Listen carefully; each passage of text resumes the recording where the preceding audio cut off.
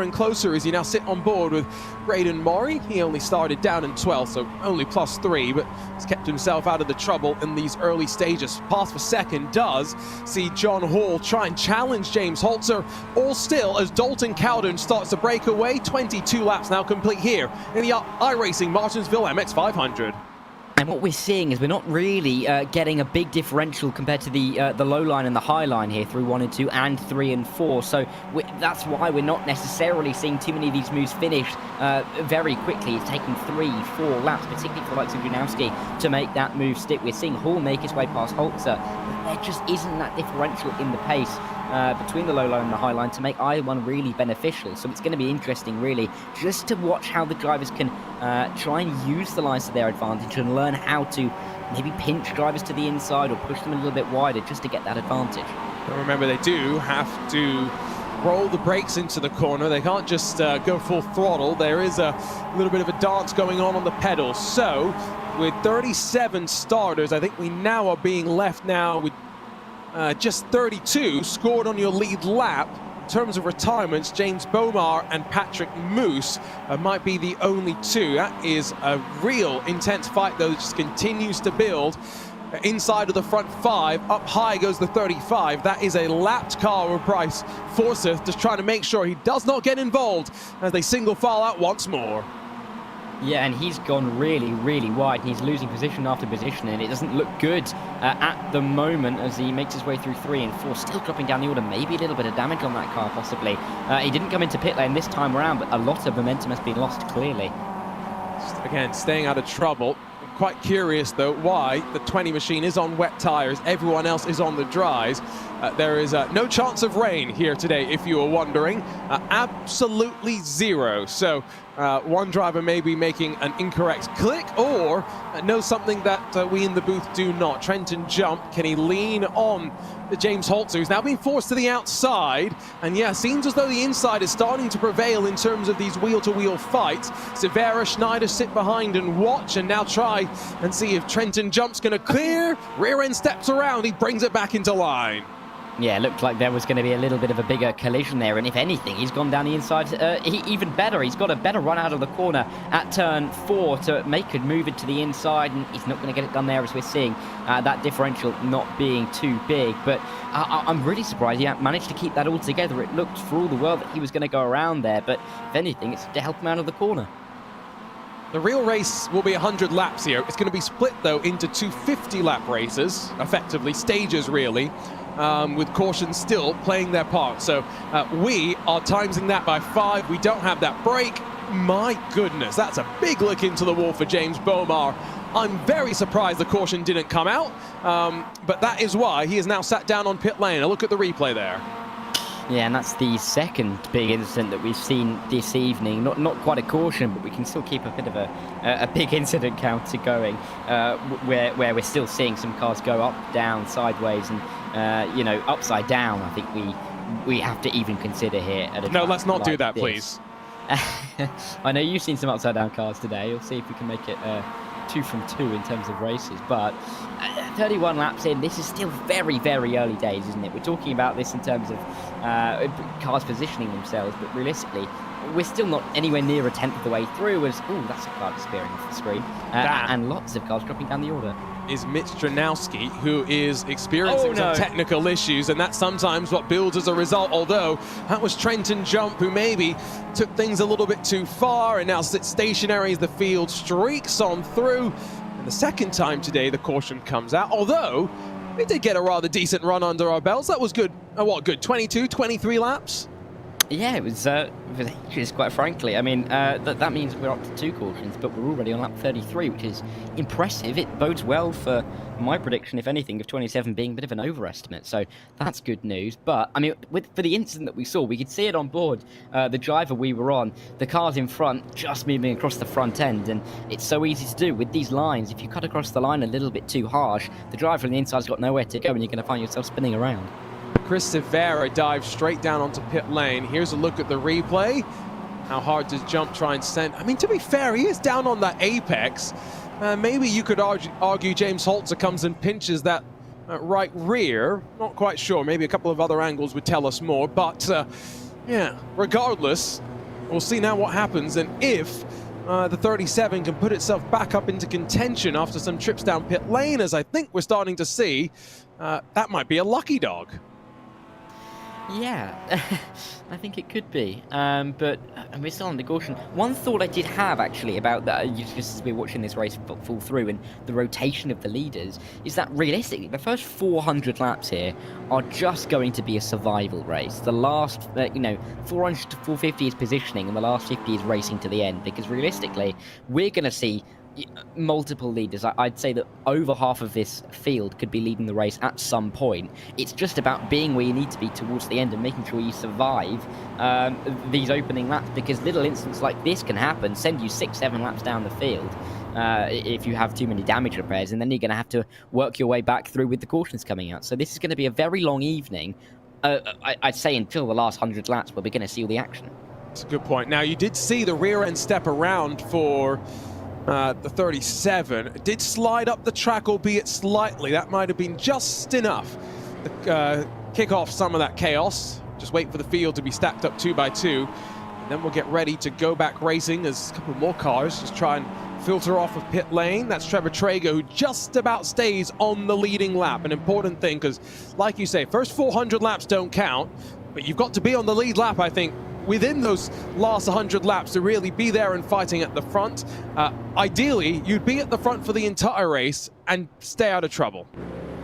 Yeah, but, there's dreams that you can have when you're lying in bed at night, and there's the reality when you wake up and you start racing on iRacing. It's so difficult in a race like this just to keep yourself out in front, especially with the length of this race. Like we were talking about beforehand, we are looking at 3 hours plus, likely towards the 4-hour mark. I mean, this is going to be an endurance race, realistically, and they're going to have to be careful all the way through. They can want to lead the race, but the reality is, even if you're in the mid-pack, you've got to be aware. You have got to be astute as to whether you're going to make these moves further up, but you've also got to be careful, because the drivers behind you are going to be just as hungry for that win. Right, so all the lights now are on for the cars. Let's turn up the sound of the engines and let's enjoy this restart. 2 cautions now in the books, getting ready to go back racing for this iRacing Martinsville MX-500.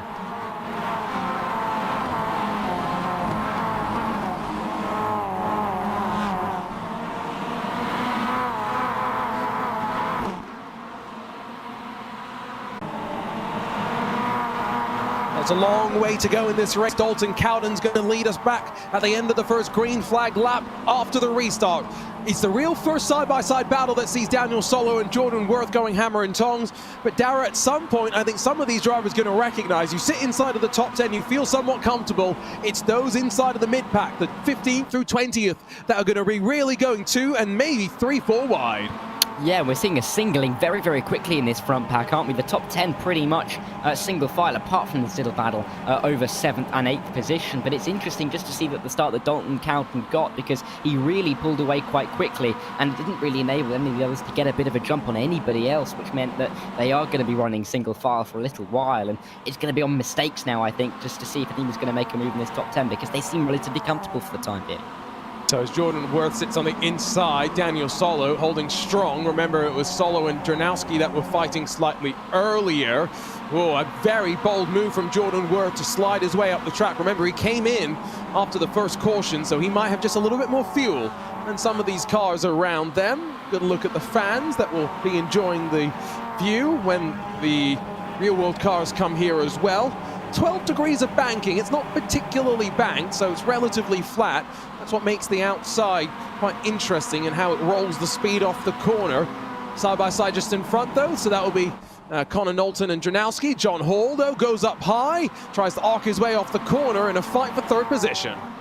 Yeah, they are 2 by 2, aren't they, for 3rd and for 5th, but as they make their way towards turn 1 and 2, it just seems that they try and single it out just a little bit. James Holter recognizing the reality of the situation and maybe wanting to chuck it in single file, but Junovsky is not going to let him have it his own way, and Connor Knowlton's in there as well, trying to push in as well, quite literally, in fact, with a little bit of a love tap on the rear through 3 and 4, and don't make it 3 wide into 1.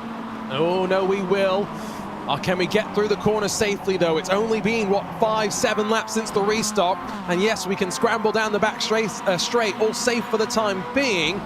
33 on the inside. Knowlton's lost a bit of momentum though, clutches that inside curb, and as he washes up the track, I think he now takes a bit of speed off those other cars. Highline loses all sorts of momentum, 4 wide down to turn 1 for a second. I was going to say that I thought it was going to be a smart idea for Jordan Worth just to sit there and try and pick his way through and hope the guys in front didn't come together, but in the end, he was the one who tried to make it 4 wide into the opening corner. I mean, we're seeing struggle for 2 wide, even then 3 wide, but the idea of 4 wide surely should be enough to scare the drivers off it. But, I mean, there's absolutely no worries given at this early stage in the race by some of these drivers because they are willing to go for it. Tell you what, Jordan Worth, he's used to seeing some bottom split action. He's learned a little bit from watching that, I'd say. Trying to apply that to top split competition. So still got Drunowski up high. Connor Knowlton really trying to work. And can he throw the slide job off the corner here? Working to the end of lap 46. Your leader, Dalton Cowden, 6/10 clear at the front of the field. Move not done just yet. The 33 really trying to put the pressure onto Drunowski to give up the spot. Yeah, and this is really, tense and quite hard racing as they make their way into 3 and 4 now. Knowlton's doing a good job. Oh, but that is a very late move from Daniel Solo just to make it 3 wide nearly. Down towards 3 and 4. He's going to come under pressure from the likes of Justin Fuller and Michael Folds, who himself has overtaken Brandon Murray. But as they make their way into 1 and 2 again, it just seems that you can see how tight Jordan Worth is into the opening couple of corners, but it's not losing him too much speed down the backstretch. Quite enjoying this run that we're getting right now, I've got to say, and give a hand to Justin Fuller, who started up front quite well, got involved in an incident, tangled himself down through the field, and now back up inside of your top 10. They're still helter-skelter 2 by 2, fighting in and amongst themselves. Fuller's trying to get to the inside of Daniel Solo. All this is really doing is losing time to those in front. They're now 1 full second off the back of Jacob Snyder as the top 3 just sit pretty. John Hall has closed up right to the back of Dalton Cowden as we get to lap 50 of 500. Change for the lead as the Nexus Esports number 3 takes the point.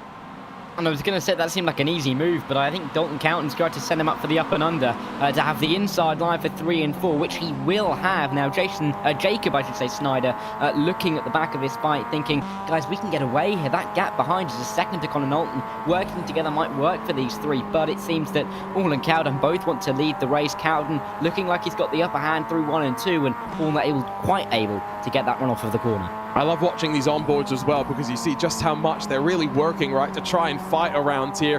Watch as they're on the brakes, how much the car's moving around. You see off the back of Dalton Cowden just how much now pressure there is starting to build. With officially 51 laps complete as the 3rd caution of the day is out. And it's Maximilian Bianco that I see stopped on my timing screen, hoping no one else really involved, and he was at the tail end for the most part of the lead lap. So may not be too many others involved in this one. Yeah, there were a couple of moves in the mid-pack just as the caution was coming out as well, so I think they were nearly 3 wide back there, but disappointing, of course, for them to cause, or for the guys at the back to have another caution. Let's see it this time on the replay, coming into turns 1 and turn 2. Ooh, just getting a bit of a clip on the front nose there. It's a bit of a weird one, actually. That is... Let's watch it again from this angle. It's that slightest bit of caution, right? Just trying to sweep the momentum down and run a slightly tighter line for the car in front. 23 doesn't really recognize it. And so now, as that all continues to settle, the aftermath of that, it's busy on pit lane, although John Hall stays out. Remember, you can go as long as around 240, maybe 250 laps without needing to do too much saving, even under green flag running. The expectation is you probably need to still do 1 pit stop for fuel at some point. Interesting that quite a few from the front have decided it's time to box. Yeah, very interesting just to see look at the amount of cars that are in the pit lane, actually. I mean, that is at least a dozen, looking at probably closer to half of the field. So interesting to see that everyone's coming in now at about a tenth of the way through this race. And this is a real race on pit road. And look at the rest of the drivers coming in as well. So it seems that everybody pretty much is going for this, apart from a few of the leaders like Hall and Severa. Might just be the function of drivers needing to do an extra lap at a slightly faster pace to avoid going a lap down by pitting. It's such an interesting race dynamic here with needing to pit even under caution. So John Hall is, though, still the car directly behind the leader. Wasn't quite sure exactly who would be the recipient of a lucky dog if there is one, but haven't seen any drivers fly their way past. I've got to say, of all the liveries in the race, that's certainly one of them. Yes, there's there's quite a few liveries in this race that I think we'll end up talking about as we work our way through this race, or at least mentioning the presence of, because there are some interesting choices. I think it's fair to say. Everyone, of course, looking resplendent, but there is I think a fair mix of different liveries that we're seeing tonight. Yeah, I mean, I should not really talk about that Nexus car. I'm the guy that ran around with the Porsche All-Stars in a Porsche 963 just covered in my face. But to be fair, that was also because I was trying to campaign for Quirk to bring the face car back. We need more of these quirky paint schemes. From what I understand, Team Nexus did not even realize this was being broadcast. But that's the level of effort they put in for their Mazda MX-5 paint scheme. We're getting ready, though, to go 2x2. Just waiting for the lights to drop off on the safety car, which indeed they do this time by. So it will be 57 laps complete when we go racing. And at this point, only John Hall and Braden Maury, who start first and third, have not visited pit lane at any time so far today, Dara. Which is incredible to think, considering that we know that you can run so long in this race. So it's going to be interesting to see when they decide to indeed come in and box, if they do, over the next even hour and a half, because they clearly have that ability to, but it's going to let them lead the race. Right, here we go. Pace car off and away. And this time it's not Josh Thompson up front. Instead, it's new race leader John Hall that gets ready to see the green. 56 laps. Or 57, depending on which timing screen I look at, complete, and off and away we go down in towards the opening corner. And just look at the rumble behind. There was some moments of almost 3 wide, but as they funnel their way off turn 3, one driver's leaving pit lane. That's Trenton Jump, who's, let's not forget, involved in the incident that brought the caution out. Big send, 3 wide for third position, and here we go, one more caution, and it's going to be a big one as they all come piling in. And I think this is what we were expecting, really, and I'm surprised it's taken us over a tenth of the race to get it, because that is a big old incident between, what, 7, 8, 9, 10 cars in the end there, down at turn 3 and turn 4, but that was an almighty send at the inside by one of the, I think it was the number 12 car, but do not quote me on that, we'll see it on the replay, I'm sure, but it was an almighty send, and it resulted in quite a big collision. Right, so that means now what? We're at, make that 4 cautions so far, right? Yes.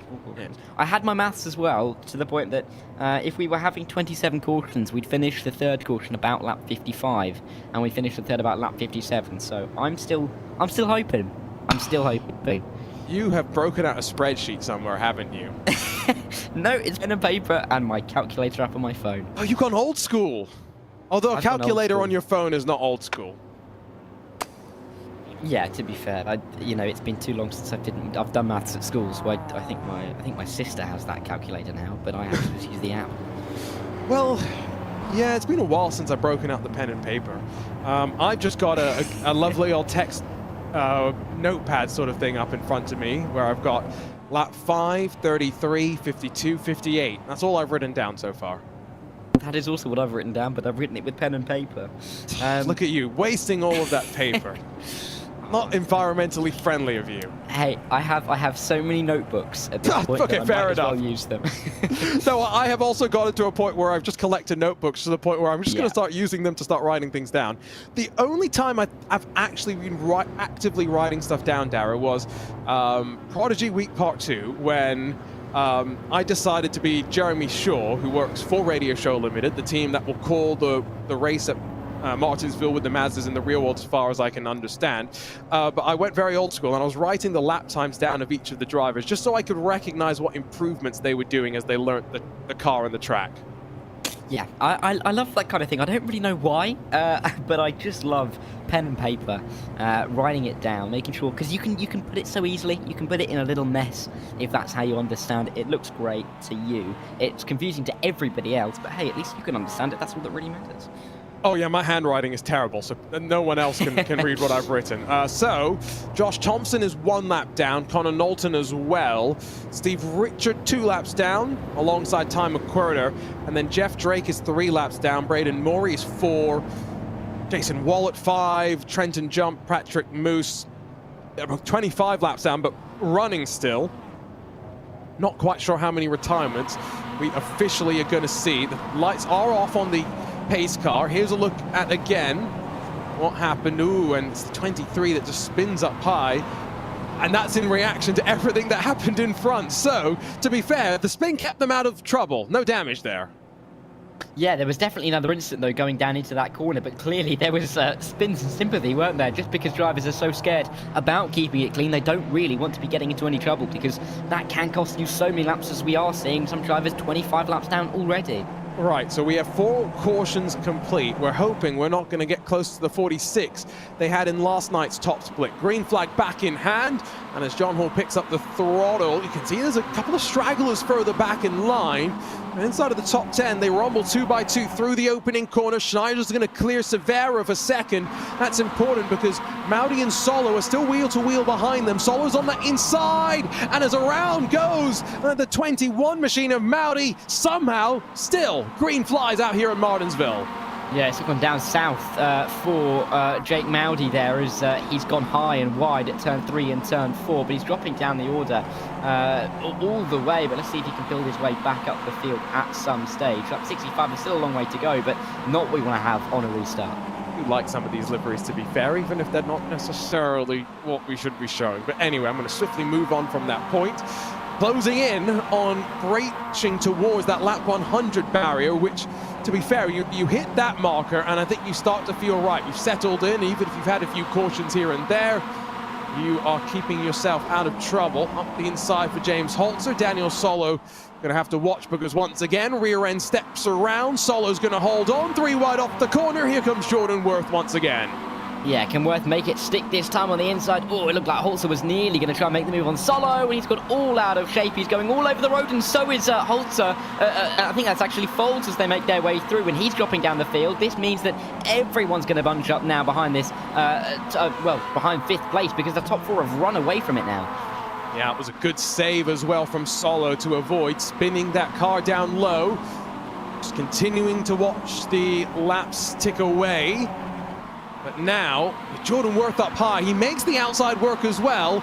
And now can he make the move on Daniel Solo? I don't think there's any damage on that 12 Alcantech NHR machine as well. So may have avoided pancaking that inside wall. Quite remarkable, all things considered.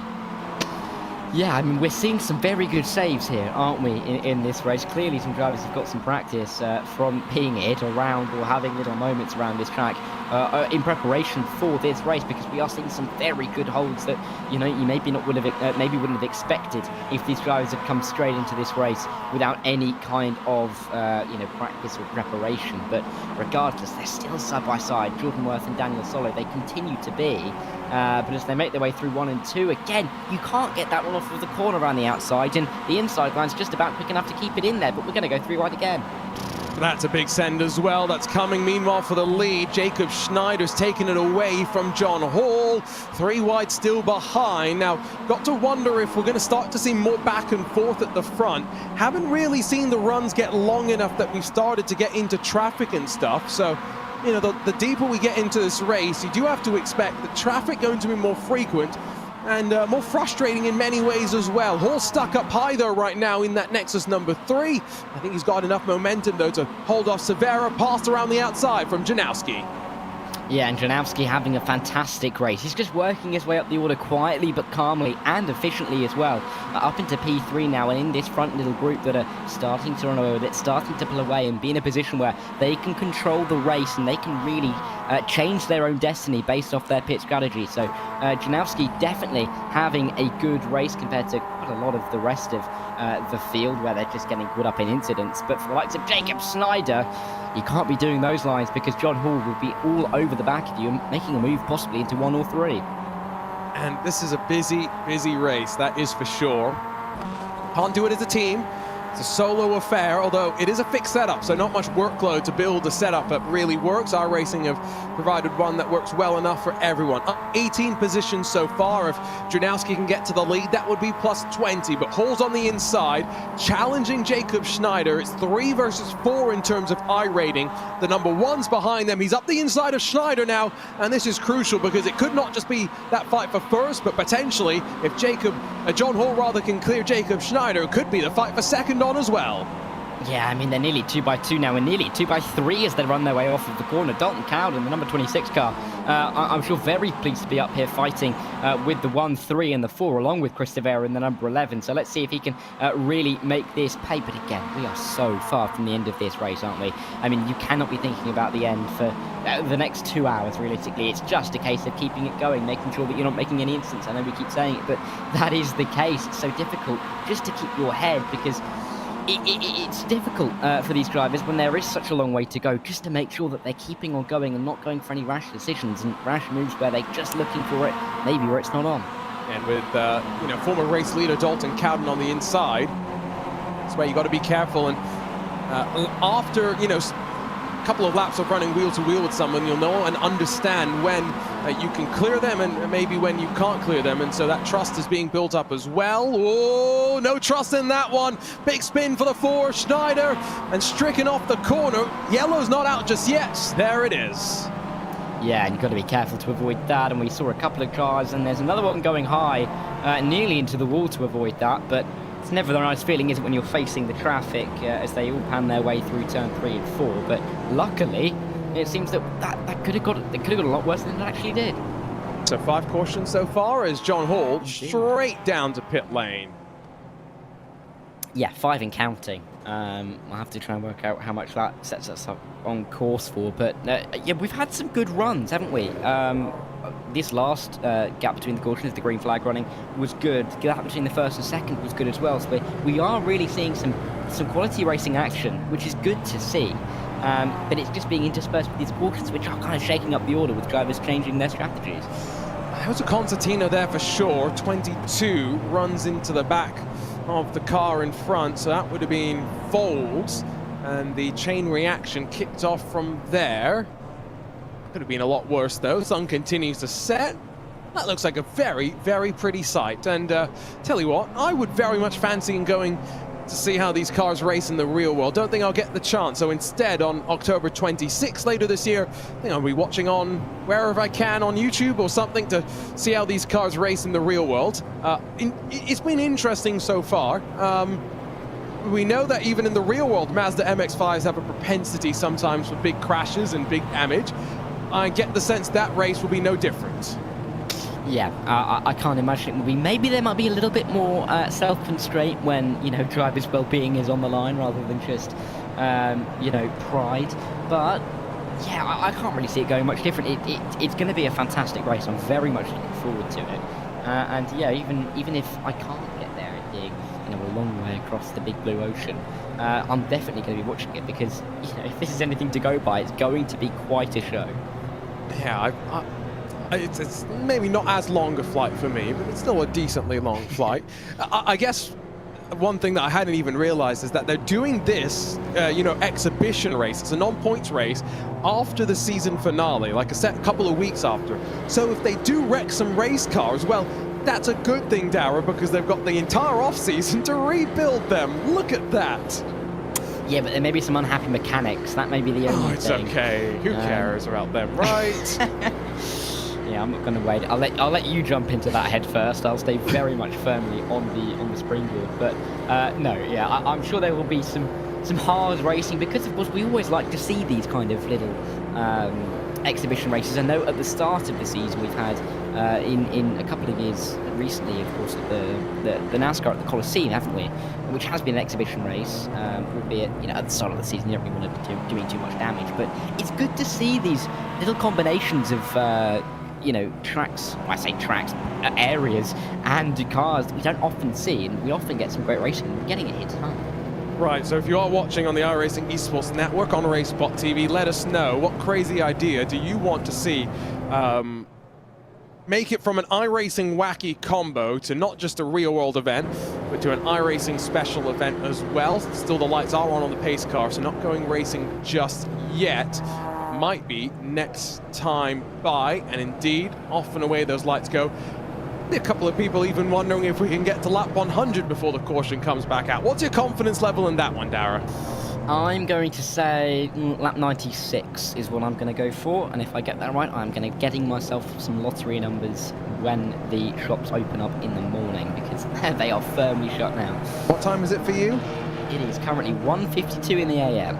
That's the time it is for even Josh Thompson. I'm sure a couple more through the field as well. But off and away, once again, the pace car pulls. It's this time the number 1 car. No time in qualifying, but he's fought his way through the field. And Mitch Drunowski gets the racing back underway here on the night lights at Martinsville, and already clear off into turn number 1. And a big send from Jordan Worth to try and hold on to that 3rd position. Dalton Cowden runs in 2nd. And as we rumble down the back straightaway, inside of the top 10, everyone for the most part sorted it out. Yeah, nearly a forest of green behind the leader, with Cowden, Worth and Fuller all tailing Janowski as they make their way off of 4 for the first time, and nearly 3 wide as they come towards 1 again on lap 84. But you can just see them going too wide. A couple of drivers on the outside being scared off going too close to the inside, seeing a couple of these incidents being spawned by chopping off the front end, and they don't want to be a part of that. So I think we're seeing some drivers being formed by the incidents that we're seeing so far. And, well, I mean, I tell you what, if we can get to the end of lap 100 without a caution, the trend would be for 25 caution period, which could be worse, all things considered. And they're not as slow as they could be. I think that is also the benefit as we watch just inside of the top 10, where a couple of drivers run. Remember, Connor Trafari, we were talking about him being on the wet compound tyres earlier. He's learned his lesson. He's back onto the dries now inside of the top 10. He's plus 18 so far today. Remember, Janowski is plus 20, but the biggest mover, that's Michael Fold, involved in that incident and up in 8th position in his 22 machines. He's plus 22. Yeah, I mean, we're just going to see some of these drivers bouncing up and down the field. He's up now 23 in the order as he makes his way through on Massimiliano Bianco. But up at the front, it's Janowski and Cowden going side by side. The number 26 car fighting the number 1 car. Maybe not something that Cowden was expecting to be doing on lap 88, but he's doing it all the same. Inside line for him. Can he make this one stick? Janowski's going to have that outside line. It's going to work for him off of the exit, of course, with the ever so slight banking that we've got. But it looks like Cowden starting to edge in front a little bit. Hayden Dietrich has just reported in the chat that they've blown their engine, a real threat for some others to think about as well. If you get a shift wrong or get involved in a bit too much contact. Now, Janowski on the outside really sends it off into the corner. Rear end slides around for Cowden. Jordan Worth just gets on the throttle and now runs out of place to go. He doesn't want to take it 3 wide just yet. Remember, like you were saying earlier, Dara, first 400 laps, they don't really matter too much. Just got to survive them, get through them. Oh, Janowski almost up into the wall. I think Jordan Worth realizes it's time to pounce, tries to take it 3 wide, but doesn't work into turn 3. Yeah, and he's got to be so careful doing that. If he sends it a little bit too deep, contact's going to be inevitable there, and he's just got to be careful not to have his front end chopped off. He's in such a good position at the moment, up in P3. He's been running up near the front for the last 40-50 laps now, and he does not want to be throwing that away at all. He's got to be careful as well from like Justin Fuller, because he's sniffing around up the inside, around the outside, just trying to put his car where Worth isn't. Michael Foles is now up into 5th, so they're still fighting a little bit further behind. I wonder if it is this uncertainty at the front that's allowing those behind to take advantage. Daniel Solo still sits in that very gold machine back in 6th position.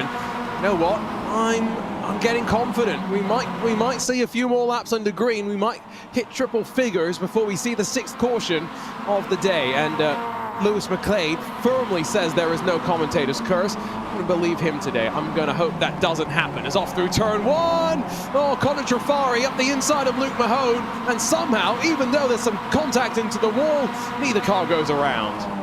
No, and I'm hoping that neither car goes around, because I've still got my chips on lap 96, so we'll keep an eye on whether they do go around in a couple of laps' time. But we very well might get to this 100 lap marker, which is good to see. We aren't seeing that many cautions in the grand scheme of things compared to what we saw in the split yesterday, which is good. It means we're getting this good racing. We're seeing this side-by-side action, and the drivers are being able to learn which lines are better, learn how to race these cars, and we are really starting to see the drivers that are adapting earliest move forward quicker.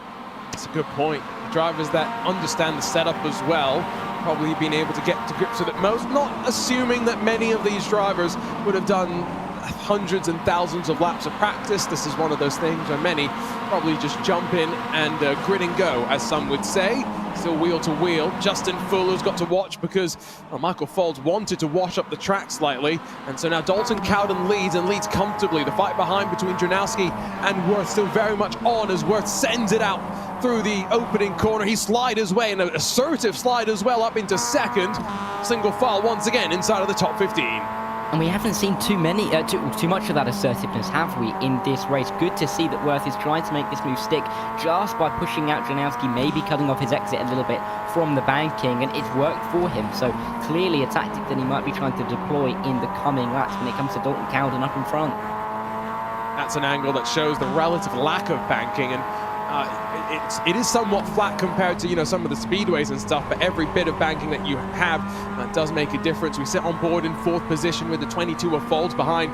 Bianco's just past Solo, so as it stands right now, we still have 25 cars on the lead lap. Connor Knowlton and Jacob Schneider sit 1 lap down and hope to try and get back onto the lead lap if the cautions fall in the correct way for them, but we're only 2 laps away from hitting lap 100, and so far, can't quite believe I'm saying this, I think indeed we're going to get there without another caution. Don't say it just yet, we've got 1 more lap to go. You can't say it too soon, especially when they're going to be going nearly 3 wide into turn 1, which they don't in the end. But Bianco is so close to the wall as they drift out onto the exit. Still more cars in behind going side by side, but as they make their way through 3 and 4, you know, I think we're just about going to do it. And Jordan Worth is on the inside in the battle for the lead, so they're 2 by 2 up front onto lap 100. Now we've got to complete this lap as well, let's not forget. Can't just reach it, we've got to complete it. Worth is clear for your race lead. Michael Foles is trying to insert himself into the podium positions. 100 laps complete here under the night lights in the first and inaugural iRacing Martinsville MX-500, and we've only had 5 cautions so far. I say only 5. Well, we could have had almost double that if it was going to the form book. Yeah, which is great to see, and it's good for us up here in the commentary box because, and for everybody at home, because we're getting to see this great racing here at Martinsville, which is why we have this great event on the iRacing platform, and it's great to see all of these drivers really doing a good job in getting this racing and keeping it clean, really, because it does seem like a very tricky business, and there's a reason we're up here, Arjuna, and not down racing on the track. Oh, absolutely, Daniel. So never mind that. The Lego cars bricked it. Trevor Trago down low. Caution not out just yet because, oh, I thought he'd been able to spin it around. Never mind that. Here we go. We reached triple figures, but not much more than that.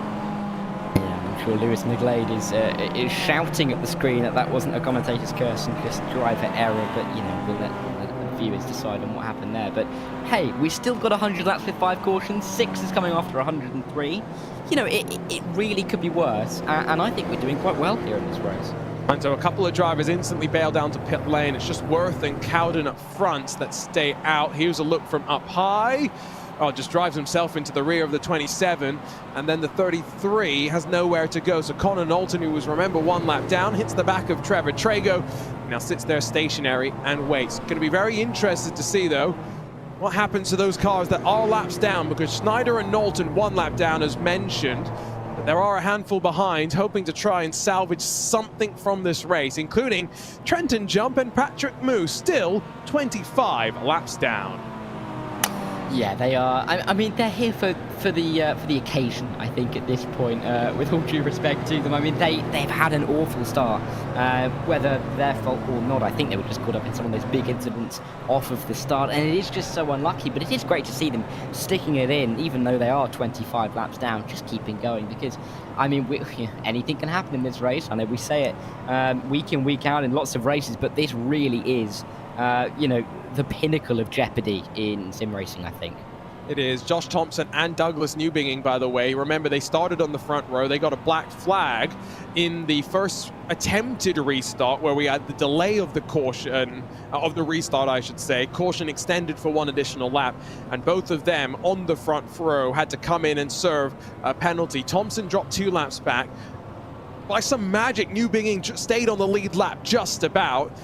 They put themselves in positions now to try and fight their way back to the front of the field. Dylan Connolly's coming this time by. Remember, we said 240-ish laps under green. Now, I have no idea what this fuel tank can do if we went even longer in terms of cautions and whatnot, and we just had even more stop and start. Tires, not sure how important they are necessarily, though. Yeah, I mean, this is just going to be, I think, just a case of feeling it out. I mean, a lot of drivers are coming in relatively regularly, aren't they? We're seeing quite a few drivers coming in for most of the cautions, but it seems to be working for those drivers that are staying out at the front at the moment. They're not coming in every time, and they're not losing out. They're sticking out in the front, and they're keeping away from the danger, and it seems that they're just happy to be where they are. Dalton Cowden, a fantastic example of that. Jordan Worth as well. So yeah, I think it's working. Just to say out, I don't see a need at this moment, if you don't need to come in for fuel tyres, to do so, just for the sake of having maybe a better race car after the restart. And so there are some teammates up and down through the field. Let's ask the question about team orders and whatnot. At what point do we reach, a certain distance at which, team affiliations are thrown to the side and it's pedal to the metal, it's go, go, go, go, go? Yeah, and it's obviously just an absolute crazy melee for all of these guys. They're not really thinking about anything in the future, are they? This is the race. They've got no one else to really help them be around. This is just all they need to do, and they're in it for themselves. So here we go, green flag back in the hand, and we did manage to get to triple figures in laps before the sixth caution flew. Jordan Worth back in control. That was a less early, I was going to say, that seemed less coordinated, and I was expecting a little bit of a delayed restart potentially. I'm not quite sure if that was a delay restart, if that was because someone crashed behind. That's the second time we've had a restart delayed as the field stacks up behind. Yeah, I'm not going to count that as the 7th caution. I feel like we can just keep that in with the 6th. But yeah, we're seeing this as a regular occurrence now. It'll be interesting maybe just to even have a counter of the aborted starts we get. Oh no, don't say that. Don't, no, you're not allowed to joke about that. We've already got one counter going. I'm sure Hugh up in the broadcast booth is... we'll do one or the other. We'll find out if we get a counter back up on the screen. But we're definitely at 6 at the moment and 2 aborted starts. So that's a 33% rate. I mean, if we keep going like that, how many could we get to with the aborted starts? Yeah, there was no one that actually crashed on that start. So I have to assume it was aborted, but I'm not 100% sure. I mean, Jordan Worth did go a little bit early, but not quite sure what that is entirely about. Now, I have sent a message to Josh Thompson, who's apparently back on the lead lap in 18th position. And should we grab him for a quick in-race chat? Yeah, why did you want to? Bosch Thompson in the RaceSpot TV booth. We can hear you loud and clear. Oh, you've had an interesting day. Put it on pole, having to fight your way back onto the lead lap. How's it going right now? Actually, not too bad. I just passed 100 laps for doing nothing. So yeah, it's actually going pretty well. Everyone's behaving pretty good, I'll be honest. How much preparation did you do for this race, Josh? Because we know you were competing in the VCO IndyCar Challenge earlier today. Belle Isle, it's very different to Martinsville, and an IndyCar is very different to an MX-5. So how much practice? Come on. 25, 30 minutes. How many laps was that? What, 30, 40? Something like that. There you go. It wasn't too much. It's lucky enough we do a Moon Car charity event here, so it's pretty much the exact same as it was then at the end of last year. So. And that's right. Are you a past winner of the Moon Car 24 as well? We were very close. We wrecked with like an hour to go. Who wrecked? Come on, throw them under the bus. I wouldn't know off the top of my head. It was that big of a pile up. Okay. Right, I tell you what. You're clearly getting a little sleepy, potentially, right? It's what, 2 in the morning for you? Yeah. So we're going to try and keep you awake, right? In-race reporter Josh Thompson's going to talk us through his restart here as we get ready to get back racing. Yeah, let's see.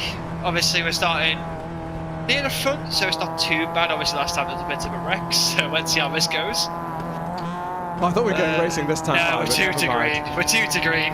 Oh, you could have helped me there. So, let's talk about how things have gone in general, Josh. Team Redline, things are going quite well. How are you feeling as the summer comes to an end and we get ready to head into a very busy winter?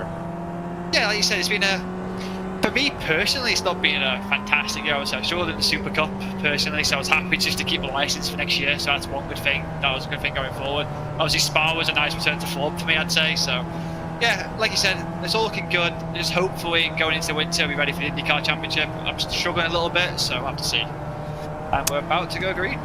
You did put it on pole for the Spa 24. That is true. I used all my talent. Prop your ego up a little bit. Here you go. Talk us through this restart. So we're holding, we're waiting. Some people go a bit early. We're going early this time. Inside always has a bit more grip into T1, especially the first few laps of the run when the tyres will cool down. We just have a bit more grip on the inside. So just hook it nice and tight. Careful anyone trying to dive it. And just obviously here's a bit more smooth sailing. We can actually see what's happening, whereas you're further in the pack, it's a bit more chaotic. Just got to watch out for any checkups for the first few laps, and after that, it kind of settles down. Have you taken tyres so far today? Just now, at the last stop. I had to wait a little bit due to having the black flag. I had to wait a little bit to get the lap back and stuff like that. So I struggled a little bit last time, but should be all good now. Right, we'll let you go and I'll say focus, but stress out. And we'll see you a little bit maybe under the next caution period. Yeah, all good, guys. Oh, great to get that word with Josh Thompson, and an interesting perspective on that restart as he tries to work his way into the top 10. Back up front, it is still Jordan Worth that leads as the caution flies once more. Yeah, I was just about to say, we've got some green flag running again, but no, we don't. We're back under yellow again. But it's going to be really interesting, I think, just for my fellow Brits. Obviously, up here in a commentary booth, where you're not, actively using your hands and your feet and your eyes the entire race long. You can have a drink, you can have a little snack if you get really hungry. He can't, I don't think, especially with the situation that he's in, especially in the middle of the pack. So it's going to be interesting to see how he and a couple of the other maybe British and European drivers cope in this race towards the end. So that was the 36 of Richard that spun around, and also involved was Holter in the 2. So a little bit further down through the field. Holter is, of course, 18 laps down. Richard is also 18 laps down. So they were at least fighting amongst themselves. Yeah, it wasn't a case of, one driver a lap down and somebody else wasn't. But, it's still not ideal generally, especially with the collisions that we're seeing. Caution count at 7. We'll find something. Yeah, we are at 7. I just have to double check there, I think, because there's an argument that some people could say it was 8, but I'm not going to start that argument. Well, technically, if you wanted to argue that it's 8, someone else is going to come back and say that first caution was extended as well. That's 9. True. That is true, actually. So we'll keep it at 7 because that'll be closer to my prediction in the end, I think. So we'll keep it there. But yeah, I mean, we're seeing increased cautions, aren't we? I mean, that is now 2 really in 5 racing laps. Hopefully that doesn't go too mental, but we are seeing some hot dogs as well. I mean, this is. I think we're going to see more of the same for the next 2 hours, and then it's going to start getting frantic and quite desperate.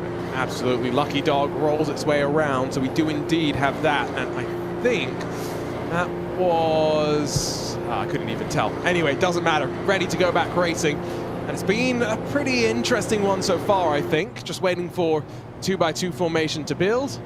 Oh, never mind, going to see some drivers down onto pit lane. I thought we might. You see, in the IMSA WeatherTech Sports Car Championship, which, IMSA sanctions the Mazda Whelen MX-5 Cup series, they have a rule where if there's a safety car, and then they have that long safety car process with, the various class splits and stuff, the next safety car, they don't open the pit lane and it's a short yellow. I'm saying that if you're NASCAR, you need to adopt that rule. Oh, it's a terrible idea in reality, but can you imagine, Dara, the craziness? I think generally in the entire motorsports world, there are so many different rules and regulations from each series individually that if you pick them all up and put them all together, would create just either some fantastic racing with some great nuances, or just, unadulterated chaos, quite frankly. And that, I think, would be an example of that, because you'd have drivers, can't get down to pit lane. That map counter is ticking down and down and down, but, there's so many little nuances of each series that I think would be fantastic in random other series as well. Jordan Worth apparently says 8 cautions. So now the problem is, does that mean the first caution was the one that was aborted, and the one that he restarted technically counted as a green flag? I don't know. Whose count do we trust here? Anyway, 8 on the screen, but we'll find out what iRacing says at the end. That will be the judge of whether Darrow was right or not. Very early pickup once again from Jordan Worth, but back underway here. 120 laps complete, and this time, no aborted caution, it would seem. So is now single file inside of your top 5. A little bit of wheel-to-wheel amongst the field with Fuller door-to-door with Fold, Severa wheel-to-wheel with Hall. Down the back straightaway, it's been tidy on this restart. Still have 25 cars on the lead lap. Yeah, which is, a great deal considering all the incidents that we've had, and especially considering we're edging towards a quarter of the way through this race, only about 3 laps off that now. So great to see so many cars still in it, and I'm sure we're going to see a lot of them cycle through. That's ahead of the wall for Justin Fuller, though, in the 9. That's the second time he's clobbered into the wall. Second time now he's going to be trying to figure out how much damage he has. That right front is completely pancaked on in. Have to assume that is not ideal for the balance of the car or potentially even tyre wear. See what that means later on in the run, though. We're not even halfway through. We're not even a quarter of the way through this race yet. We're not at all. And I think that's going to lend itself to some long periods of not knowing whether there's a caution coming up. Maybe we're going to get some long periods of racing. Maybe we're going to get times where there's, caution. But it seems that for now we're okay on lap 1, 2, 4 as they run their way through. There was some tetchy sub into 1 and 2, but I think they've made their way through now. Yes, they have. And really, the front 10 of all... Oh, there's a penalty coming in there. Is that a slowdown, or is that... I think that was Chris Severa in the 11 car, just backed off down the back straight. He started up high, but he's sliding down through the field on this restart, maybe. Just trying to keep himself out of trouble. We'll see what happens here. He's got around the outside, a challenge coming. But at the front of the field, we get ready to complete 125 laps. Still around 2 hours and 20 minutes to go if we stay clean and green. But it is Jordan Worth that leads, Dalton Cowden behind, and then Mitch Dranowski sits in third. Now, only of those 3 drivers did Dalton Cowden start inside of your top 10. Remember, both Jordan Worth and Dranowski elected not to set qualifying times. They fought their way through the field. And it's not hurt them, has it? They've been at the front for quite a long time now. They're just playing the strategy as well, so that they're not really coming to the pit lane. Happy to sit out front for longer stints, longer periods in this race, and it is not hurting them yet. I mean, I'm sure, of course, they're going to have to be coming down pit road at least once, if not twice in this race. But when they do it, I'm sure it's going to be a time where it suits them and they feel like they are confident in doing so, because at the moment they've got this race in the palm of their hand, and really the others are chasing them after each restart. And as each restart goes, it's becoming clearer who officially has dropped from the race. So Time McQuarter, Trenton Jump, Caden Dietrich, and then Braden Morey, James Bomar. 5 confirmed DNFs so far today. This is going to be an interesting one as well, to see how many have retired by the time we reach the halfway mark, and then at the checkered flag as well. See how many drivers are going to be up double-digit positions at the end of the day. Solo on the outside. He's in this little bit of a battle with Jaden Profit down low. And in front of them, you can see that Justin Fuller, yes, he smacked into the wall. His car's not lost any speed, that's for sure. Yeah, we're seeing more cars in this race, and we're seeing less kind of attrition, I think you could say, really, with the cars that are falling out of it than I think we could have expected. Lots of cars still running through. Even if they're having problems, they're running just quite a few laps down, which is good to see, really, all the way through this race. But I mean, you can just see all of these cars. They're just piling into these corners, lap after lap. I'm sure it's probably a little bit calmer after 2 or 3 laps side by side, but it just still seems just so nervy and so careful on the throttle when they get out of these corners. This has been a decent run. I shouldn't say that, should I? This has not been a decent run. It's been the opposite of that, of decent. We got a 10 car fight for 12. How many names can you fit on the screen? That's the answer to the question, it would seem, as Josh Thompson's going to look at the inside. Remember, we had that chat with him. He talked us through the restart. Does he grab 2 for 1? Yes, he does. Bosches his way forward to 14. And the caution's out again. I just about saw that on the apex of turn 1. There's a collision. I think someone's been, maybe had their front nose chopped off once again, but that brings the total up to, well, that brings the total up to 8. Now, I did see, 9. 9 technically, yes. 9. Now, this is the thing. I did see the comment, of course, that Jordan Worth said that it is 8 cautions. Someone I did see in the iRacing Twitch chat did make a very good point that it must now be 10, because that's now the 10th time that Barney's waved the flag. And I have to say, that is an argument that is hard to argue with. But so I think that's the problem. That is why Jordan saying that it's 1 more than we had counted initially, right? Because there was that time when the green had come out and he had to put it away to get the yellow. So I think iRacing is also, Jordan is pulling the number direct from iRacing, so we're going to go with that. We'll take that as gospel for the time being. Connor Knowlton says he's 5 laps down, but he'll be back in the Twitch chat. I love that perseverance, right? Because take the 24-hour races that we have on iRacing as part of the special events, Darryl. One thing that I sometimes find quite sad, and I'm guilty of it as well, right, is you'll have a big crash and you'll have 10 minutes or 15 minutes of repairs, car's still relatively drivable, but you'll be like, oh, I've got no chance of winning, why should I keep running? Yeah, but I think the same can be said for me, really, because you know, most races, if I did them, I'd go into them realizing you're not going to win this race. So if I had any kind of incident, I'm still going to be driving regardless. It's still going to take the same amount of time as I thought it would. So there's always that reason just to stay in, plug away, and keep in the race. And especially in a race as long as this, yes, you may not be in a position to win this race. I mean, yes, you may be 25 laps down, but there is clearly some chaos. There's clearly some fun to be had in this race. And if you're in it, there's no point leaving it if you want to get back into it in a couple of hours' time. Good point, actually, because imagine this race is going to take at least 2 more hours, so you could like go and have dinner, get your car repaired if you're like, you know, have an engine blown or something, come back and then maybe jump back in. You know, never know. Something to keep in mind. We'll get formed up 2 by 2 when we're ready to go racing. Handful of cars did come down pit lane. Jordan Worth, former race leader, is now in 9th, but the top 4 have stayed out. So Dalton Cowden and John Hall will be on the front row. Gabriel Lafreniere and then Maximilian Bianco, who was that car, I'm pretty sure, that span around to bring out the caution. Now he's up in 4th position on the outside of row number 2. It's going to be a very interesting restart to see what new tires can do. Is there any benefit at all?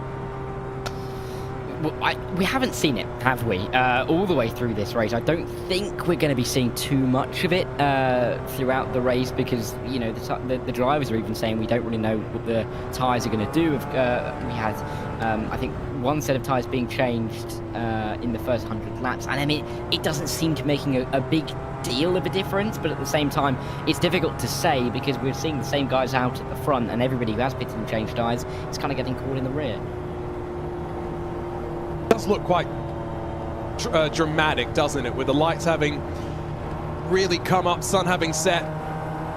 It's got a pretty good look, and I'm hoping they race under the lights in the real world. We're on board with Bianco outside of row 2, coming back to the green as Dalton Cowden and John Hall to drag race off to turn 1 in front of them as the caution. Is that extended once again? I think it is. So there's yeah, does that count? So does that count as the second extended caution? And or is this another caution? Let's find out. We'll have to find out if the pace car comes straight in again. Let's see. There's the pace car. I don't think he had his lights on. But I think the pace car might come in immediately. 138 laps about to be complete. Bill Dalton Cowden and John Hall on the front. Delayed green is the comment down in chat. Sorry, the driver's suit just caught me by surprise. I'm a professional though, we'll stop laughing. 138 laps complete, back underway officially with the green flag out. And this time a bit more coordinated. Bianco's already got the jump on Lafreniere for 3rd. And so back out through turn 2, they'll exit. Single file inside of the top 3 and squabbling behind, almost 3 wide. And that's Jordan Worth trying to make some moves. Yeah, pretty clear to see where Jordan Worth is in that lime green car. Very particular colour, I think, for this summer as well. So easy to spot. 3 wide though in behind, or even with Jordan Worth going into turn 1 though. This is going to be sketchy on the brakes as they make their way through, diving their way in. And I think Villalobos is going to get caught up.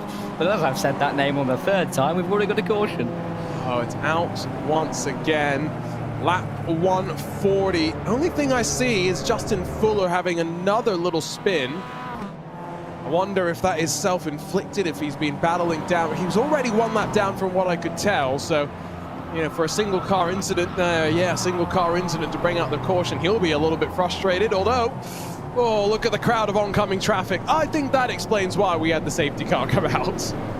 Yeah, window down, hand out, apologising to everyone as they drive past, I think is the situation there. Yeah, difficult one. I mean, it's so you kind of feel bad, don't you, when you're the one driver causing an incident completely on your own, especially if you're not in the race. You do kind of feel a little bit of responsibility. But at that point, what can you really do? I mean, it is difficult. You can get slightly distracted. He may have been trying to have some food. I wouldn't blame him if he was, because, you know, this is a long old race and you're going to have to get some nutrition in you at some point. I will say, I have seen, I was talking to someone who used to race in the Mazda MX-5 Cup series, and they were at circuit, which track was it? CTMP, Mosport, right? And so you have that blind crest down at turn 2 for those that have watched the race there. So basically, it's a long left-hander, and you come over this crest and you dive down a hill. But you are blind when you come over the crest. And so the person I was talking to, they had crashed their car, or they had been involved in an incident and just basically been parked in the middle of the track. And a car came in over the crest, didn't really respond in time, to be fair. May have had enough time to maybe slow down a bit more, and just walloped into the side of him. These cars can take a beating, but you want to be a bit careful. Justin Fuller has used and abused that MX-5 a little bit more than I think anyone else will want to have had so far. Yeah, but at least there's no concern of the driver safety in iRacing on the inside, unless you turn all of your settings up to max in terms of the force feedback that you get, and then there's a worry if something happens, your wrist might be at a bit of a risk. But I think for these guys, they'll just be having a nice Saturday evening drive. I mean, we've still got the weekend, half of the weekend to go. I mean, they've not got much to do tomorrow, you wouldn't have thought. It's a Sunday, so, I think this is just a nice gentle drive for a few of them, and quite an aggressive, high-tempo drive for some others. How many laps do you think you'd get into these cautions cycles? So I phrased the question totally incorrectly. How many cautions would you get through before you just be like, can we stop crashing? I don't know. See, with it being a 500 lap race, I would say 30. Okay, see, I've commentated on a real sim racing full throttle Cup Series race Monday nights on Race Spot TV. And I'm trying to, I think we had 23 cautions here at Martinsville, and I remember some comments from some drivers going, that was almost unbearable. I'm trying to think what some of the drivers who did the 46 caution split last night would be thinking, and if any of them were brave / bold / whatever other adjective you want to use to describe them, they are for being back here. Anyway, we're on board once again with the #1 machine of Mitch Stranowski, ready to get back underway. The cautions start to count their way on up, starting to see more and more attrition, but here we go, green flag in hand, and a little bit of a lengthy hold for the flag to actually wave. Cowden's already punched the throttle and lead the field down into turn 1. John Hall not alongside. He's just going to try and V off the corner and get the run down to turn 3. Not close enough to challenge for the lead. Yeah, and we're going to see now if anybody can really make these moves stick. This is Jordan Worth in the #6 car trying to go to the outside line. We've seen him nicely stick to the inside all the way through this race, but clearly being forced into a position that he doesn't want to be. And you can see him, they're already moving towards the inside, maybe looking for a 3-wide moment, but choosing against it this time around. But further up the field, they are side by side. Janowski still fighting it out. He's been fighting all the way through this race, and Bianco's going to be his next target. Remember, Bianco's been involved in a fair share of incidents so far today. There was a bit of a hip check there as well. I think that might have been Michael Folds on Gabriel Lafreniere, but you can still see Jordan Worth on that inside trying to hang strong as, there we go, caution back out. We didn't even get 10 more laps before it flies once again. Yep, and I'm going to write that lap down once again. So what's that? We're up to now. I think we're going to have to chuck the count. It's going to get to a point now where it's going to start to lose count, and the count is going to have to come into genuine. I think we're at 11? I think we're at 11. But yeah, I don't. With the debate that we were having about how many we've had, I genuinely can't remember anymore. No, it is. Well, technically 10 from our count, 11 if you go with what iRacing is saying, as that was Dylan Connolly in the 31 that went around to bring this one out. I see someone in the chat saying this is the first time they're watching an iRacing race. Welcome along. You certainly picked one of the races of all time to join for. Yeah, I mean, yeah, cautions is what you get on iRacing if you're racing MX-5s at Martinsville, but you don't necessarily get that elsewhere. You know, you were talking about the real sim racing series on a Monday night on Race Spot TV. The series that I've been commentating on a Monday night on Race Spot TV, the PRL the LMP4 GT3 challenge. There was a race at Mosport, like you were mentioning with the MX-5s, where there were no cautions and it was raining, multi-class. Oh no! And half the cars were out before the first 5 laps were completed. It was quite something. So this is kind of the antipathy of that. Yeah, I saw where that was going when you said motorsport and rain, and I was like, so how much death did you see in the first couple of laps? Oh, well, I'm glad I'm not there on Monday nights, it turns out. Those are also crazy, right? Because not only do you have the LMP3 and GT4, then you have, what's the other one? The GTP and the GT3. Now I have to remember, because I regularly mess up those acronyms, because there are so many letters, too many numbers, and I'm thankful for when it's just something simple like this, whether it's the MX-5. Tell you what, let's make a MX LMP GT1, and I'm sure that would be the rowdiest Mazda MX-5 concept car you could ever think about. Throw a 6-liter twin-turbo V16, or whatever. Take the engine out of a Bugatti Veyron or something into a Mazda MX-5. Let's see how that goes. Give it a properly, single-seater standard rear wing as well. Ooh, just to give it that yes. extra bit of downforce.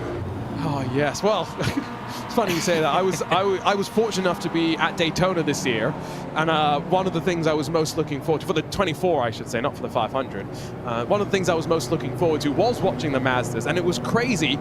One of the drivers actually lost like the rear boot cover, and it was dragging off the back of their car, and so it was hilarious to watch them through the tri-oval with just this piece of bodywork dragging behind them and flapping around in the draft and the turbulent air. Eventually I think race control was not very happy and said come down pit lane. Zach Kerr in the Race Spot TV YouTube chat says, let's take an in-depth analysis of John Hall's paint. Now remember, Nexus Esports, I don't think were necessarily aware that this race was going to be broadcast, so they put together a very high effort. They put so many hours into this paint scheme, and you could just about see it on the outside of the front row. It's one of the many liveries that have been created, I think, for an MX-5 car, and I don't think it's one that if people find, to share around, that it's going to be used very much, but we're going green flag racing all the same, and let's see if it can power him around the outside to the lead, because he's got Bianco in front, but Cowden, he's looked comfortable in the lead, doesn't he? And once again, it's the restart going tidily. It's afterwards that we start to see a little bit more slip and slide. Now, Cowden jumped early. That's good to note, because I think it somewhat helps it be a bit cleaner and stretch out at the front. Bianco, not quite clear of Foles just yet, but as we get back fully under green, 1 lap complete, tidy as you'd like inside of the top 15. Yeah, and again, we're seeing Jordan Worth moving around left, right, into the braking zone at turn 1, and we'll probably see that turn 3, a little bit more behave as he makes his way through there, but still, you can just see how close they're running and trying to follow through the likes of Chris Severa on Lafreniere, but it's just about going to fail in doing that, because Lafreniere is making the move on Severa as well around the outside of turn 1, because you can just run either line, and it seems to be working for both, although I say that, and he's run a little bit too wide. Just a little bit deep, and you can see how much momentum just bled through that little one mistake. Solo fires it on through in the Alcantech NHR machine, and now sort it back out. Let's see if we can get a nice little run under our belt. Remember that Dalton Cowden hasn't come down onto pit lane for 103 laps, so expectation is maybe inside of the next 150 laps, so just around 300 or so to go, he might be thinking about coming down pit lane for the final time today. Yeah, and it just depends really how many cautions we get if he can get to the end. I'm sure there'll probably be a couple of opportunities to come into the pit lane with the yellow flag flying, but you never do know. You don't really want to be put into a situation where all of a sudden we've gone somehow, after many prayers, 200 laps of green flag racing. You don't really want to be put into that situation where you then need a pit stop. So always good just to get them in when you need them. But it'll just be interesting to see how this pans out, because we've had 158 laps completed. We're on lap 159. We can have another 159, and we're still not really going to be any closer to knowing who's going to win the race. At least not yet. Keep watching though. Top 4 starting to break away. Is that going to be a bit of a changing point? Connor Trafari inside of the top 15 or so. Directly in front of him is Villalobos, then 7/10 up the road to Josh Thompson, with a bit of a second pack starting to build here. They keep fighting like this, it might start to cost them some more time, although Thompson's now trying to fight his way up the inside of Luke Mahone. So anywhere you look up and down through the field, there is wheel-to-wheel action. There's the red line car giving a bit of a shove to the 27. He's not going to sit down and take this one. He's back around the outside and trying to hold on to the spot. Yeah, he's going to just dive it down the inside. It looks like he's got that move done, and he is in front. Now, I just want to mention very quickly that I did see a question put into the iRacing YouTube chat, which I think is a very fair point, which was, if the track is lit, why do they have headlights on? And I couldn't agree more. Well, I didn't even realize the iRacing YouTube chat was turned on, so that's great to hear. I'm going to make a beeline over there and keep an eye on it too. But we don't have the ability to turn off the headlights, but the general rule of thumb is that when headlights are required, when the lights are on, headlights are also needing to be turned on as well. If you don't have working headlights in general in motorsport, they bring you down onto pit lane because, for those that remember, Gateway a couple of years ago, the NTT IndyCar series was there, they had a power failure. So, you know, you've always got to think of contingencies. In the IndyCar case, well, everyone stops and you try and figure out where to go. I remember that race. I think I was on holiday in Scotland during that race, and I thought I'll stay up. I brought a computer specifically to watch that race, and it got delayed like 2 or 3 hours. I ended up falling asleep. David Malukas came second or third in that race, didn't he? I think so. That was a wild race, to be fair. Like the power going out was only the start of the chaos that night, and looking forward back up for the NTT IndyCar season in 2024, very oval heavy, so it should be a lot of fun. Maybe Alex Palou is not going to romp his way to yet another championship fight. And by the way, Alex Palou, Team Redline teammate of Josh Thompson, just a little factoid. Douglas Newbegin started on the outside of the front row. That was a decisive move to make his way past Villalobos. He sits in 17th, still some work to do. That is a masterclass of a livery, though. I mean, this needs to be the subject of a PhD analysis on what makes motorsport and livery so great. Yeah, sorry, that really caught me off guard there. I looked away for a second just to count the amount of cautions. I looked back, and there was that top-down shot directly on my screen. It really caught me off guard. But that is quite a feat of graphic design. I think a degree is required for that. Wow, I'm just trying to settle in as well. We had a very funny suit earlier today. We've got some funny liveries. What more is going to try and break the commentators behind the scenes here? Dalton Cowden, Michael Folds. It's a wheel-to-wheel battle up front. Jordan Worth sits in 5th, and that is the main train as it sits right now, because the gap behind has started to grow. John Hall sat in 3rd, Janowski in 4th. Very comfortable as they run right now. And to your point earlier, Darragh, first 400 laps don't really matter. You've just got to be there at the end. Already looking like these are 5 of the contenders that we'll have to make sure we're watching in those closing stages. Yeah, hopefully we're not watching that car as well, because I think I'll be slightly distracted if we get to the latter stages. We've got Newbegin fighting around with that livery on the car, but it's good to see that Cowden's going for the move on John Hall here, who's still trying to stick this one in as they make their way in towards 1 and 2 once again, like 169 and 500. Night has very much befallen the circuit, hasn't it? At this point, we're going to be running all the way through the night. I mean, this race could be so long that the sun might be rising by the end of it. Don't say that. No. It's going on 6:30 p.m. here on the west coast of the US. To be honest, when I said I was commentating on this race, I thought cautions were disabled. I'm not going to lie. So I thought we were going to kind of fly through the race. You know, I'd have some fun with you, go off and eat some dinner. The longer this race goes, the hangrier I'm getting, and I bet you some of these drivers are getting as well, which is only, guess what, going to lead to more tetchiness and incidents on track. Folds is now clear up front. It's the fight for 2nd. There's Dalton Cowden down low, John Hall up high. That momentum really working for the Nexus Esports number 3. Ooh, and that's a climbing of the curb as well for that was Dalton Cowden, wasn't it? Yeah, and he's lost out the position to Mitch Junowski now as they make their way into 1 and 2. Inside line, though, for Dalton Cowden, and he nearly gets pinched onto the apex.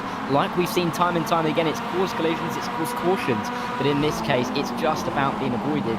And Janowski and Cowden are going to be continuing their side-by-side battle, all whilst John Hall tries to scarper away ahead. That's a really fun fight, though, I tell you what, inside of the lead, because as much as Folds is breaking away, and we are somewhat closing in on the tail end of the field, because, again, I'm knocking on the wood around me. It's a somewhat decent run that's building now in terms of green flag. Around the outside, Janowski's going to hold on potentially here and now get the grip and try and make the move on Dalton Cowden. Down low, really not working out for the former race leader. No, not at all. And we can say Formula Racing leader for most of this field at this point now, but it's not working out at all. I think all of this front 6, even 7, maybe if Josh Thompson's there allowed, have been leading at some stage. So they have experience at the front, and I'm sure they all want to be there right now, because just trying to pick your way through isn't going to be necessarily your most fun task this evening, especially when lap after lap we're trying line after line and none of it is working. But you know, for the likes of Jordan Worth, he's been a very good driver this evening, just picking up the pieces from little mistakes up front. So we'll see if he can do it again here. 17 spots gained for Jordan Worth. Remember, no qualifying times for plenty of drivers. That was more a recognition of that maybe expect to start chaos, stay out of it, and then fight your way on forward. 500 laps is a pretty good marathon. That one I agree with. If we go green from here, still looking at around a 2-hour distance or so. And what, we started, what, an hour and 40 minutes ago at this point or so? Yeah, about an hour and a half, really, didn't we? So... after qualifying, yeah, no, you're right. Yeah, exactly. That's going to require maths, isn't it? Oh, don't do the math. I reckon we're going to finish. I reckon we're going to finish about 2 hours 20-ish. I reckon about on the hour, so about midnight Eastern, 9 o'clock Western, and 5 a.m. for me. What's your plan when you finish this race? Well, this is the thing. I'm probably going to bed, but I have been told, as I'm now home, that I'm being taken out in the morning at 8 a.m. So I'm not going to sleep very much. So there's that. There's also the fact that I also didn't realise that this race had cautions until I was told. So I didn't think it would be as long as it was going to be. But hey, there's also the Olympics on, and it's in Europe, so it's in the right time zone for me for the first time in a decade. I'm absolutely loving it. So I'll probably be in London as well. I see someone saying good day from Australia. I'm not going to try and put on an Aussie accent. We'll leave that one for David Haynes to authentically bring you his dulcet tones. As we were waffling on, we were enjoying it, and it's a crash up front as Jordan Worth gets tangled up in things. Oh, now this is big. A former contender potentially. Is there big damage? What happened? We'll have to wait to find out. And I believe that is the longest gap between cautions that we've had in this race. I mean, we had 25, yeah, that's definitely the longest. We had 25 laps just as we crossed over the 100 lap mark, but that last caution, between the last one being called out and this one being called out, 31 laps. So, I mean, if that's the longest since we're going to be getting, we've just got quite a few more yellows to go. And well, it's a busy time in pit lane. Here's a look at what happened. So Worth is up high. Well, that car is down low. And I'm not entirely sure, but I'm pretty sure that was Bryce Forsyth who was going a lap down at that point. So maybe Worth just expected the... Oh, our producer's having fun, because now graphic design is also his passion. Our caution counter is now in Comic Sans. I think we should have seen that one coming, if we're honest. I'm more excited to see what else we're going to be thrown at during the rest of this race. I'm sure there's, you know, something up the sleeve. But yeah, 11 is what we've got so far after 181 laps. So we're going at 12. Sorry, you got to add the 1. Remember. Oh yes, 12. So the magic one that Jordan Worth's iRacing is telling him that we're just going to believe about. No, but I do think that was an extra caution, because we had. Obviously, the cautions that have come out, and we've had the aborted start. The pace cars come in immediately. That was another full caution length caution. So I think we could probably count that as a caution, because because I wrote it down. We went green on. Oh, sorry, we went yellow on lap 102, and then we went yellow again on lap 107 immediately on the restart, and we didn't get going again until lap 112. So that was a 10 lap caution period, so I reckon we can probably count that as 2. Okay, fine. But what that really means is that, you know how they talk about the terrible 2s for kids? Yes. We've had the onerous ones, because in this stretch so far, and I say so far, from lap 100 to 180, we've had 7 individual cautions. Remember, we only had 5 inside of the opening 100 laps. And, well, flagman holder not having to wave the yellow flag right now. It's a good thing. His his right arm, excuse me, probably about to fall off. It had to continue just waving and waving and waving, and you get the point. Yeah, bless him, Barney. He does so much work for so little money, doesn't he? Really. You've got to imagine that he's got a team at iRacing who've got a decent contract with him, exclusive to iRacing. He flies around the world so much, you know, he's got it all minted. And a great view of him there. I'm sure he woke up, looked in the mirror and said, I look fantastic this morning. But he's also at 8 Martinsvilles at the same time, isn't he? So he's got his work cut out. He's busy, I tell you. And I mean, he's earned every penny of it, or every cent, depending on which side of the pond you fall on. Right, I tell you what, let's turn up the sound of the engines once again. Let's let these Mazda MX-5s breathe. It's Daniel Solo, it's Connor Jafari on the front row. Slightly unexpected, but let's see what they can do with the field ready to stack up behind them and launch their way back to turn 1.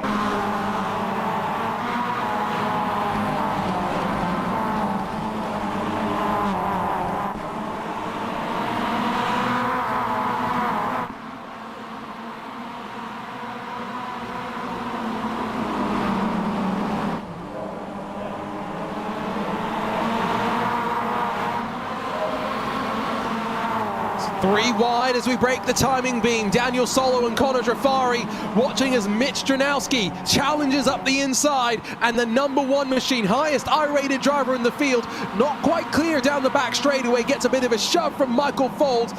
Oh, he's going to still try and send it down through turns 3 and 4. Jafari's going to lose out. Behind, there's already a car in the wall as we spin in chaos off the final corner, and the caution back out once again. Yeah, I mean, it's, you know, we're getting to the Coldplay stance where it was all yellow, aren't we, at this point? So it's almost Glastonbury now where everything is yellow. But, yeah, what's that now? 13, 12, 13. But that was a big one for the lead as well. So we're going to see a few of the front runners cycle down the order, I think, and a few others, like the likes of Connor Jafari, work their way to the front. Yeah, that's a good point, actually. Not quite sure exactly who got tangled up in that. Replay will tell us more. That was a big one as well. Did seem as though a little bit of a lack of braking application in a couple of situations. And so here we go. Michael Folds is in that 22. And so down low is Dranowski. So there's a bit of banging initially. Fuller comes through the shot. Oh, to be fair, I don't think there's much anyone behind could have really done. And to be fair to a lot of them, they do slow down and get onto the anchors before they run into the scene of the incident. Yeah, it could have been a much bigger one like we saw through turn 4 not too long ago as well. So good to see that it's kind of, you know, leveled itself out with the sensibilities of the drivers around. But even so, a lot of those drivers are going to cycle down. I'm looking at the likes of Connor Jafari, Maximilian Bianco working themselves up to the front, Jake Mowdy as well, names that we haven't really seen for a very long time. So this could be quite interesting just to see how others race at the front. I see some people jumping into the iRacing Esports Network chat. 30-ish seconds of damage repairs needed for Jordan Worth, so we'll see what he can do to keep himself in contention to get most of that done in the cycle of caution previously. But is there still a little bit of wrenching to be done on that car? At some point we will find out. It is, what is the time? 9:30 p.m. virtual standard time, which is to say there is absolutely no way, Dara, that we see sunshine in this race. Not in this race, but outside of my window there definitely will be, no doubt about that. But you never know. The lights could fail, couldn't they? The lights could fail. We could have a The wait. sun could fail. The sun could fail. Hey, it's possible, right? Yeah, I guess. Anything's possible in iRacing, that's for sure. Ooh, okay, you found the griphacks.exe, I see. Now I know why you were so quick in that test race that we did. Oh, yeah. Yeah, me.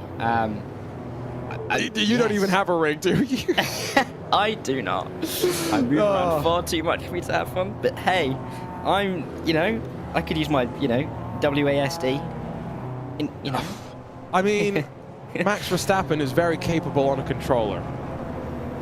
He is. Well, so am I at this point. So, Are you? Okay. So, you know, one-on-one, you and me, here at Martinsville MX-5s, let's go. During this broadcast, we've got enough time. I think we will have enough time, to be fair. And I think, to be fair, on a controller around an oval is probably easier than, say, I don't know, something like Sebring. So wait. I'll be on the controller, you'll be on your keyboard. How about that? Sounds good to me. Also sounds good these guys are going back racing, because look at this, 3 wide into turn 1 though. I thought they were going to come into contact, just about making it through. But interesting, really, just to see how a couple of these drivers who haven't been at the front for a long time, not really anticipating the start the same. I got so distracted by counting the number of cautions that we had. I miscounted the number of laps. Back underway here for the Martinsville MX-500. Remember, 37 started, now only 24 left on the lead lap. Attrition is really starting to play its part. And guess what? We're not even halfway through this race. They're 3 wide behind, but for the most part, 2 by 2 inside of the top 15. Yeah, it's good to see that they're singling out at the front, even though they are still fighting it out quite hard. I think that's Noah's Ark 4 by 2 as they make their way into turn number 1 and 2. But look at that, around the outside, a little bit more grip possibly. We're seeing for, that is, I think, Jacob Schneider as he fights with Jake Mowdy, but Dalton Cowden in behind this battle. He wants to be back at the front. He's dropped back from his leading position, but he wants to be in that top 3, and I don't think he's going to try and wait around for too long before he makes that move. Thompson's alongside.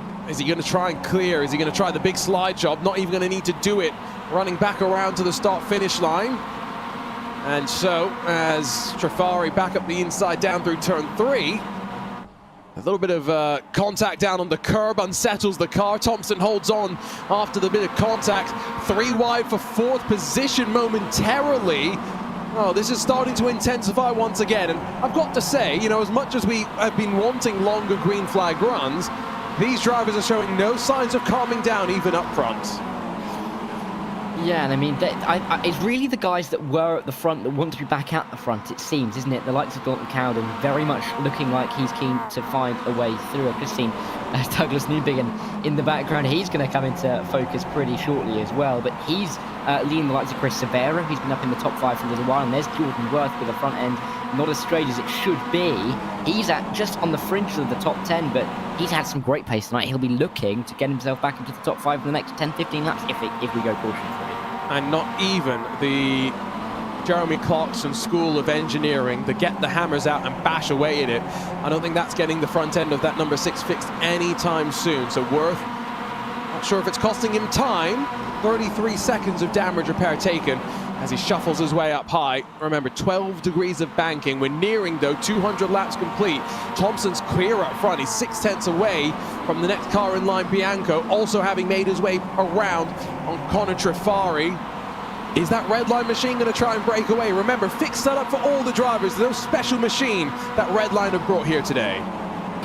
Yeah, I mean, it does look fast, isn't it? I mean, Josh Thompson, we haven't seen anybody be able to pull away at the front of the field, but Josh Thompson seems to be doing it. I think that is a perfect description of this race so far, that livery giving us, I think, an accurate description of, without us having to say it, of how this race is going. Well, we're about to cross lap 200s. The onerous ones are behind us. 5 cautions in the first 100 laps, and 8 cautions in the next 100 laps. So 13 in total from my calculations, as now 200 laps are in the books. Dalton Cowden up the inside of Connor Trafari. Let's see if that move can be made. Remember, Cowden came into pit lane about 20 laps ago. Trafari's been out there for 60 laps and counting. Yeah, I think it's going to be interesting to see what kind of longest stints we get in this race. Of course, we've still got 300 laps to go, so lots of room for lots of long stints. And I think we're going to see obviously a 200+ lap stint. I cannot see no one going for it. You might as well give it a go. It'll be a question of who's brave enough to do it, I think. Because I think a few of these guys who pitted early, the likes of Newbigin, who haven't been in for a while, might just think, hey, I might want to run up front for a while and then hence stay out for longer. Just to be, we're on the same page when you say a 200 lap run including cautions, right? Yeah. You're not trying to imply to me after what we've seen so far that we're getting an actual 200 lap green flag run. Hey, we can dream. No, we cannot. Many people in my area are dreaming right now, but they're not dreaming about this. Oh, that is true. They are probably thinking of the race that has only had the 2 cautions so far, with 204 laps complete.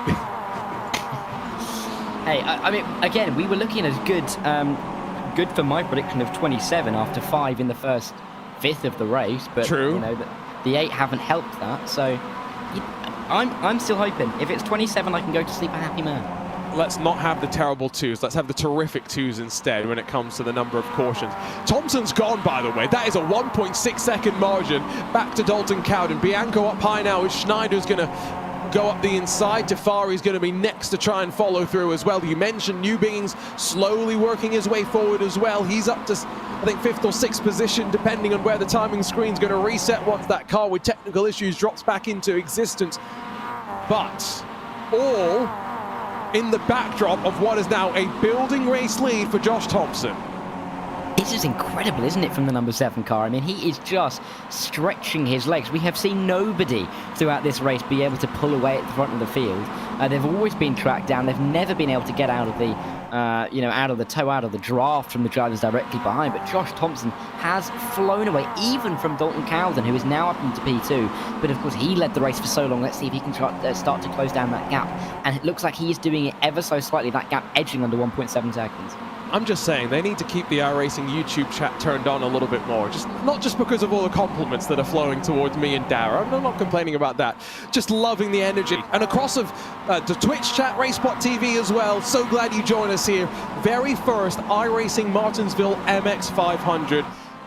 Crazy concept that, people would have done with their friends on a Friday night maybe, after a night on the town potentially. Turned into a race that will happen in the real world later this year, and now into an iRacing special event as well, full circle. And this, again, no commentator's curse, it doesn't exist, if you believe Lewis McLeod. This is the longest green flag run that we've had for quite a while, isn't this? I think so. I mean, we had 31 laps between 148, well, I'd say 31 between the quarters coming out, so you make that, 26 really under green flag, between 153 and 179. So if you count it from 191, we're looking at getting close to that mark, actually. So we are getting there in terms of that longest run, and also we're getting near to half race distance as well. So, as the laps tick down and they continue to roll around single file now, this race feels like it is steaming ahead. I don't disagree with some of the things that I do see in the chat, though, which is, what would have been maybe not the best idea from the driver's perspective, but great for us as viewers, hilarious for us potentially as well, that chance of rain. Now, this car does have rain tires, but ovals as a whole do not have rain enabled on iRacing just yet. All oval cars even have rain tires anyway, but just for this event, you know what the rain can do, Dara. You were talking about it Monday night, Mosport. Imagine that here today. I can just look out of my window, probably. It's raining all the time over here in the UK. So it can just cause havoc, can't it? I mean, the rain tyres, I feel like it's optimistic, isn't it? With no rain forecast at all. Maybe it's, it's the equivalent of a rain dance in the car, but it's something different. You can give it a go. Maybe we have to, oh, hello, someone hits the wall there. Maybe we have to, if we run this race again, make it mandatory to run rain tyres at one point in the race. I mean, that could be an idea. Ooh, maybe that's what Conor Trafari was doing. He was trialing out the new rule set. For those that missed it early on, Conor Trafari in that 20 did do a stint on the wet compound tyre. Not quite sure why, but he did. And I'm not even sure if it worked or not, because we didn't really see much of him. I think it was okay because it didn't come in immediately, but it wouldn't be something I would generally suggest. But I mean, regardless, it's definitely an idea. Maybe just spice it up a bit. You have to run wet tyres for 50 green laps or something. I mean, that could be fun. I like where we're going with this. What other crazy rule set can we think of that no one's thinking about right now? You tell me. You don't have to tell me now. Our viewers can think about this one as well, but we're having fun here, right? This is a totally, no one would have expected this to happen 4 years ago, right? So let's continue to think out there in the open. Let's come up with that. By the way, that Lego car was definitely involved in some of the incident earlier on. It's had a decent fight back. Trevor Traeger runs in 16th right now. Yeah, building his way back up the order, isn't he, in that car? And I make no apologies for that pun whatsoever. But let's see how much higher he can go, because really there are a lot of guys that we've been talking about all the way through that have just kind of cycled their way through by not pitting or by just staying out of the instance, the likes of Douglas Newbigin, the likes of Connor Trafari, and there's going to be others throughout this race. As we mentioned, of course, we're not even halfway through yet, so there's going to be others that cycle their way to the front. It's just a case of putting yourself in the right place at the right time, as Jordan Worth does that, to move himself up into 5th. This car clearly not showing too much signs of damage. Gap up to Josh Thompson. Last lap around, it was around 300ths that Dalton Cowden closed. So now that clean air is being enjoyed by everyone up front for the most part, there's a decent separation inside of the top 4. They're all hitting their marks, all hitting their numbers. And it's only when you go further back in the pack that you find those actually fighting. Bryce Forsyth is 2 laps down, not fighting with anyone by himself right now, but he would be the first car that Thompson would hit. And then look at the train in front. If we go long enough, Dara, traffic will be a problem. It really will. And he's trying to dig himself out of a hole at the moment. But that being said, I mean, he's up 12 positions, isn't he, down in the back of the field, regardless. So he's having a relatively good day, if you think about it that way, just showing how large the field was when we went to green in this race and how many cars there still are left running around. There's 30 cars still in this race, albeit one car at the back 35 laps down. But even still, that is not as much as I think we could have expected after some were 25 laps down in the first 50. Exactly, like you say, good spirit as well being shown. We're almost halfway through this race. How are you feeling right now, Dara? How's the energy levels? Remember, plenty of caution so far, a long way to go in this race. I'm actually feeling quite good. I've done enough of these, late night broadcasts where I am now just powering through. I've got some liquids. I've got some. I say solids there. That sounds a little bit weird, but I've got some snacks just to keep myself going. But it's also keeping me going that we're having now the longest run of the entire race, I do believe. We're looking at over 33 laps of green flag running, which is something we have not seen all the way through. You were a much more smart man than myself. All I did was grab a couple of Gatorades because this is my second broadcast of the day, so about 7 hours combined. It's a fun day. I was doing Indy cars at Belle Isle, now Martinsville MX-5, so not complaining, but I forgot to grab snacks, and I'm paying the price right now, I think, getting a bit peckish. Wonder if any of the drivers have got some good snacks beside them as well. 250, though, is an important mark because, and only because, hypothetically, you can come into pit lane at any point after that under caution, and you might be able to get to the end if you think this is fine. Not sure if Connor Trafari thinks it's fine. Yeah, but there's also the conversation about you could probably come in now and get to the end with the cautions that we are likely to have. So there's always that conversation. So it really is just you say hypothetical, and it really is because we don't know how this race is going to pan out over the next 275 laps. But there clearly looks like there could be cautions, because look at this. This is getting very argy-bargy through 3 and 4, and an array of liveries that a lot of graphic design has been put into this little battle all the way through. And I think Chris Rivera is just trying to, not be, blinded by the bright colours. Yeah, that is a piece of art. Not a work of art, a piece of art. There are some great liveries. That, though, was rather uncomfortable sitting on board with Severa, getting rather close to the back of the car in front. You can also see how loose some of these cars are when they have that weight transfer going on. Jump over to Scott Rickard, who's sat behind all of this. The 32 of Joseph Hayes just inside of the top 10. Around the outside now is Severa, with already Newbigin having made the move stick.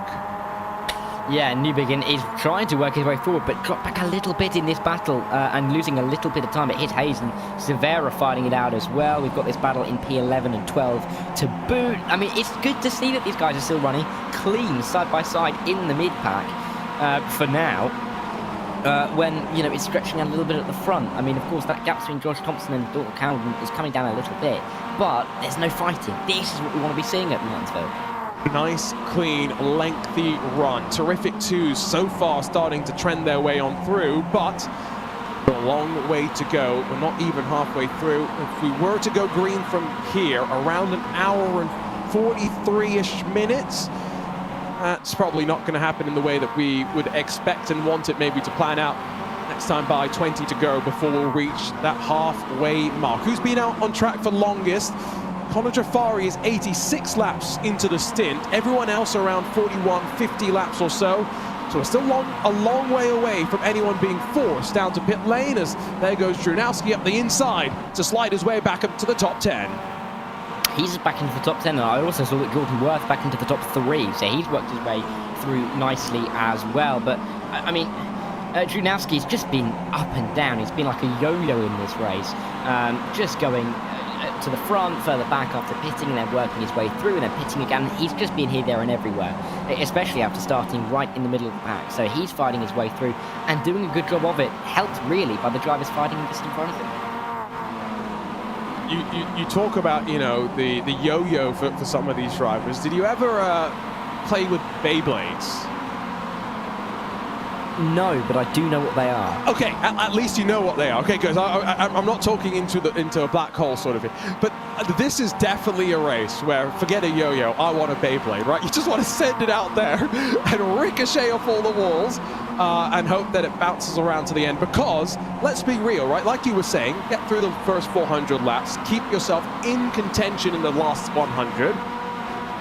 A bump and run for the race win inside of the final couple of laps. Let's say we still are racing clean and green at that point and we don't finish this race under safety car.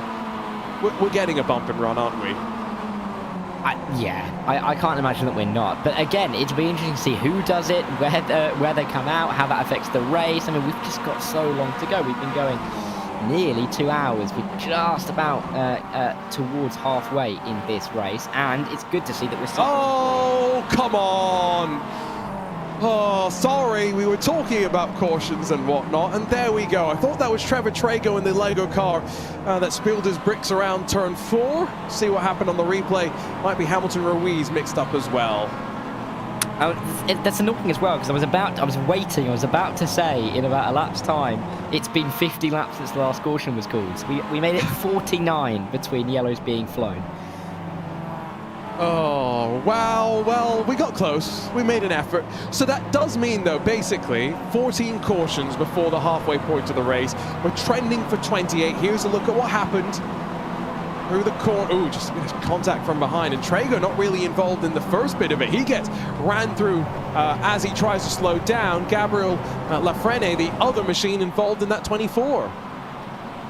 Yeah, and I think whoever ran through him, their feet's going to hurt after running through with that Lego on the ground. But clearly, you know, there's a few of these drivers will have been caught up in multiple incidents. Clearly, some of them where the drivers have been completely not at fault compared to some others, and you have to feel for them in those situations. You've got drivers on the pit lane. There's Josh Thompson going right around to the end of the first driver to have his pit box right next to the outline, and just behind him is Douglas Newbigin, who qualified second in this race. I mean, they've been up and down like a yo-yo, and you wouldn't really have thought, if you hadn't tuned in at the start, that they were the front row in this race. Definitely not up and down like a Beyblade, though. And I am glad our Twitch audience seems to also be of an old enough volition to remember what a Beyblade was. Turning 30 way too soon. All of these young kids in sim racing, including this other guy in the commentary box, making me feel old. I am sorry about that. I can try my best not to. I mean, it's okay. How tall are you? Oh, we're not going. We are. No, we are. Come on. But I'm 5'5". Are you taller than Ewan O'Leary? I don't think so. Oh, no. And that's funny. You need to grow your hair out. There you go. I had lockdown. It was bad. You know, we were all there. I think, unless we shaved it pretty early. If we didn't want to do that, we were all in that situation. And yeah, it was interesting. There's the Comic Sans counter though, up to 14. Oh, the Comic Sans.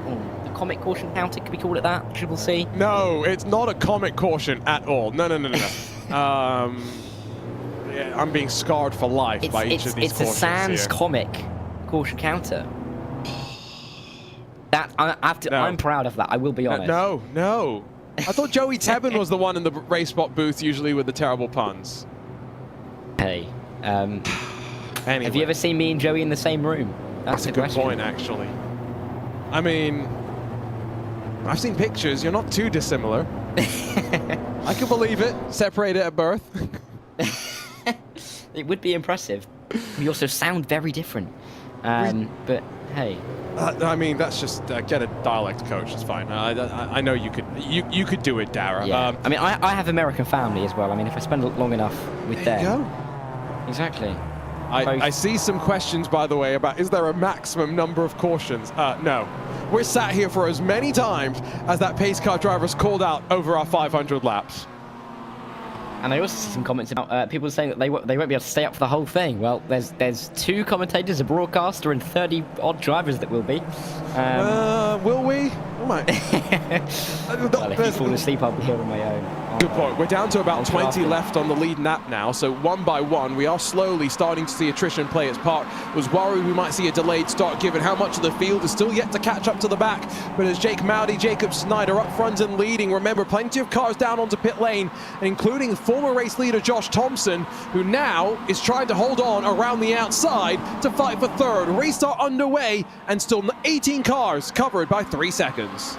Yeah, good to see these guys still fighting it out, of course, as they will. We're seeing that in every restart, but Josh Thompson having to fight for a little bit more. Of course, he was in the lead, he was cruising. He didn't want that caution. He knew it was coming, of course. There was no way we were getting to the end totally in green flag running, but you know, he was having such a good time. He was finding his pace, he was finding his lines. Oh, and now he won't be, because that is a big old collision.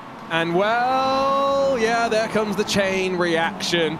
Dylan Connolly, Villalobos, Rickard, Zier.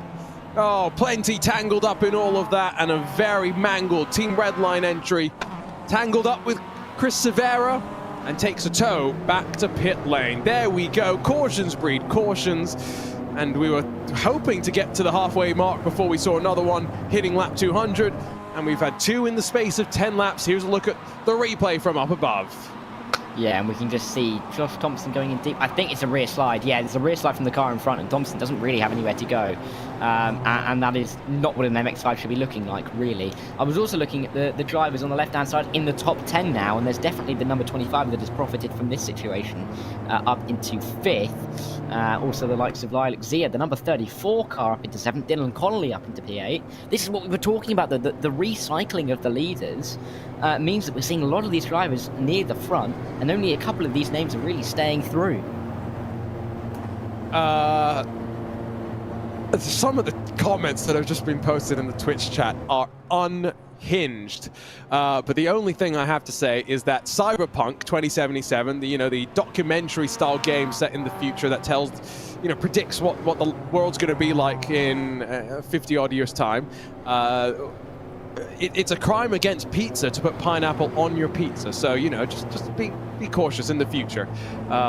What's your opinion, Dara? Does pineapple belong on pizza? Absolutely not. No, never, not in a million years. This is the thing. Pineapple is far too sweet to be on a pizza. Not getting any arguments from me here. Yeah. And just to be clear, you could do what you want on a pizza. As much as we're saying that pineapple's too sweet on a pizza, have you ever had a chocolate pizza? I made a chocolate pizza when I was about 6, but I do not believe I've had one since then. Exactly, those exist as well, so. But there's also, of course, there's barbecue-based pizzas that look like chocolate pizzas, but taste awful in comparison. Ooh, you do not like a barbecue-based pizza? No. Absolutely. I think that's worse than a pineapple pizza, genuinely. Let's see what the chat thinks here. I know that people aren't going to like me. Well, I'm sure the pineapple pizza fans are going to come out and complain about the comment. I've already seen that. I've already seen a pineapple pizza being, heralded in the chat.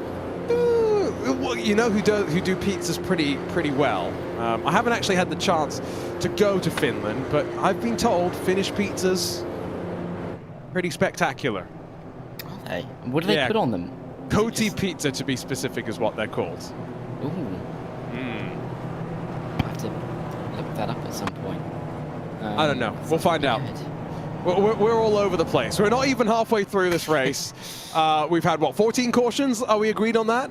Is it 15 now? 15? Probably. 1, 2, 3, 4, 5, 6, 7, 8, 9, 10, 11, 15. 12, 13. 15. Yeah, there we go.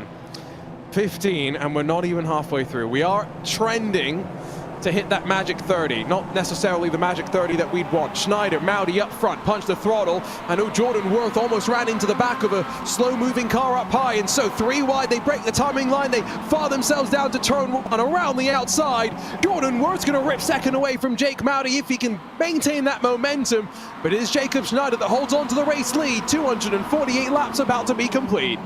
And Jordan Worth, he really has been the driver that's been making his way through the field time and time again in this race. He is up near the front almost all of the time, and as we approach half distance, you have to say he has been probably the strongest driver in terms of average position over the course of this race. But you also got to put a word in for Dalton Cowden, who's just in behind. But here, we're seeing a couple of other drivers, Luke Mahone, Jaden Profit, who haven't been running inside the top 10, having their go at running with these guys that have been here the whole time, the likes of Junovsky, who is fighting with, that's Joseph Hayes in the 32 car, which is good to see because it's nice to have some new names to talk about on the broadcast. I find it hilarious now that the iRacing YouTube chat has caught up with the pineapple on pizza discussion. You've got someone saying that if you don't like pineapple on pizza, you have a palate of a child. You have someone else that's saying they used to eat pineapple on pizza when they were a child, but they've grown up and they've been cured on it. The two opinions cannot be more disaligned, and that's why I just enjoy it so much. Again, personally, I've got no problem with pineapple on pizza, just I wouldn't necessarily have that on my pizza week in and week out.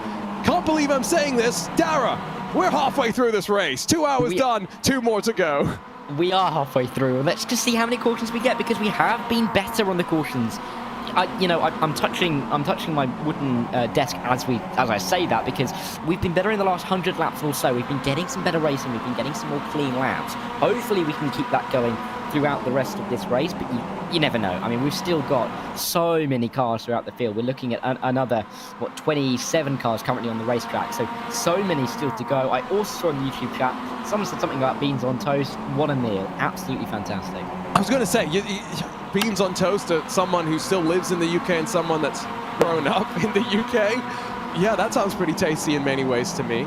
Anyway, what we should not do, someone has just said in chat, let's add another 500 laps. No, not happening. Unacceptable. I think that's one of the proclaimers in the chat, isn't it? Typing away, wanting 500 more. But anyway, I don't think we're going to be doing that. And the drivers, could you imagine if the drivers were told on the finish line you've got another 500 to do? I think we'd have riots, frankly. At that point, you have to make it a team race. It's no longer a solo race, because this one cannot be done with teammates. It can only be done solo. It can.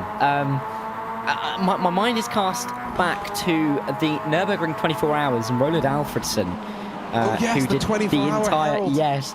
And the great thing is, I followed Roland on socials after that, and I keep seeing him pop up, and I love it because he did such a good job in that 24-hour race. He did the entire 24 hours on his own, but at least he was expecting to do that. These guys, then they get to like lap 490, they're thinking, oh, I've only got another 10 to go. If you then tell them they've got another 500, they're just not going to have it. Yeah, and the way that you tell them is on lap 499, they'd cross the line thinking they'd see the white flag, but no white flag to be found. No, instead they get told, pit board up or whatever, saying 500 laps added to this race, keep going. I could only just picture the look of disappointment on the face of the driver when they're thinking, oh, we're so close to the end, and then it's ripped away from them. It's been a decent run so far. Attrition, though, has really played its part. 18 cars left on the lead lap. I think we've only got around 23 still running itself. The one thing that I think that is a reality, Dara, we're going to see less cautions the more cars get eliminated. We are. You'd think, wouldn't you? By rights, we should, but never. We've seen so many cautions, in this race, to the point where we've had a couple just immediately after, a couple of laps after as well. There is definitely a chance we're going to get a string of 3 or 4 together. Just when the bunch packs up again, when the pack bunches up, I'm getting tired. That's a symptom. I'll power through, but if these drivers are getting tired, that might be another reason why we might see some more cautions.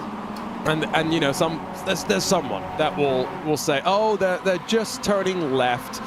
It's not that difficult. A, they're braking for every corner. B, they're almost dying through most of these corners when they're wheel to wheel.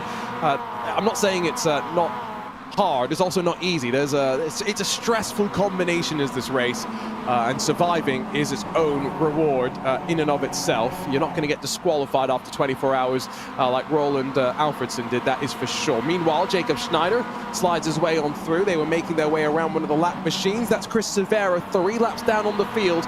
It's still Jordan Worth, though, that leads up front. Dalton Cowden sits behind. Schneider, Trifari, Mowdy, the rest of the top 5, as at the tail end of the top 10, starting to get closer once again.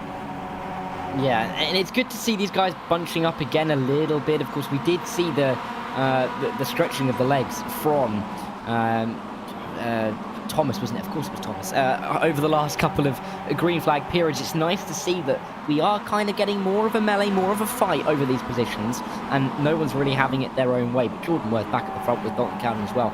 They have been strong. I think for Dalton Cowden, the 26 car, this race has been absolutely fantastic, with loads of drivers with a higher I rating. I think this momentum can be kept up over the next couple of hours. He's going to come out of this with a very, very nice boost on that I rating. Yeah, that's a good point actually as well, right? I-rating maybe not what all of these drivers were thinking about when they jumped into this top split, but given that you have a couple of the 7,000, 6,000 I-rated drivers, it helps boost some of those that maybe came in with a little bit lower, stayed out of trouble, and just continuing to ride on board. You can see that now 27 laps into the run for a couple of the drivers, most having come down pit lane in one of those 2 previous cautions. Only 2 cautions in this 100-lap sequence so far after getting to lap 200. So they very much, I think, realized that, well, what were you saying earlier, Dara? Get to the end, pick yourself in contention in those last 100 laps. I think finally we've stopped seeing as much side by side. Yeah, that honeymoon period at the start of the race lasted a little bit longer than I think we were expecting, of about 200 laps, but maybe they're finally settling in, thinking, okay, we've got time, we've got ages left in this race. Maybe just clocking, was that only half of the race? And realizing that they've got a long way to go. So just sticking into this train, working together maybe a little bit more just to get themselves through. And then, when we get to lap 439 or whatever, you can really start going for it, because that's where it's going to matter. And that's where you're going to need to improve your position. So we have 267 laps about to be complete. Now, my timing screen says if we go green to the end, it's about 90 minutes of racing. The question, though, is how many more cautions do we still have in front of us? We're going to step aside here on RaceSpot TV on the iRacing Esports Network. More than halfway through this inaugural iRacing Martinsville MX-500, it's Jordan Worth that leads here in the top split of competition. We'll be back with the run to the checkered flag and the rest of the race.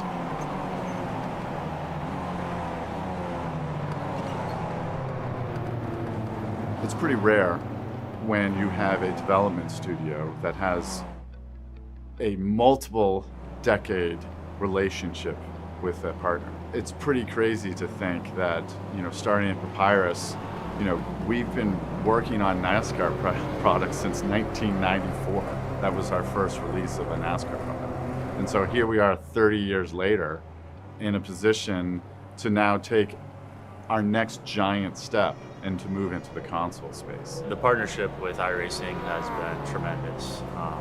Best in class, obviously in the simulation world, and now they're going into the console game. The relationship and collaboration that we've had, not only between NASCAR as a sanctioning body and iRacing, has been tremendous, but I would say a lot of the other partners in the industry. Ever since I joined iRacing, I knew there was a chance that I would be able to revisit the NASCAR license, and I was so thrilled about it that I met with the lead designer, and we spent a year ahead of time working on design every single day to try to see if we can make the best NASCAR product that we've ever done. If you assembled a group of our fans, I guarantee you 98% of them would say their favorite game is NASCAR Racing 2003, Dirt to Daytona, or probably one of the mid-2000s EA titles. Think about this, we have the incredible talent behind each of these classics working on this game. I think that's incredible. So we've got this amazing team. We've got iRacing laser scan assets. We've got the iRacing physics experts. You put all that together and we have the perfect recipe for success. I remember working back on the NASCAR Thunder series, and we'd always have these really late nights, and we'd be sometimes having some downtime where we'd have to wait for a build to get done. And during those times, we'd always fire up the Papyrus NASCAR Racing series and have an online race between all the devs in the office. And one thing that we really admired about that game was the authenticity that it brought, and we always dreamt of bringing that authenticity to the console side of things. So it's just a dream come true to be finally part of this team and to be able to bring that authenticity to NASCAR 25. I think everyone that worked on NASCAR Racing 2003 season has to be proud to see that here 21 years later, people are still using the product, and many consider it still to be the best NASCAR game that's ever been made. I think what I'm very excited about, though, is what we're going to do with NASCAR 25. I think we have the group of people with Monster and with Papyrus pedigrees that have shipped many NASCAR games, that know what these products are supposed to be, that know what our customers want from these products. I think that there is a really great opportunity in gaming for NASCAR to connect with younger fans. The demographic in gaming skews young, and honestly, you know, when you think about how you might have learned some of the details and rules and intricacies of sport, you learn it from video games. What drives me is kind of making a great game for fans. And so I spend months and months and months working, trying to come up with the best experience possible. And then it always, like, one of the highlights of my career is when I finally step out and meet people that have played and have been influenced by the game.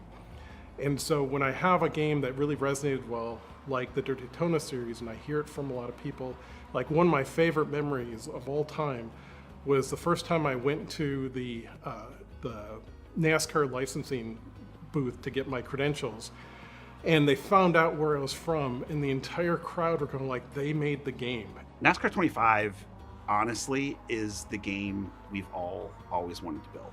We've talked a lot about other team members and how we've all sort of overlapped and crisscrossed our entire career, but the ability to finally sort of put all the pieces together, take all of the core elements of what makes all of our teams great, and really deliver the game that we've always wanted to make, even 25 years ago, is amazing for me. And it almost feels like a full circle moment. You know, we all started years and years ago, and we've all been doing this a really long time, but it's super special to put this team together and be able to deliver. We're thrilled to have iRacing as our trusted partner, a team that has consistently delivered exceptional results for NASCAR for over 15 years. Stay tuned for more information as we continue to keep you updated on the progress of NASCAR 25 over the coming months.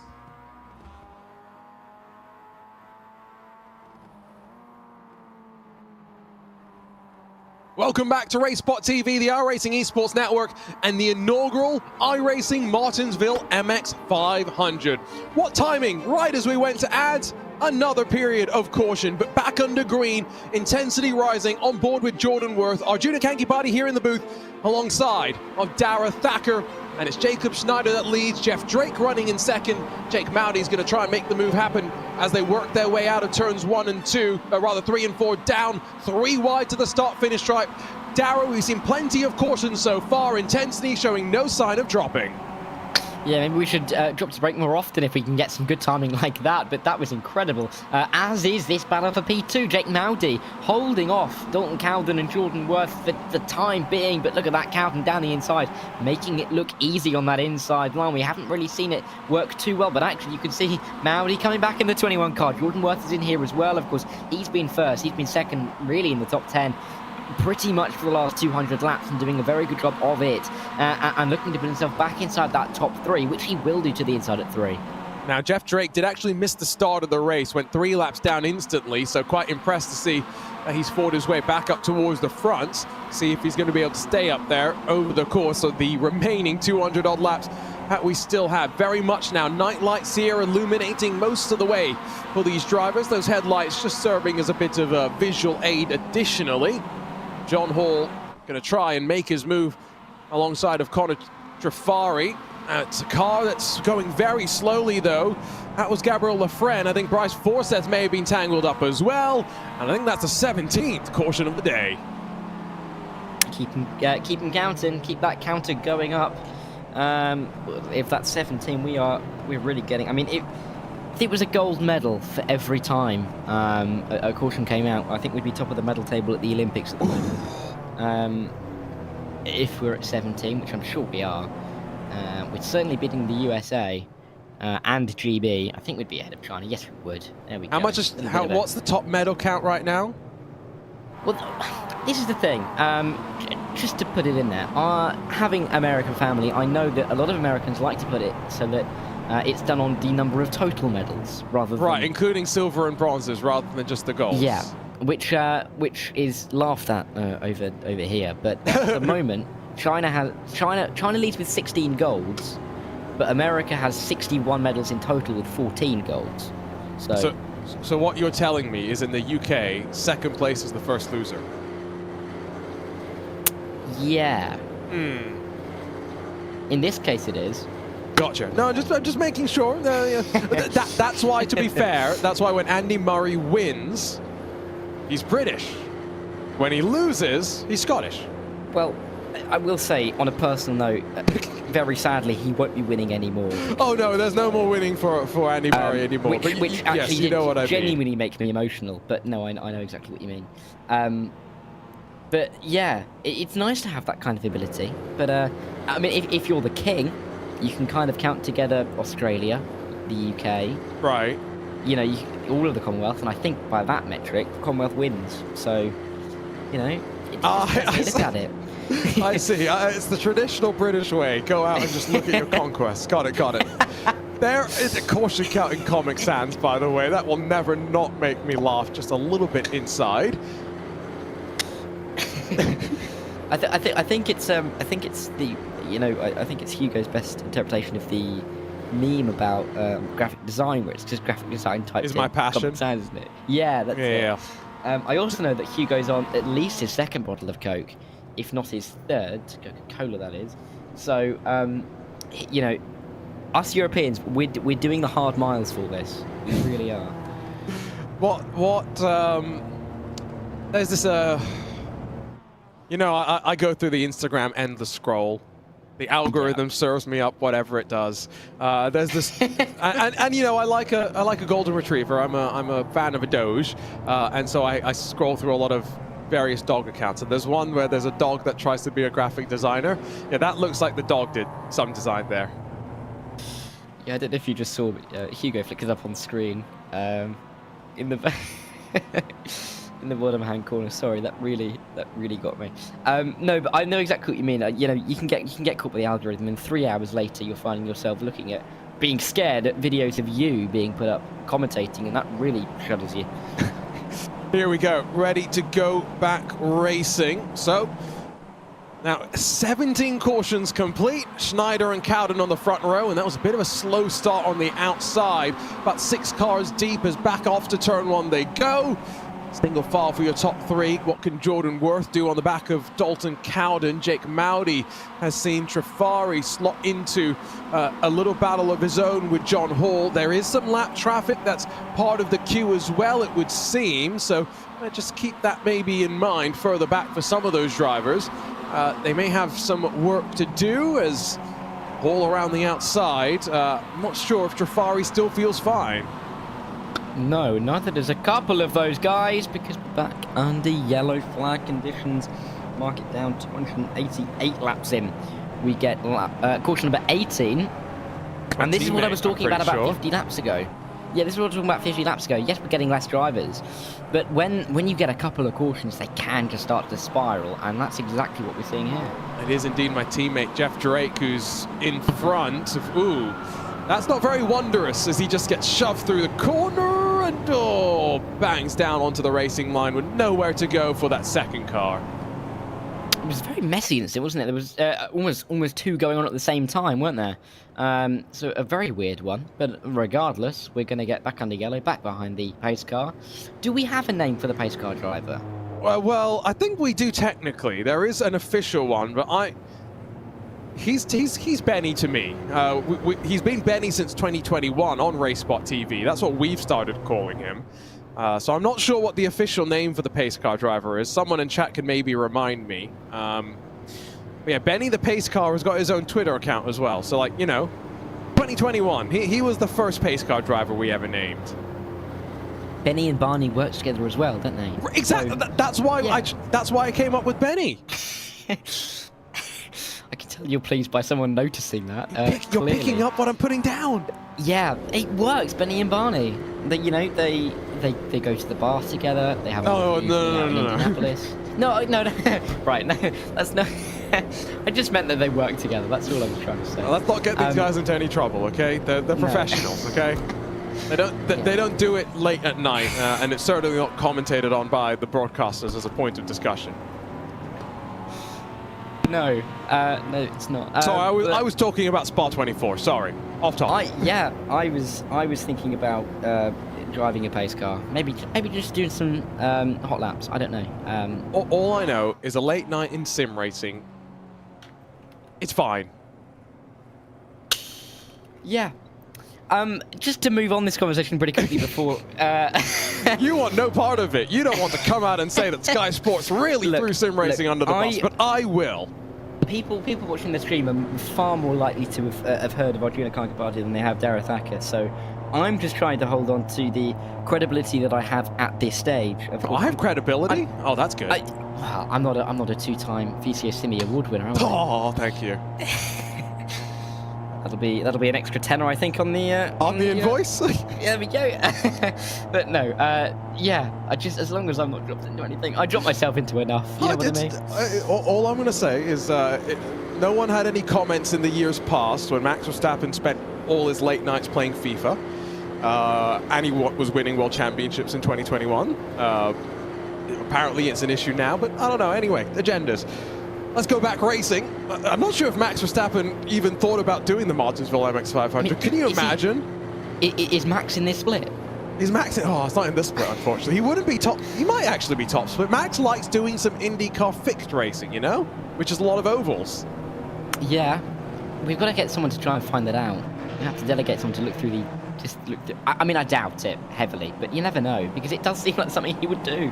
I think we get Max in this race. I think that is for sure. Anyway, here we go. Schneider, Cowden front row, Worth, Mowdy behind, and Schneider, good jump there, held and then punched the throttle, and Cowden almost had to worry about Jordan Worth. Fortunately, single file for the top two. Mowdy trying to see if he's going to have to defend from Newbigging or John Hall behind, as down the back straightaway, one car in the wall behind, but inside of the top 20, as clean as you'd like.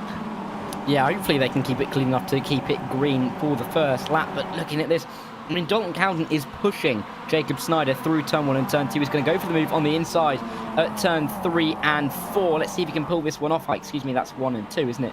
As they work their way through. But Jordan Worth, again, he's sitting there. He's waiting to pick up the pieces. He's been doing it all night. He's got a mountain of them so far. And, you know, they have gone to the Jeremy Clarkson School of Engineering, and the Hammers have done a treat on the front end of the Mazda to bang it back into shape and give some performance once again. Splits the middle, does he, as they enter down through the first couple of corners. He's just trying to figure out, is it going to be worth taking it 3 wide at any point? Might need to sit and be patient for just a little bit longer as we close on lap 300. Right on board with Worth. See the outside, slow initially off the corner, then the momentum kicks on in, but Schneider not clear. Cowden still led at the line. Yeah, and Cowden looking like he's going to try and drift a little bit higher on the line to block off the exit, and not really doing it. I thought he could have done there, because Jacob Schneider looked like he was fully behind as they exited the corner, but not really advantage taken by Cowden. Like, here, you can just about see, can he come across the line a little bit? He's choosing not to, and he's allowing Schneider the outside line. I don't know whether he's doing that as a tactic to block off Jordan Worth, but it's allowing Schneider that sniff around the outside lap after lap, and here comes Worth at the inside.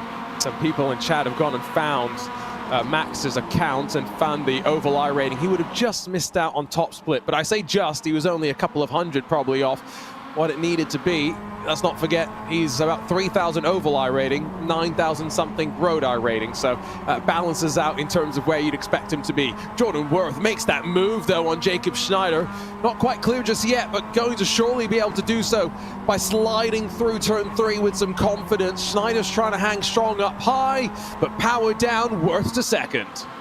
Yeah, and Worth doing a very, very good job throughout this race. He's probably been the top mover in the front 5 throughout this race.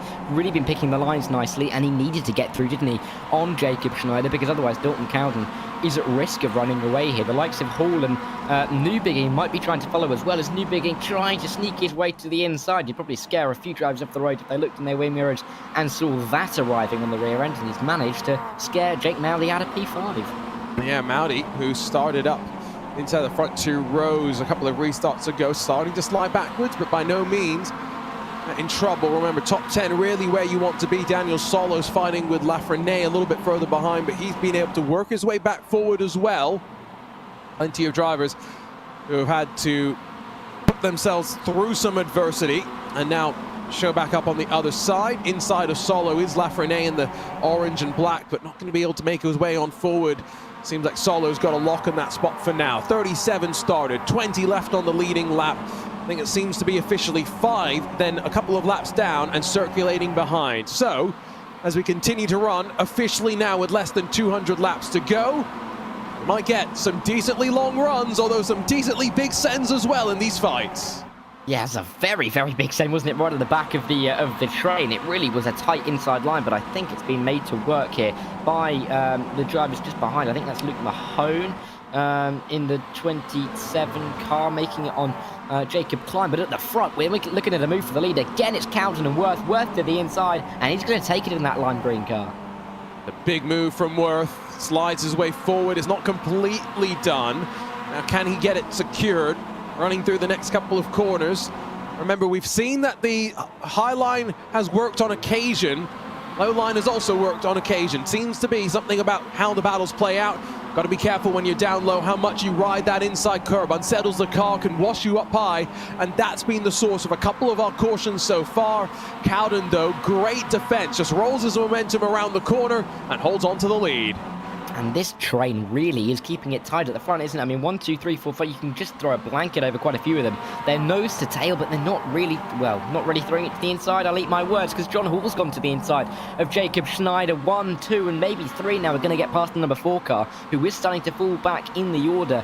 Really staying out longer is enabling Jacob to stay out the front when it comes to the pace car restarts, but he's just starting to drop back, maybe as a sign of maybe the tyres being a little bit too old. I think track position clearly important. Another look down low from Worth. Not going to be able to get the move done. Rolling off the corner, will tuck back into line, maybe try and feed a little bit of draft, slingshot his way into a potential move here. John Hall's gone up high. I think that was a bit of reaction, though, to maybe a slow car just in front of him. And finally, Barney the flagman just sits and waits. Not much for him to do, as we do indeed get a relatively decent run continuing to build. Last time the caution was out, not when it ended, lap 288. So we're going on around 20 odd laps since then. Yeah, I mean, Barney, he can just put his feet up, can't he? As he looks down at all of the cars. He's having a great time, isn't he? He's watching the cars go through, he's hearing the engines, he's loving it up there. He might even be calling Benny as well, because he's not doing anything either. Jordan Worth and Dalton Cowden, these guys are going to be fighting lap after lap, almost to the end, I would presume. They're likely to pit on a similar lap. They're likely to find themselves on the track. And these guys, they have just been so close for so long. They know exactly what each other's going to do at this point. Yeah, that is, I think, it's clear they've got some familiarity at this point with everyone. Done enough laps that they recognize what each other's willing to do, where they'll make mistakes potentially. Cowden showing the high lines, rolling at speed through. They're closing on some traffic. That's going to be interesting to see how it plays out with Chris Severa in front. We've already seen, though, he's willing to go up high and let the field grow through.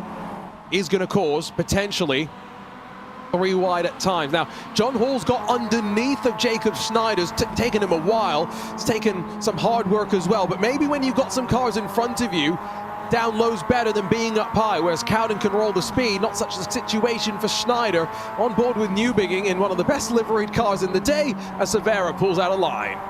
That is such a scary view on that bonnet, isn't it? I mean, if you're looking in the mirror and you can see that bonnet coming towards you, I mean, I'd jump out of the way.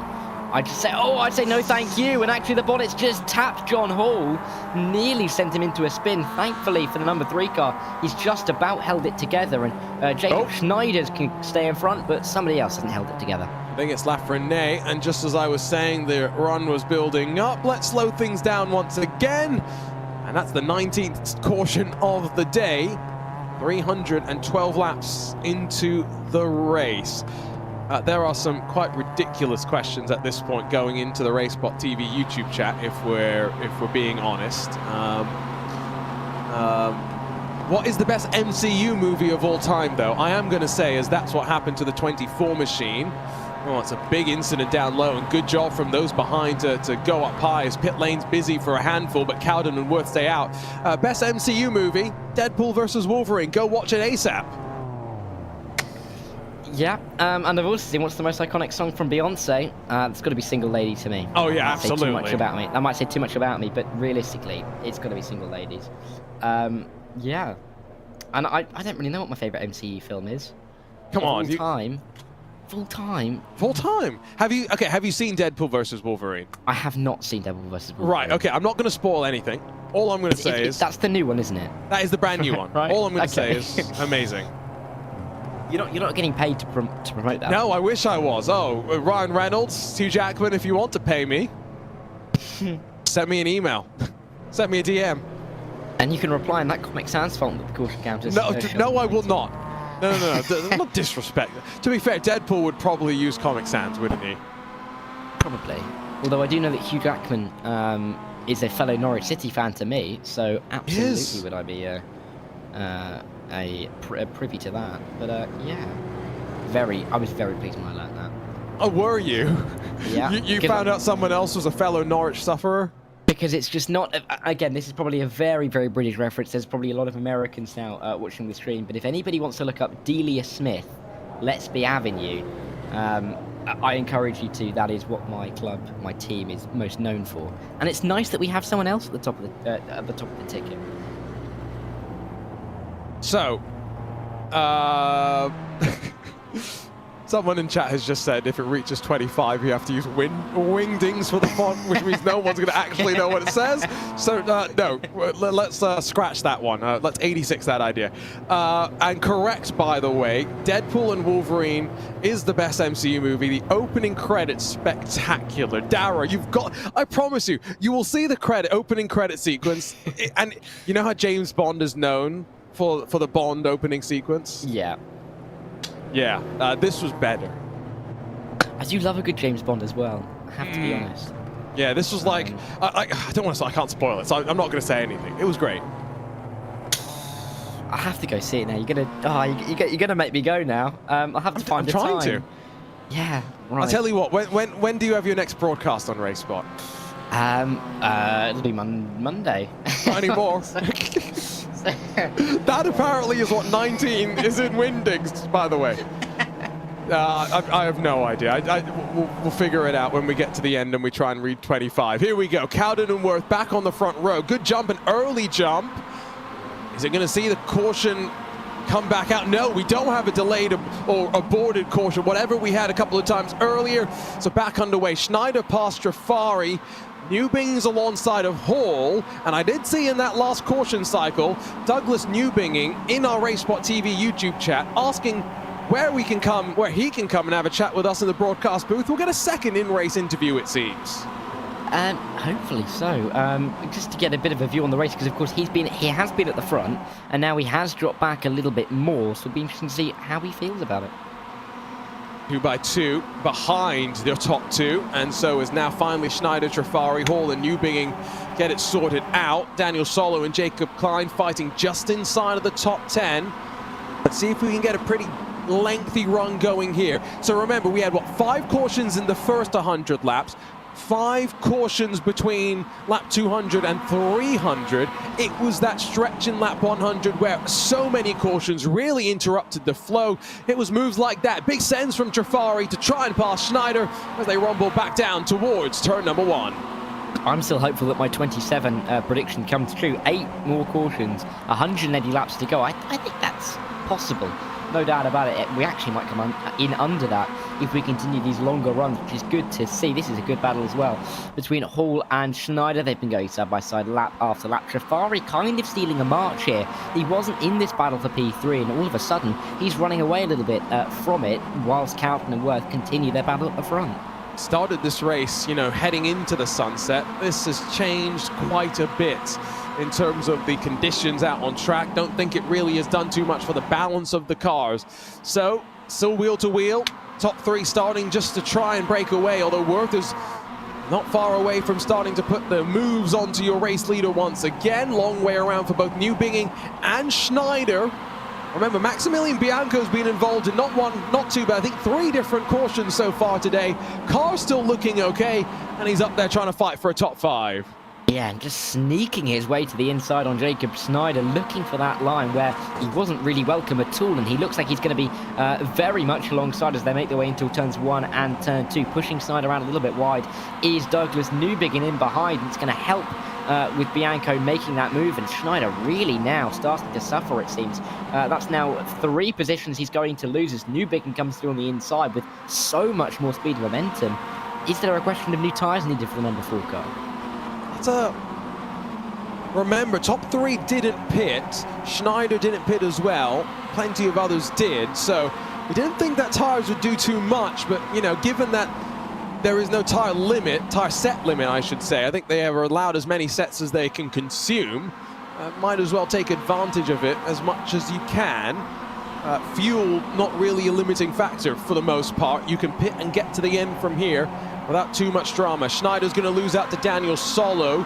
Now, Connor Jafari's been able to close up to Jordan Worth. He looks to the inside. Now, as Worth goes the long way around, can Dalton Cowden break away and take advantage? Remember, Josh Thompson at 1.8 seconds clear in the lead.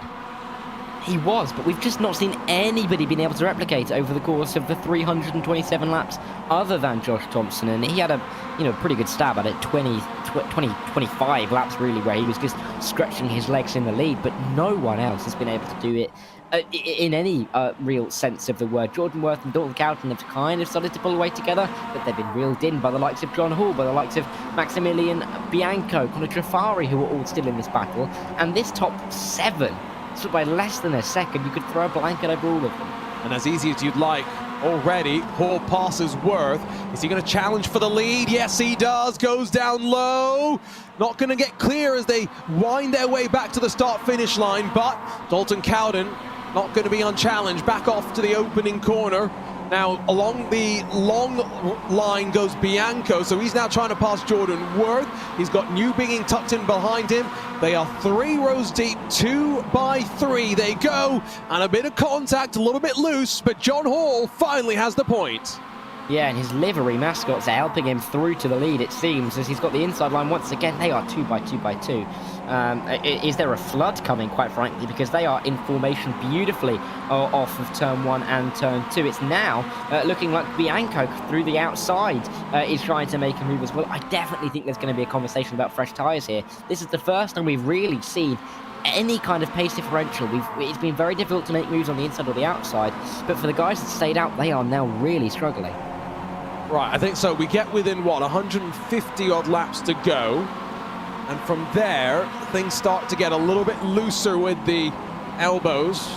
Once we get to 100 laps to go, turns into a bare-knuckle brawl, surely. And I think from there, those last 100 laps, I'm not going to be surprised if that is very, very stop and start. No green-white checkered either, right? This is the MX-500. We will do 500 laps and no more from what I can tell. So be up front when it counts. Be up front now if you can, ideally. Yeah, this is getting to that stage where you really need to position yourself, especially with us not really knowing how many more cautions we're going to have. I mean, this might be a pipe dream, but we might go green to the end. It's possible. We've seen stranger things happen in sim racing, but it would be pretty crazy if we managed to go nearly 200 laps with green flag running. But if that is the case, they've got to be fighting around and they've got to be thinking about where to position themselves immediately. Jordan Worth is not entirely clear and he's still down low. Is the freight train going to continue running around the outside? Newbigging, no. Instead, a little bit of a shuffle there with Jafari, who jinks off the corner and now defends from Daniel Solo. Still plenty happening out on track. Yeah, I mean, they're still 2 by 2 as they work their way all the way through. But I mean, look at this. They'll just run their way. I mean, we've got moves all the way through. Connor Trafari, Luke Mahone, they're going side by side and overtaking their rivals. Daniel Solo back on the number 20 car. I mean, this is really as fraught as we've seen it in the last 100 odd laps. Yeah, first time in a while, I've really started to get nervous. We've only had about 20 laps though since the last caution, so let's see what's going to happen. Dilworth on the outside, losing some spots. Newbingen trying to look down low and follow Bianco. He's also challenging on Cowden. John Hall's run away, and that angle shows it all. Fresh tires working a treat for him. Cowden still frustrating Bianco down low. Yeah, and it's just so interesting to see these guys fighting it out now, because we saw Cowden and Worth being so dominant across really the last, realistically, 300 laps. There have been others that have been there or thereabouts, but they are the only names that have been consistently there. And now they are coming under pressure in a way that they haven't been before. So the tables have turned, and they're having to adapt now to not just being the ones making the moves, but ones defending them. Helps if I unmute myself. Janowski's finally back up in the mix. Been a while since we've seen him in the number 1 up inside of the top 4 or 5. Jordan Worth's going to have to really watch down low, because there was a shot to the back of Douglas Newbingen, who just about held on to his car. That was from Janowski. That 338 complete. Still plenty of this race to go. But behind your race leader who's broken away, it's building, it's rising, that level of intensity. Yeah, and I think that's really helped by the fact that Dalton Cowden is really doing a bit of a hold-up job at the minute. Maximilian Bianco clearly has a little bit more pace in the tank, as does Douglas Newbingen, and as does Mitch Janowski at the moment, and they are trying to work their way through, but a very staunch defence is being thrown by Cowden and Worth, which means that no one can really get through, and John Hall is just being allowed to run away in the lead at this stage. All right, I tell you what, we've got 160 laps to go at the line.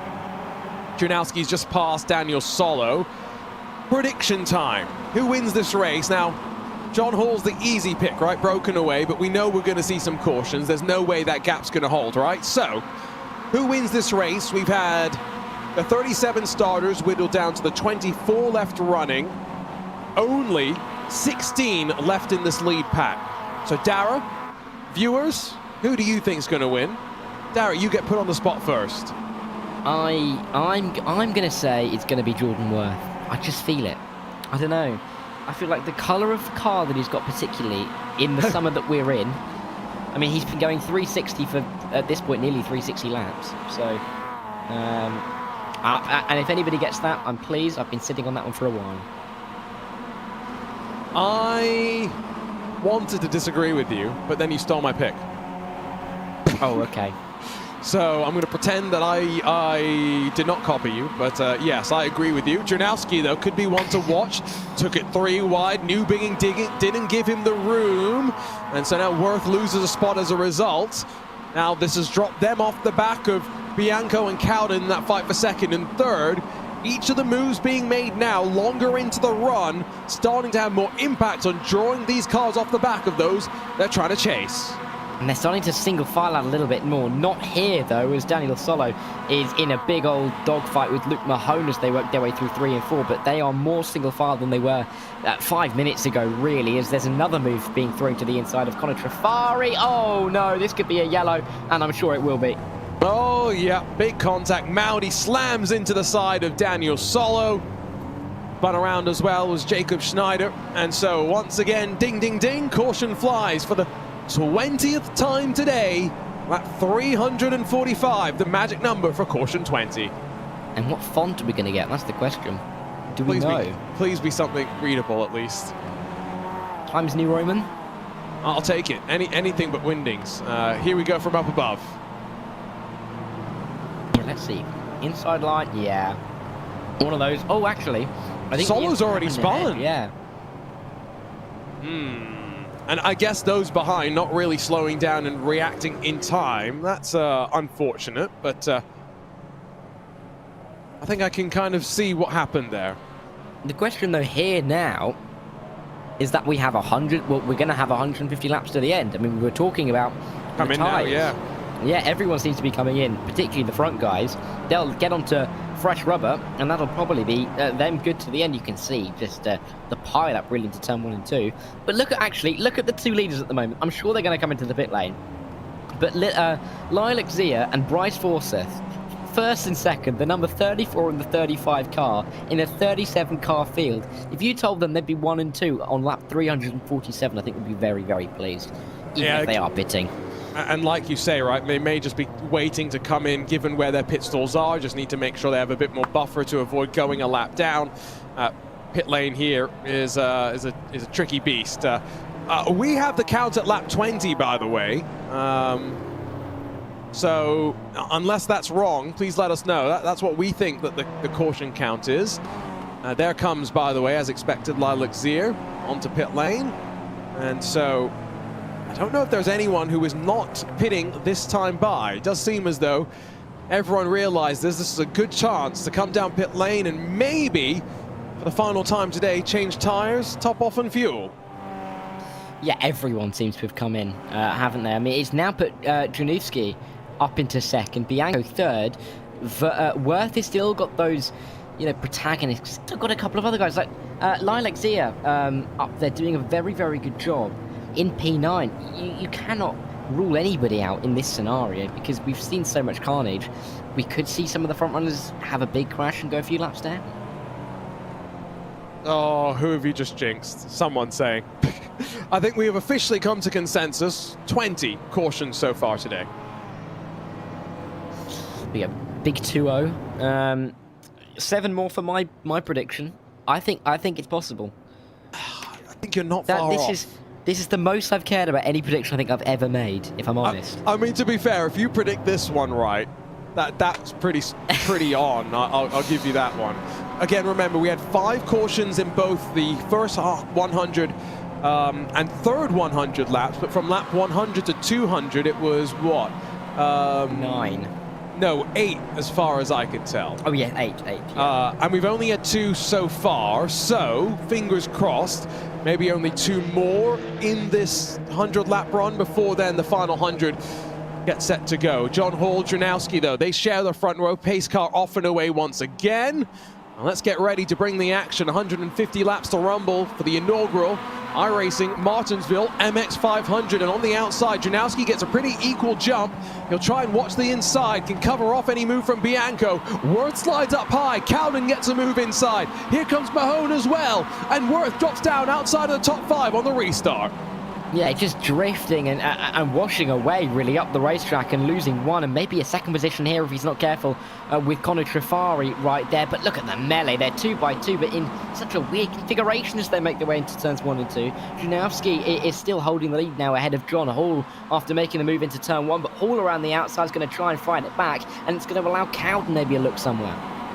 When will that 21st caution drop? That is, though, what a lot of these drivers will be thinking about.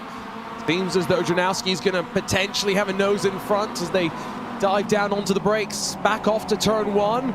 Cowden sits there and plots. Worth back up to 4th, similarly scheming his way as well. Trifari battles with Bianco, and there we go. 21st caution is for Chris Severa, down in 22nd position. Not a long run by any means. Not expecting many cars to dive back down to the lane this caution cycle. Yeah, there should be a relatively straightforward caution in that no one's going to come in, I wouldn't have thought. We'll see if anybody does dive it in, but everyone's just come in for new tyres. You would have thought that no one's going to top off on fuel with so little time since the last caution. But let's see what happened on the replay. That's a car that's missing some parts, it seems, and that is going to be spinning around. I've just done the math. If we did this entire race behind the safety car, a rough estimate of how long this would be. Do you want to make a guess, Darren? Come on. I mean, I don't know. Let's just say it was about 1,000. Come on, just guess. You're thinking too much. Guess. 5.5 hours. They're not far off. About 6.25, somewhere like that. Oh, okay. Which is not bad. I mean, that's a long old race. I mean, I want to be out of here in 4 hours at a most. Let's be sure about that one. I think you're going to be lucky, if I'm honest. I mean, we've been going 3. No, I think we're on. My timing screen's telling me about 55 minutes left to go. Really? That does seem optimistic, doesn't it? So, if it was to go caution from here to the end, now that is almost close to 2 hours, I will give you that. What happens if we go green to the end? That is, okay, so that's if we go green. We ain't going green to the end. Yeah. I reckon if we can wrap this all up by midnight Eastern time. Oh, hello there, inside of the car. I reckon we can call that a good innings, really. That's a very English reference, wasn't it? Innings. But there we go. 4 o'clock here in the morning. I'm expecting an hour and 10 minutes. I'm feeling confident. I'm going to say it. I'm saying it out loud. We're slowly, one by one, getting more and more retirees. So surely that's going to play a part as well. I'm going to say I'm going to say this in Eastern. I'm going to say it's going to be 18 minutes past Eastern time when we finish. Okay. I'm going to write all this down. If I get any of these right, I'm just going to be so happy with myself.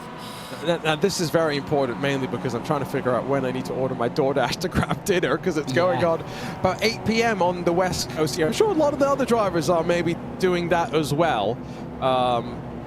Although I don't recommend eating and racing. Even under safety car, that is a messy affair at the best of times.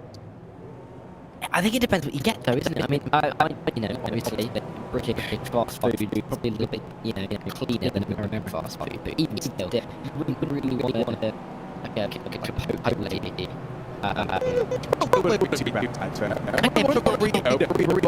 Yeah, but like McDonald's probably okay. Like you get. I don't know how much stuff with a burger over there, but I think that's all right. Just have chicken on the side. The problem with a burger is it can be juicy, you know what I mean? Sauces. Yeah, so that I don't know. What would you risk to eat in your sim rig? Is it brownie from your parents or something? Tell us what is special and what have you eaten in your sim rig. Here we go, back underway. John Hall, Janowski, front row once more, Cowden and Worth sitting behind. And now there's 3 wide outside of the top 10, but it's basically 2 by 2 inside of the top 10 as they roll off the corner back onto the power. Still John Hall leading in that Nexus Esports number 3. I think we're getting to a stage where it's going to feel weird when only one of these drivers win the race, isn't it, really? We've seen them, all of them up high for so long that it almost feels weird that it's going to come to an end at some point. But one of them is going to have to cross the line in first, and you think that it's definitely going to be one of this top 4 at the moment. There's other drivers there or thereabouts, but Hall, Janowski, Worth and Cowden are all the drivers that you'd expect to be right there or thereabouts. That was a long old freeze for one of the drivers. Always makes you a bit nervous when you're fighting, especially when you're fighting for the race lead. Janowski on the inside, John Hall up high, and sitting behind Jordan Worth, who's shown a willingness to take it 3 wide before in this race, deciding to scratch in the better part of Valor this time around. We've got 140 laps to go, make that 139 this time by. There goes Worth. He thought about it. He did, but he wasn't able to really make the move stick. We're seeing Janowski and Hall go side by side, though, as Worth is looking to the inside. I think he's going to try and make this 3 wide. He is, and in that lime green car, he's trying to just slide his way up the inside, and I think he's going to get one of them here. Let's see on the exit. They're still going to be locked 3 wide as they make their way into 1 and 2, but this is some insane racing for the front. Ooh, be careful. For a second, I thought Worth was going to hit that inside curb, and it allows Janowski the chance to hold on. Hall challenge now, though, running down to turn 3. Can he hold on to the second position? Don't think he'll be able to do so. Janowski's covering up high, allows Worth the chance to carry a bit more momentum, and he's not really fighting for the race lead as much as he's fighting with John Hall, as going to send it hard, try and force Janowski to be a little bit uncomfortable as they head back down the back straightaway. Yeah, we're looking at 136 laps for about a third of the race distance left to run here. So, still a long way to go. And oh no, that's a big old incident. Oh, and both Jordan Worth and Dalton Cowden tangled up. Caution is finally out. Lap 364. Make it 22 times today. The pace car has been required. It's a good thing. We don't need to worry too much about its fuel capacity. No, but that really now is interesting, because how much damage is there on Worth's car at this stage, along with the other guys who were in that front battle. Maybe had a little bit of contact in there, because this could be big moments for the race overall. Here's a look at it. Oh, he got shoved from behind, so Cowden runs into the back of Worth. Then he gets run over by himself. I do think, though, he got away with it for the most part. Worth has already taken 33 seconds, remember, of damage repairs, so this should not be as much. John Hall back down to pit lane. Yeah, he's come in, and that's now left Janowski to lead with Yanko and Trifari, Schneider and Jeff Drake up in the top 5. I mean, we are now really seeing a recycling of those drivers, and this is going to be really interesting to see if the other drivers can fight their way back through. I'm really looking forward to getting the checkered flag out there. Next iRacing special event is the Crandon Championship.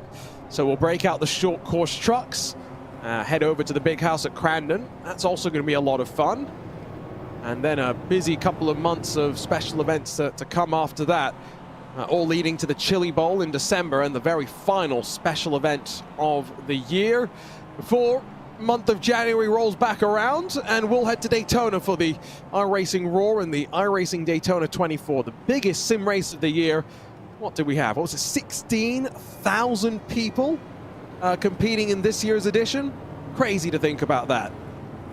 Yeah, I mean, that is...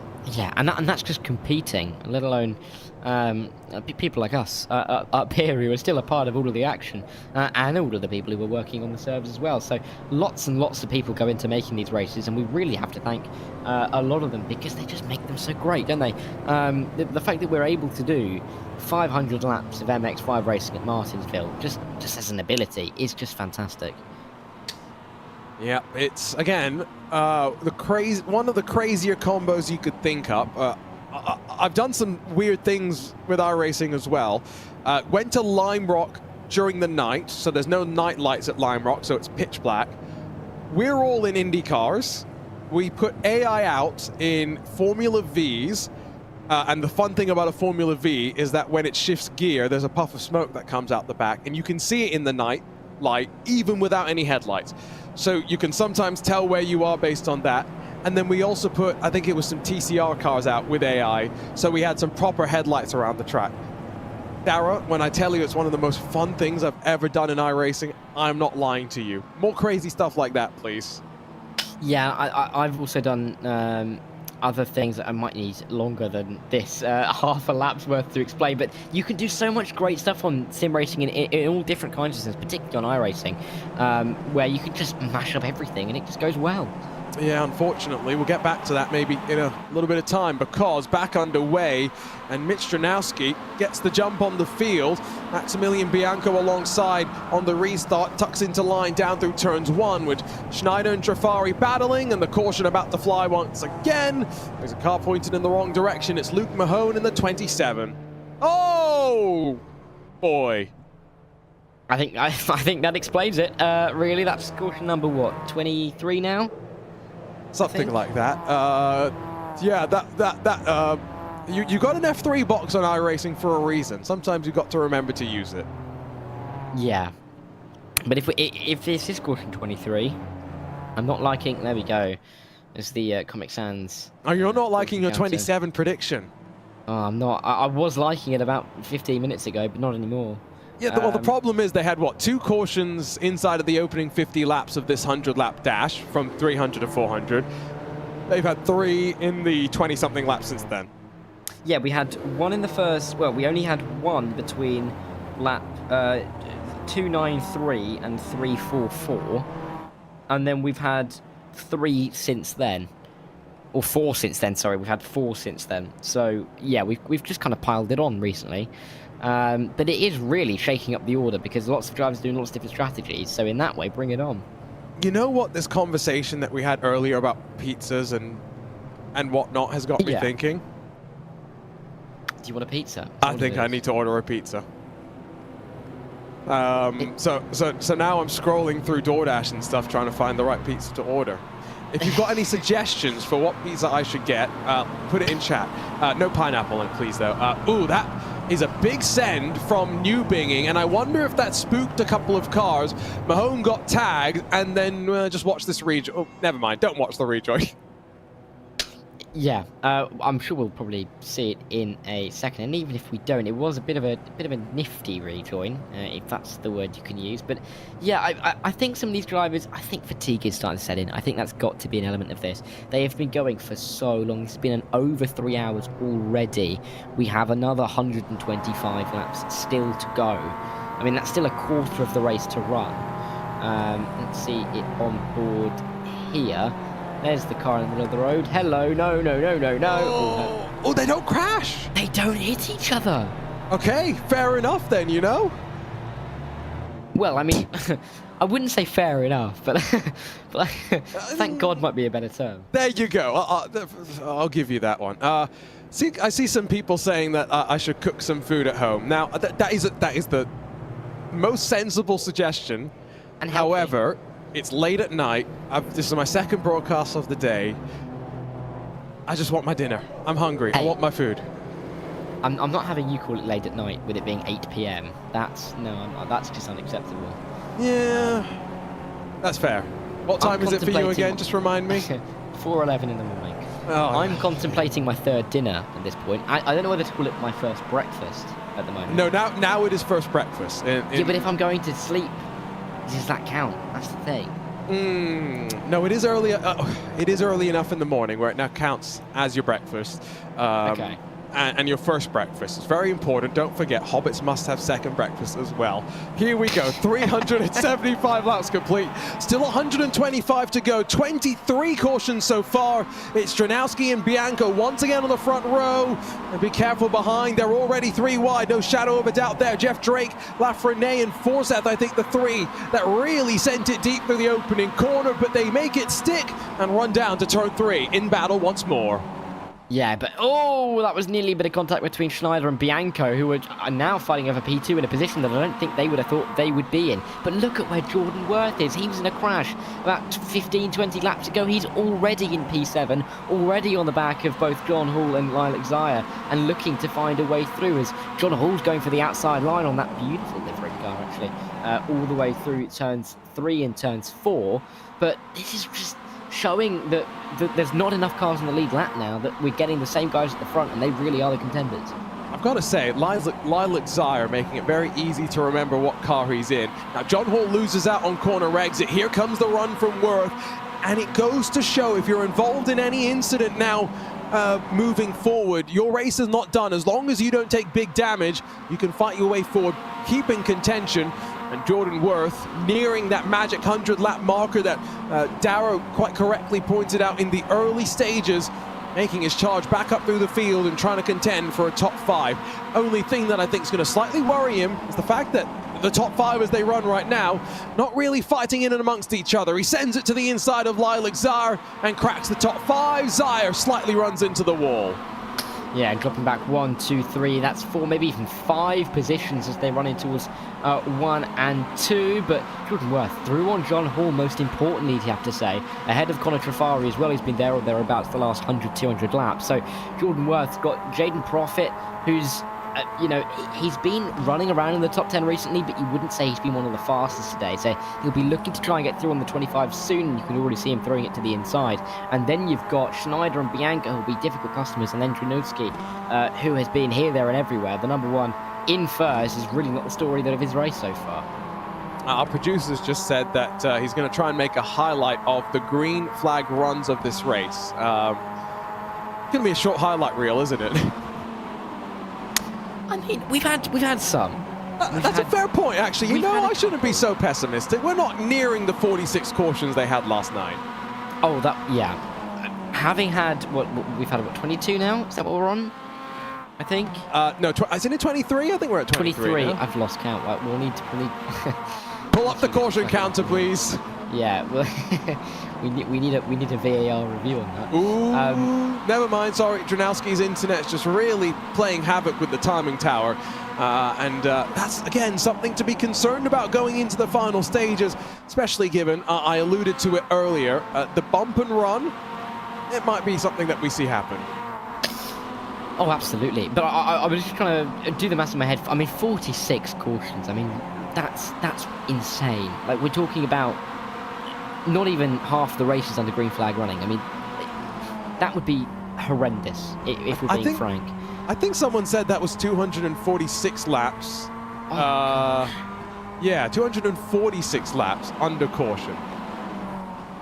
I mean, I could drive. I don't live anywhere near London. I could drive to London, back, and then back to London again in the time that they spent under caution. I mean, that's ridiculous. Crazy. That would take me at least a 6-hour drive.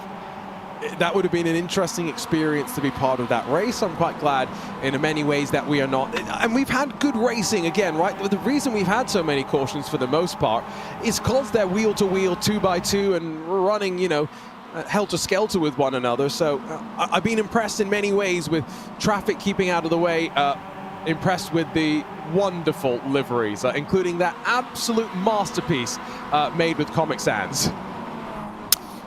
There's a few that I think are very inventive, and I think Douglas Newbigin has got to be in there. I don't really know what was crossing his mind when he was making it, but clearly he was having a, one of those eureka moments. Tell you what, next caution, let's have a chat with him. We did say that he was asking to find his way up into the virtual broadcast booth. We've dialed in our radio frequency. We're not going to disturb him right now because you know what? He's fighting. He's trying to find his way up into the top 5. We'll chat with him soon. I'm still trying to pick out bits on that livery because there are little elements that you just keep noticing because they're just little like pepperoni pizzas on it. Yeah, exactly. Yeah, you know what I'm trying to order right now, you know. Is it a pepperoni? Yeah, well, someone in the iRacing YouTube chat brought up this idea of shredded pepperoni, and now I'm very intrigued. But I have to say, you can't beat a pepperoni pizza just off the bat. Unless, like my mom, you are vegetarian. Okay. Yeah. Yes, I learned growing up that I can have my pepperoni pizza. My mom will never eat it though. Yeah. And you know, there are some pepperoni pizzas that I would never eat as well, so I can totally see where she's coming from. I'm going to send you a picture of my pizza and I'll get it the dour rating out of 10 after this race. We are 10 laps away from 100 to go. A magic number for many just to have seen the first 400 in the books. It is still Dranowski that leads. Bianco, Worth, Hall, Schneider, Trafari, Newbigin, Drake, Profit and Klein, the top 10, only split by less than 3 seconds as they sit right now. I mean, that does sound, crazy that they're only split by 3 seconds, but then you remember we've had 23 cautions in this race, so they've not really been allowed to bunch out too much, but it's still nice to see. And it's nice that these drivers have been able to kind of ebb and flow with the race, and ebb and flow with the order as well, so they've not really been in a fixed position all the way through, unless your name is Jordan Worth, but you've been in the top 5 pretty much all race long. But now he's looking to be in the top 1 because Bianco and Januski are side by side, locked together through turn 3 and turn 4. This could be quite interesting on the run down towards turn 1 because Bianco looks vulnerable, Januski looks maybe slightly faster, but Jordan Worth is just trying to find the optimal line whilst defending from John Hall. And I guess we're also starting to question, right, given that there are less cars in the field, pitting has less of an impact, right? There's less cars that you've got to pass to get back to the front. If and when we get some cautions from here, does that start to open up for even those at the front to say, you know what, we've got unlimited tire sets, let's make use of it. It's something that is worth it for us to do. Well, time will tell. Meanwhile, 9th and 10th positions, wheel to wheel, now losing some time to those in front. Might be an 8-car train starting to break away. Yeah, we are starting to see those patterns develop, aren't we, now, after the restarts that we're getting, where we are starting to see some breaks in the trains. And I think that's a symptom of maybe there's less drivers in the top, maybe there's a differentiation in the strategy, maybe they're just fighting a little bit harder, so losing a little bit more time. But we are starting to see those echelons group out at the moment, and that gap between Jeff Drake and Jacob Klein looks like it is growing exponentially at this stage, but there's still chances. I mean, look at Jordan Worth. You just see him through the final shot there, making a move on Maximilian Blanco, and he's going to overtake just about as they run towards turn 3 and 4. I was looking forward to having a chat with Douglas Newbigin, but if we do have a decent green flag run, he might be waiting in that waiting room for a little bit longer than he was thinking. There's the send from Worth. Bianco doesn't really have the speed to fight mid-corner. Comes back, of course, on the exit, uses the 12 degrees of banking to just really get some extra momentum, but Worth now clear. Midway through turns 1 and 2, a nice and easy pass. You can still see there's some damage on the right front. Hammers have been worked on to try and knock it into line as best as possible. It's not slowed him down. He's got a rocket ship. He's really figured things out here. And look at the freight train that's building behind. John Hall, Connor Trafari, that'll be the next to try and make their way past the 23. Yeah, Hammer's being used, but luckily not hitting the exhaust manifold at the front of that car because they're still running in this race. But there are a few front ends not looking perfect, aren't there? Notably on Worth and Hall. It really does show which drivers have been able to keep it clean in this race by the nice clean front bumpers that they've got, notably Connor Trafari, who's popping out of the line, trying to make a move on John Hall for P4, and this would be a fantastic move if he could make it. It's Trafari squeezes him up to the wall, but John Hall just gets that momentum, has almost all of his car in front heading down to the corner. Oh, that's good tight line down low from the 20. Once again, just going to get shuffled back in line as they run down these straightaways. Next time by, we'll hit lap 400. Time after that, we officially have 100 laps to go. 23 cautions so far. 27 might not be a bad pick, all things considered, Dara. Again, if we get to 27 and we've got 5 laps to go and someone pulls out the caution, there is going to be hell to pay. I mean, I'll be distraught. You will be disappointed. You are attaching yourself to this right now. I am. I feel I'm emotionally connected to the number 27 now, and I don't know why. But there we go. If we get a 27th caution, maybe on lap 499, I might. Oh, it'd be the best thing. It'd just be the best thing. I'm not condoning that someone does it, but if they did, I'll be very happy now. We've crossed that magic marker, and the top left's now started to count down. Laps to go, 99, make it 98. As Barney the flagman sees Mitch Stranowski once again. Jordan Worth, though, is right there and continuing to close. We know that Worth likes to try and send some moves. What's he seeing as he sits behind and learns from that driver in front, tries to pick out some tendencies that will open up some opportunities. Schneider's going to try and have a look. Trafari's all alongside of Bianco. We're in the closing stages. These drivers know it. 14 drivers within 4 seconds of the leader, and there's some traffic in front of them as well. Worth dives down low. We've got to fight for the lead. And Worth again looking for the P1. He's been here so many times during this race. He's had so many laps already. He's been in the top 3 for so many laps. Can he make this one work? The number 6 and the number 1. The inside line's been working well for him all race long. He's searched for it when making pretty much all of his moves throughout the last 300 laps or so, but he's going to stick where he is, not really gaining too much, and it's allowing Connor Trafari to maybe have a better run and maybe have a look down into turn 3 here. We're not 3 wide, though. Not 3 wide just yet. Still, big send from Worth on the binders, trying to slow the car down, rotate it, and then pitch the car back onto the rear tires and get that power down. This looks like a lot of fun. Stressful, yes. Fun as well. It does look like fun, in a way, because they've been going around for so long. This is kind of where it matters, and where they're really going to be trying to balance that, or walk the tightrope of it being enjoyable, but also you want to be winning this race. You've spent this long in this race. You're going to be spending 4 hours, you're looking at, doing the race, let alone doing the practice for the race, etc., etc. And you want to be winning this race at this point. You know, it might have seemed fun at the start, but if you've got a sniff after 4 hours of hard toiling, you're going to want to be on the top step of the podium. And that's why, you know, in many ways, I think if you are Josh Thompson, right, similar situation to you, racing from the UK early in the morning, probably not disappointed he crashed earlier on, rather to getting to here and then crashing. Jordan Worth back down low on Dranowski, not quite clear, but behind Trafari just sits, and I think that's an important thing. The fact that he has not taken it 3 wide just yet, recognizing there's still a decent amount left to go in this race, and that traffic in front could very well play its part. There's 3 cars within direct eye line of the leaders. He's back out through the opening couple of corners. Dranowski out wide. Door gets open for Jordan Worth. And also it gets open for Trifari, because he's looking around the outside, not really going to be able to stick it around there, but he's just linking himself to this top 2 and sticking around and waiting for this move to open up and the opportunity to present itself. Jordan Worth looking for that line on the inside as well once again, but all the while, as you mentioned, these guys are catching those lap cars in front. That's going to throw a spanner in the works, because they're also fighting, it seems. So it'll be interesting to see if they pull out pull out of the way and let them through. If they don't, then I think we're going to have a bit of a problem with these top 3 coming through, and really the top 10. And so have we also kind of learnt that being on the outside, kind of where you want to continue defending? Have to wait and see if that holds true later on. Jordan Worth now is on the outside of Trifari, but with that traffic in front of them as well, just about gets out of the way. Trifari tries to wash up the track and just pinch Worth that little bit, but comes back around the outside as the bright green machine. Dronowski has that little bit of an internet issue in front, don't mind that. Now Worth very much, I think, got escorted up high slightly.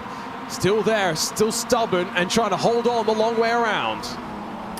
Yeah, let's see if he can do this one, because I don't think Worth is happy on this line. I don't think he enjoys being here, and I think Conor Trifari knows that, and that's why he's moved himself to the inside, because he can try and capitalise here. Taking a bit of a tight line through the opening couple of corners, though, and it's not going to necessarily lend himself to a good exit because of the pace advantage that Worth will have as he comes off of the banking. But Trifari doing a very good job to try and make this move, and can he just squeeze out Worth on the exit here? It's 3/10 the advantage, make that 4/10 at the start line this time by your race leader, using this opportunity. Wheel-to-wheel action for second. Builder's advantage up front. Bianco sat behind. Hall, Schneider, Newbiging at some point. They're going to lose patience as well. Sorry, I'm just laughing because I was reading the Twitch chat and comments come in that Jordan Worth has fired his Bob the Builder pit crew, who've done a great job in repairing the car due to their performance. I don't think that's fair. The pit crew's done a great job to get him back into contention. I mean, you were the one talking about how the mechanics aren't important after the season earlier on. So, I've got the receipts. I'm going to, I feel bad actually now. Did I say that? No, because we were talking about how at the end of the season, I think when they're doing either this at the end of the season as a standalone race, and they can kind of go hell for leather because they don't really need the cars anymore. And I said about the mechanics. Think about the mechanics. Oh, right, the mechanics. Yeah, no. Yeah. That is fair. No. But again, remember, we're going to see this combination. Mazda's MX-5s at Martinsville for a 100-lap race on October the 26th. It's a non-points race, so there's no points on the line, and it comes at the end of the season-long championship. And so when some race cars get wrecked, not if, but when, at least the chassis, you've got enough time before the start of the next season for it to be rebuilt. I think you're trying to get me cancelled here, Dara, because what I'm really saying is support for mechanics. We shouldn't have it happen, 1 week before the season finale. Instead, no, at the end of the season, when they've got more time to rebuild it. See? Yeah, no, I won't dig you in any deeper. I'd feel. Yeah, I felt bad as I was saying it. Good. Yeah, you did quite well. Yeah. I mean, I could easily dig myself into the situation, so I'm going to steer clear of it. I mean, I can ask you about Sky Sports F1 again. Oh no, not this. Go down that rabbit hole. No, we won't. Instead, Jordan Worth clear for second. Right, let's focus in on this race for the next 80 or so laps as much as we can, because last caution flew lap 370, right? We're on lap 420 now, so it's been at least a 40 going on, hopefully 50 lap run. 80 to go. Could we see the end before the caution is required once more? I mean, have we genuinely... the last time I wrote down we had a caution was on lap 370. Have we really nearly gone 50 laps now without Apparently. a caution? I mean, that is impressive. I think it's kind of gone under the radar a bit, because we've just kind of... Well, I don't know about you, but kind of just been in a dazed confusion at this point as to how long we've got in this race, because these guys, they are getting so close and the laps are ticking down quicker, it feels, than they used to, and I think that's because they're fighting side by side more and more. I think you're right there. I think if we stay green, it's down to 30-ish minutes to go. 80 laps to run becomes 79 at the line. Jordan Worth is there and having a look for the lead.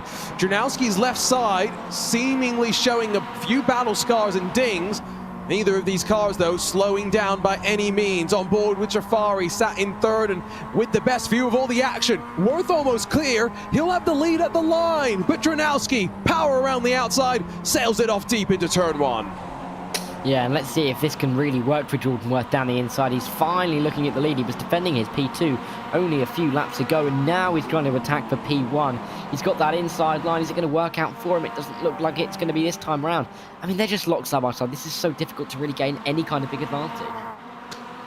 Behind, though, I wonder if any of the drivers in that second group that's now losing out, Douglas Newbiggings, 6/10 off the back of Jeff Drake, Klein, Forsyth, Zire.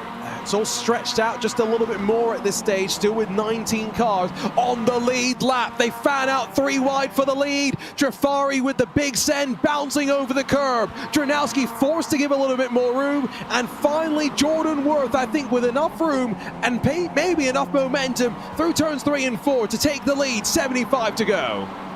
I don't think he has, though, because look at where Dranowski is. He comes back round the outside at what is now 3 and 4. We've got Colin Trafari right in behind. Maximilian Bianco is now sniffing around us. These guys, they are just locked side by side. I mean, you can close at this one. They could probably close their eyes and run side by side around this entire lap. They are just so used to it, and it's not really allowing anyone to have a sniff at the moment. I've got to say, though, again, been a good run to end this race off. Yes, plenty of stop and start.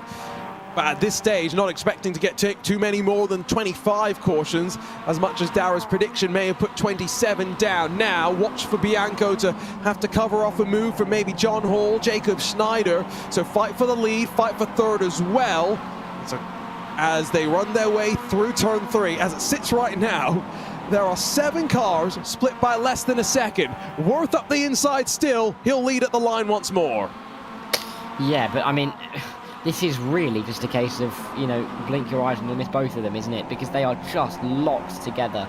No one is gaining anything. Jordan Worth may be losing a couple of hundredths in the last couple of tours of the circuit, but we are really talking about, I mean, you know, my height worth of a length. I mean, this is nothing between the two cars in terms of the advantage that they have. Everyone behind is just probably just looking up there and thinking, are they still going at it? Because they are just, you know, they're not leaving each other alone. They are side by side. No one's going to give this one up. And genuinely, if we're going green to the end, this could seriously end up like this. Can you imagine the drag race that we could get as well? They'll be 3 wide, I'm pretty sure, if they stay like this for another 71 laps on the final lap. Jafari's patience at some point going to wear pretty thin. John Hall was not able to make the move on Bianco, by the way, so he still sat there in 5th in that Nexus Esports number 3. Oh, Jordan Worth for the first time, I think, was very much almost in a spot where wash up the track a little bit more, unsettle Dranowski, and there's the chance to maybe clear. But one more lap they spend wheel to wheel. Those laps are ticking away right now. This green flag run continues. And still, Trafari, he's trying to decide which line he wants to follow on through. Yeah, if you're Conor Trafari, I mean, seriously, what do you do in this situation? You've been sitting here for at least the last 5 minutes doing, or being able to do absolutely nothing, because the two in front are just locked side by side to the point where you can't even put your nose in anywhere. Maybe as we emerge behind the stand, we might be able to see a bit of a nose in into 3 and 4 as he just pushes Jordan Worth in, but it's just not happening, and the same can be said for everybody else in behind this battle. Right, here we go. Finally, here comes a 3 wide. Trafari's going to give it a go. Shows his nose to the inside of Jordan Worth and sticks his nose through as well. They'll fan out off the corner. Dranowski's going to get swarmed here if he's not careful. Oh, this is treacherous. Bianco feathers off the throttle. He knows he's got to sit back and wait. Trafari gets cleared. Worth has got a nose in front of Dranowski as they run back to the line. And Worth now clear for the lead. What's he going to do into turn 1 and 2? Is he going to be able to hold it, though? Because we've seen Dranowski come back from a similar gap, and yet you can just see he's still there. Oh, but not anymore. He's hit the wall. Ooh, now, remember, we've seen cars hit the wall. They've lost momentum, haven't taken on much damage, though. He's got to build his speed back up. It's not going to matter. That's Schneider into the wall and into the wall hard. We've got 67 laps to go. And where is the caution? There it is. What lap is that? If we work it out, that's 4:33, isn't it? I think 4:34 technically. Oh, okay, 4:34. that means if the safety car period or the pace car period lasted 5 laps for the last one, we've just gone 59 laps green, which is incredible. Tell you what, we'll look at the replay. They went 3 wide, remember, with Dranowski up high. And so you've got Hall in the middle. Schneider maybe washes up slightly, but, you know, I don't think you can really say either of them did anything wrong. Let's see, though. He's been waiting very patiently, and now he's in pit lane. Douglas Newbinging started on the front row. Maybe joins us in the broadcast booth right now. Douglas, do you have a copy? Yeah, I got you. Hello. Hello. Well, we saw you sat there. We didn't want to interrupt in what was a rather lengthy green flag run, but you've made the choice to come into pit lane and change some tires. Talk us through the call. Yeah, you know, there's tire wear, and you know, it's a good call to pit. You know, I think I could get a lot of these guys. Hopefully I have a good pit stop here. Hang on. John's pit crew has been insane this whole entire time. I want like a drug test on their pit crew because they're like 2 seconds faster than us every single time. I don't know. I need to fire my pit crew, I think, but it's yeah, it's been pretty good. A lot of fun this race. Definitely, I did the last night's race of this, and this has gotten a lot better. A lot more green flag runs, so you guys aren't here for 5 hours. You know, it looks like it might be a little forecast, like 4-hour race, so we'll get it done pretty quickly. I like the sound of that. This is a ton of fun. I like the sound of that. I'm glad you're having fun. And we were wondering who would have done yesterday's race and come back over to do this. So glad that your will is maybe a bit stronger than mine or Dara's. Talk us through the paint scheme as well, because wow, that's a masterclass. Yeah, thank you. So this is actually my, you know, the Moon Car 24 event. A great charity event that originally, kind of like, I guess the idea kind of came from that, where it's a charity race, 24 hours Miatas here at Martinsville. This was our team's paint scheme when we ran for this year. I had my wisdom teeth taken out. I did like 3 stints. It was awesome. Probably one of my favorite events ever on iRacing. So figured, yeah, I got the paint scheme, you know, me and my buddies made, and in 3 hours, and I was like, why not throw it on? So last night we were all running it. Sadly, none of them could make it out tonight for the race, but you know, I'm representing our team here, you know, so. Gotcha. For the record, by the way, you're not the only person that wants to fire your pit crew. Jordan Worth has said that as well. What are you expecting on this restart then? Because we've had 24 cautions, probably going to see a few more, right? And we got 60-ish laps to go. Yeah, I mean, we had 46 last night, so I don't think we're going to beat that record. I know Jordan really wanted us to. I definitely think, I don't think we're done wrecking here, you know? I definitely think we're going to a couple more. I see we got one car, maybe it stayed out or took 2 tires. I don't know what the call is on that, but we'll see. I definitely think it's going to be interesting. We're going to definitely put on a great finish here. Like I said, this thing is fun. I hope iRacing brings us back for next year, and hopefully it goes good. We'll let you go off and focus. Always great to be able to catch up with the drivers. And Douglas Newbinging, look at his on board. As off and away we go. It's Lilac Zier that does have that slightly alternate pit call. Just 12 seconds stationary, and now 35 positions up from where they started. Started at the back and now up front. Back underway for the Martinsville MX-500 here on iRacing. As your leader breaks away, it's a little bit more side-by-side behind, and the chaos as expected. Cautions, Breeze, cautions. Maudi gets tangled up with Forsyth and Lafreniere. And well, I'm surprised that we went as long before the caution came back out. Safety car already driving back out onto track. I mean, 61 to go. What is that? Was that 439 then? That we, or... 1 sec, I can confirm. Technically, it came out on lap 440. Okay, 440. But that now means that's caution 25. So, I mean, could we get 2 cautions in 60 laps and that be it? Oh, I see where you're going straight back to your 27. I'm sitting here going, how do we get to 46? Look, it has been what, 3.5 hours since I said 27, and it's still actually on. It's actually on. When we were talking about the 46 cautions from last night, I was thinking, you know, I'll say 27 just to be, you know, optimistic, but we're never going to get that low. We might actually get below that even. Now, having said that, we're going to get 29, but right. You see my optimism. No, I do. By the way, did Trafari get mixed up in that one? It could have been. I feel like he did. Yeah, I saw a very blue, distinctive blue MX-5 with the yellow rear end. Racing gods may have smiled on him because I've just taken a look and he doesn't seem to be showing too many battle scars. As off and away, I think that was one of the lucky dog for Chris Severa, who is now only 6 laps down, circulating his way back around. We'll form our way back up 2 by 2, get ready to do the dance once again. Arjuna Kankipati alongside of Dara Thacker here on RaceSpot TV. So glad you can join us on the iRacing Esports Network. Hugo Luis behind the scenes, controlling all of the action. Lilac Zier, still very curious. What was the call that saw that pit stop be so much shorter than those around? Yeah, it's an interesting one. And I don't know why. Maybe no tyres, possibly? Going for the track position rather than tyres, I'm not too sure. But regardless, Lilac Zier leading this race. Not something I thought I'd say after about 150 laps, but it's something I should have expected because of just the carnage and the, you know, I know I've mentioned it before, the recycling of the leaders that we've had. We've got Lilac Zier, we've got Jeff Drake who's up in P5, we've got Jaden Profits in the top 10, Trevor Trago. I think it's the first time I've said his name all race long. He's up in P9. That was the Lego car. Oh, no, it's not the first time you've said his name because we've... is that the Lego car? Yeah, we made a couple of the breaking it comments. Oh my word, that feels like a decade ago. A decade ago. It's not wrong, to be fair.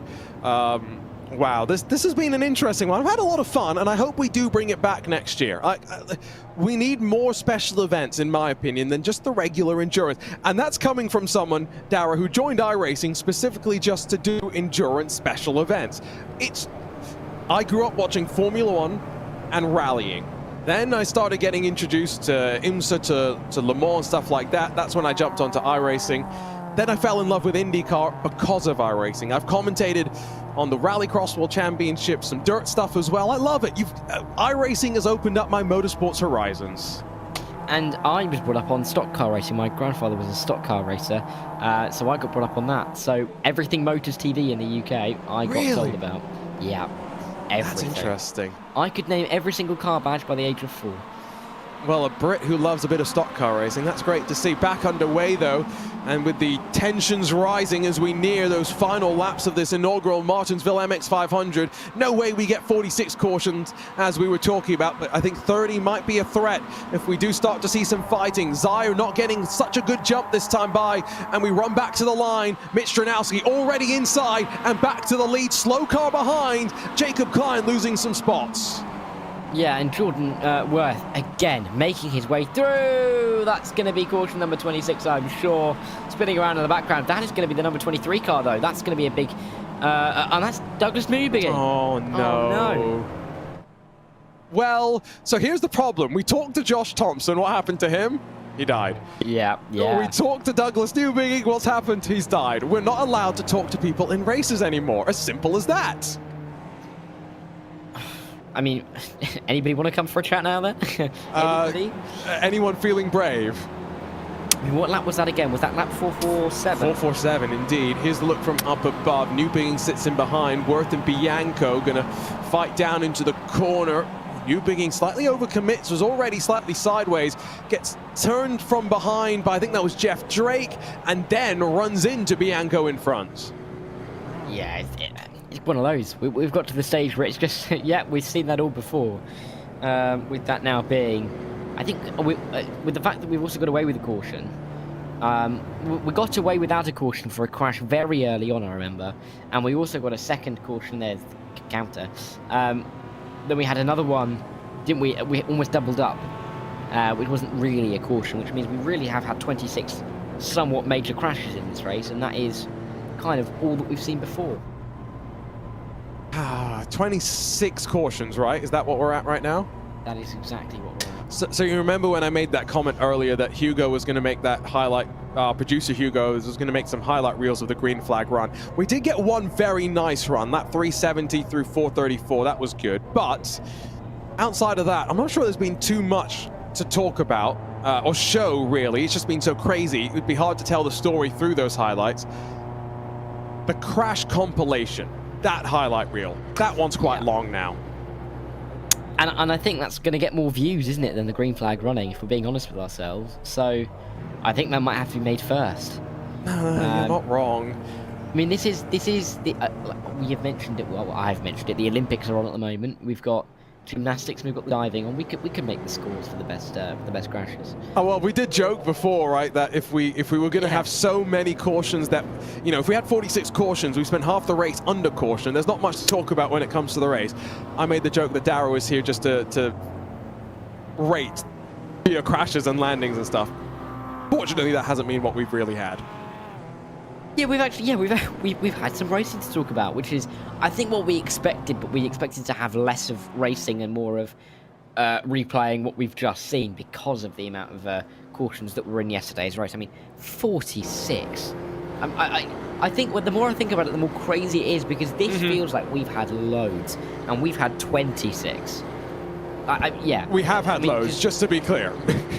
Oh, yeah, exactly, but we've had loads, but nearly having double to what we've had so far is just crazy. And I think we've kind of been lucky with the amount we've got, considering we got a 50 lap stint without anything.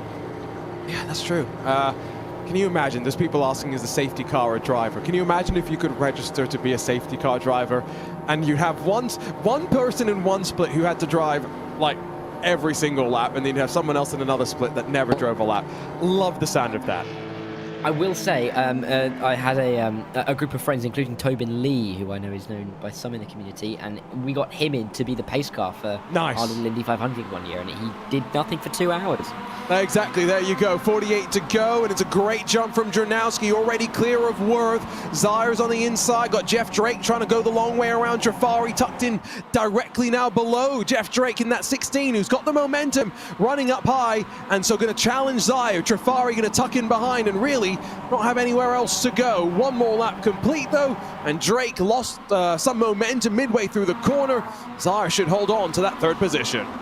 Yeah, and as they work their way in, it's just such a deep send there from Jordan Worth, and it's, if anything, scaring Mitch Jernowski off the road. And it's just allowing him that inside line again. He loves having that inside line, hugging that curb lap after lap is where he wants to be, and it looks like it's going to work out for him once again. Jeff Drake is up fighting for a podium. I just did not think I'd be saying that, but he's there as well. But here comes Jordan Worth again to the inside. And to your point on Jeff Drake, let me go back to some of the messages sent to me by my teammate. Did the session crash? iRacing won't open. Kicked after practice. He had to start all the way down through the field. Done a great job. Missed the start. 3 laps down initially. Put himself in contention. That's what these races are meant to be about. Worth, though, might finally have got the move done and dusted. Peel off of turn 2. Can he clear Jernowski up high? Not quite, but he's really threatening in being able to do so. It's half a car length between them down to turn 3. Jernowski's got to commit in the number 1. 44 to go at the line, and Worth comfortably up front.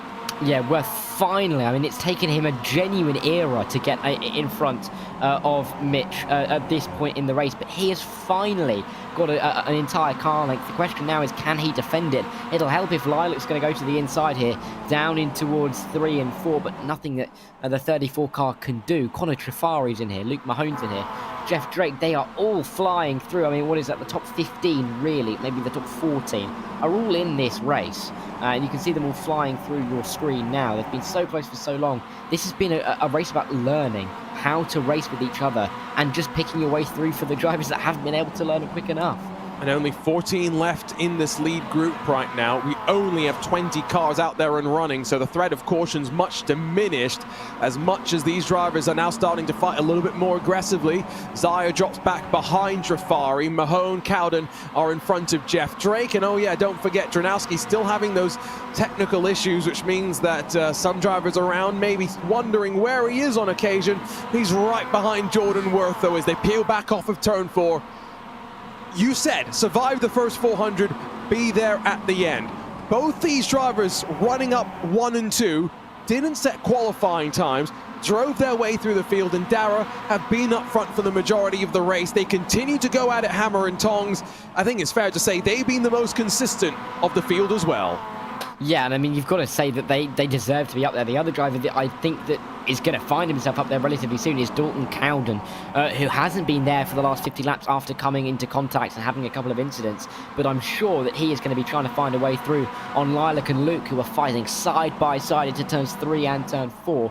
But we've also got to look out for Connor Trifari. Connor was kind of in there, wasn't he? Back into the top 10 for the first 300 laps and has shot himself into contention. And he cannot be counted out because he's made some good moves for second and third really throughout this race. I just went into Jordan Worth's Twitch chat, by the way, and just told him we're expecting big things. We'll slow things down once more, though. Lilac Czar spin around, running down on the back straightaway, and so for the 27th time today, The caution is out.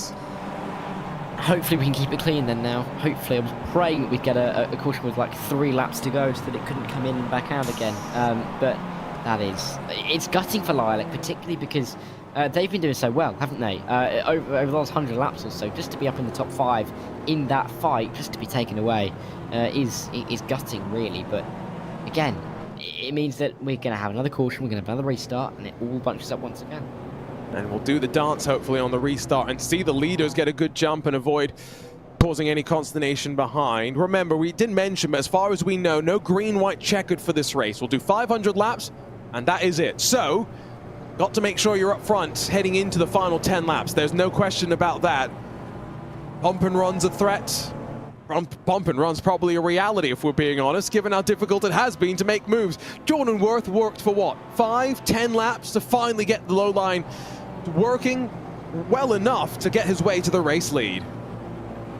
Yeah, I mean, this has just been a race of just sticking in, isn't it? I mean, we can talk about how they've, they've learned and they've gained experience throughout this track, which they have, obviously. But realistically, it's just been a case of sticking in there, not losing the position, not losing too much time, just making sure that you are in a position to be not necessarily winning the race all the time, but in a position where you can try and shoot for that in the last 100 laps. And now that we've only got 36 to go, these are the drivers that have kept us out of trouble and have positioned themselves the best. You'd say that Jordan Worth has driven the best, considering he's had a couple of setbacks and is still up front, but Mitch has also been there, and Connor as well. So this is really going to come down, I think, to the final 2-3 laps.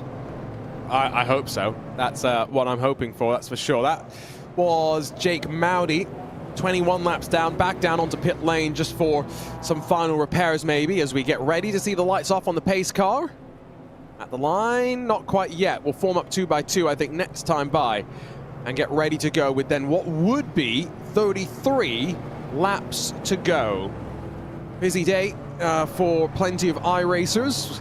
And here on RaceSpot TV, we had coverage of that VCO IndyCar Challenge race from the streets of Belle Isle, which Diogo Pinto won. Of course, there are qualifying races going on right now for the Porsche Esports Super Cup on Saturdays as well. Thursdays, there's eNASCAR Road to Pro alongside of the IndyCar Butt Kicker iRacing qualifying series races as well. It's going to be a busy winter, Dara. I'm looking forward to it. It is, but it still doesn't feel like it's summer here, particularly in the UK. I mean, it's been hot the last week. I can tell you right now, I am absolutely roasting. But it only has just started to feel like summer, and it's August. So, you know, the idea that January is rolling around soon is almost scary, frankly. But of course, we've got all the big events that kind of fall together with Daytona, with Sebring, all bookended at the start of the year. And I'm just getting ready to get back going again because it's going to be such a good year, I think.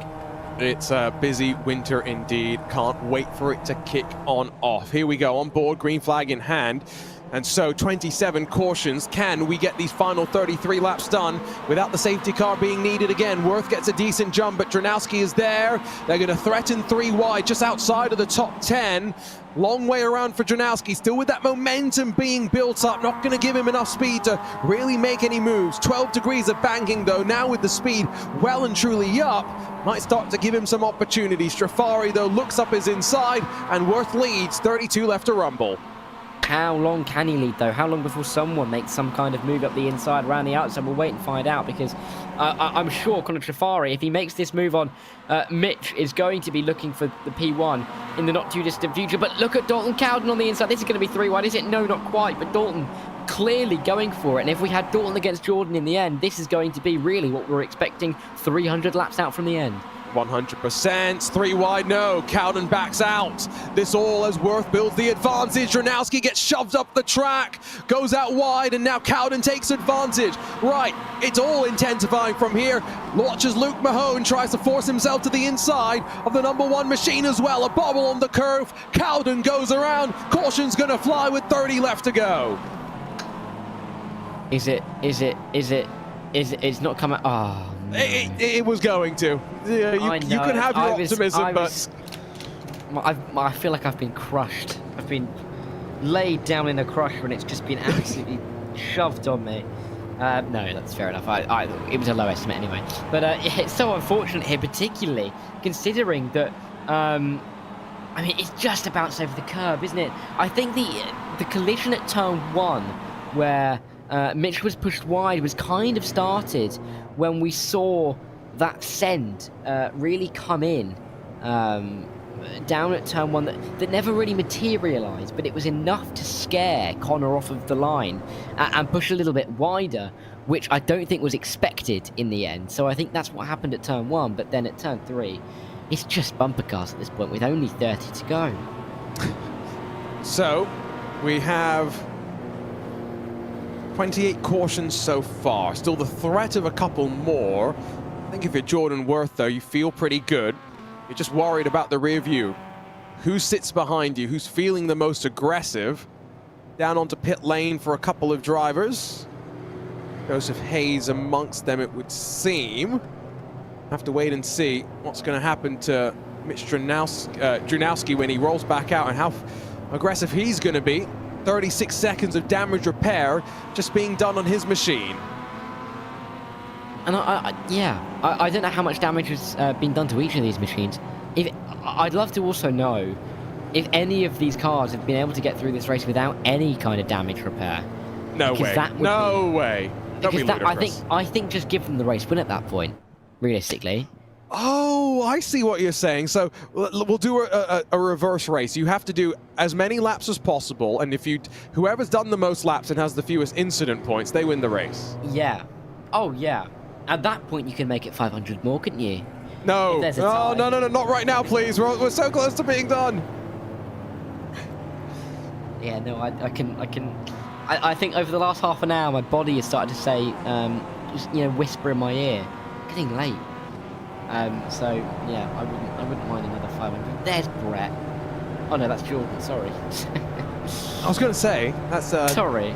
That's not Benny, our pace car driver. Benny, so Brett. Where did they get Brett from? I don't even know. There's not even a Brett in this race. I'm pretty sure. No, there's not. Oh God. Yeah, that's just Brett. Yeah. That's just being what 5 o'clock in the morning now. I think I've been. But before I came for the broadcast, we had the news on, and there was a clip from Fox, and it was Brett Bayer. That might be what it was. But yeah, I don't know where the word Brett's come from. It's just stuck in your mind. Don't worry. Lewis McLeod, he called Michael Costantini today. So stuff happens. He also mispronounced his own name, didn't he? To be fair, that's fine. Don't worry about it. He does that more frequently than we care to admit. 25 to go, and Trafari, was trying to time the restart. Oh, but Wirtz really made him work here. Not a great jump from Mahone as he tries to cover off any move from Trevor Trago in behind. Challenge for the lead comes from Trafari. We've got some new contenders inside of the top 5 for the first time in a while as well. Long way around for Trafari, 24 at the line. Wirth's going to hold on for the time being. Yeah, Wirth, I think realistically this is his to lose. I think over the last over the last 475 laps, he's been the one who's been controlling the race more than anybody else. So I think if Trafari or even Luke Mahone was to sneak this in, it would be a big old shock. I mean, again, Jeff Drake, Trevor Trago. Trevor Trago was out of the picture completely for a good 200 laps. All of a sudden is in P5. This is on for him, maybe. And if the likes of Cowden and Drunowski can make their way forward, they're back in contention potentially as well. We sit on board with that number 13. Trago going to go down low. Now, is that a more defensive look? Oh, there's chaos behind. We're going to see the caution out once again. It's the 14 that's slow rolling off. That's Jacob Klein. Daniel Solo may be mixed up as well. But now, 29 and counting. Yeah, and let's see if we can make it a plump 30. I think that's going to be the conversation the tribes are having. What's that? We're at 479 now. So we're getting there. That is. Ooh, that's Drunowski as well. Yeah, that's just. Oh, hello. Ooh. Oh, is it nearly upside down. You wanted to see a car upside down, didn't you? You and Lewis McGlade got it on lap 1 at Belle Isle in the IndyCar Open Series, and I was just hoping that we'd get the same here. We've had enough crashes that I didn't expect we'd get one. Oh, that's a bit of a love tap. See, so this is the problem. I've actually looked into maybe doing some Mazda racing in the past, but I'm 6'5". I'm too tall to go in a Mazda and have it flip upside down. Yeah, that would be fun. Yeah, you're picking up what I'm putting down, right? Yeah. That being my skull on the floor. You value your head, don't you? Allegedly, yes. Some accuse me of. Some have accused me in the past of valuing my head, yes. Yeah. But, yeah, I mean, I could probably fit in most things. I fit in the boot of a Mini Cooper. Watch here. It's that second contact with the 14 that stops the rollover. This is more... Oh, is that... No, that's close. That feels more like IndyCar at St. Pete in 2023. Ooh, yes. Where they had that big old crash at the start where it was like almost upside down from 3 of them. But they managed to keep it all level. There were a couple of cars in the air. Were they upside down? I'm going to have to check that at some point. Okay, so I've been trying to avoid bringing this up, but I guess I'm going to. Point of no return. I think if we get a caution with 400... Well, sorry, if we get a caution with 6 laps to go, race is done. Yeah, well, because I think we've had about 5 laps of caution, haven't we? So it might be on. But I think anything from 5 in is done. 6 might be touch and go for 1 lap. I think anything else, we should get green again. Yeah, no, if we get the caution before the 6th lap, I'm pretty confident we get a 1 or 2 lap shootout. Anything after that, I think we end the race. Someone's saying they do have green-white checkered, but I don't see that in sim. I am not seeing any green-white checkered configured, so I'm going to say that I'm not sure about that one, unfortunately.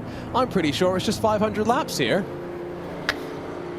I've also seen someone come up with one of the best shots I think I've ever seen for an idea for maybe another, special event. Okay, let's go.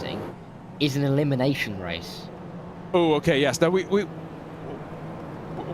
done this before, VTO Esports, Golden Toast Grand Prix. Yes.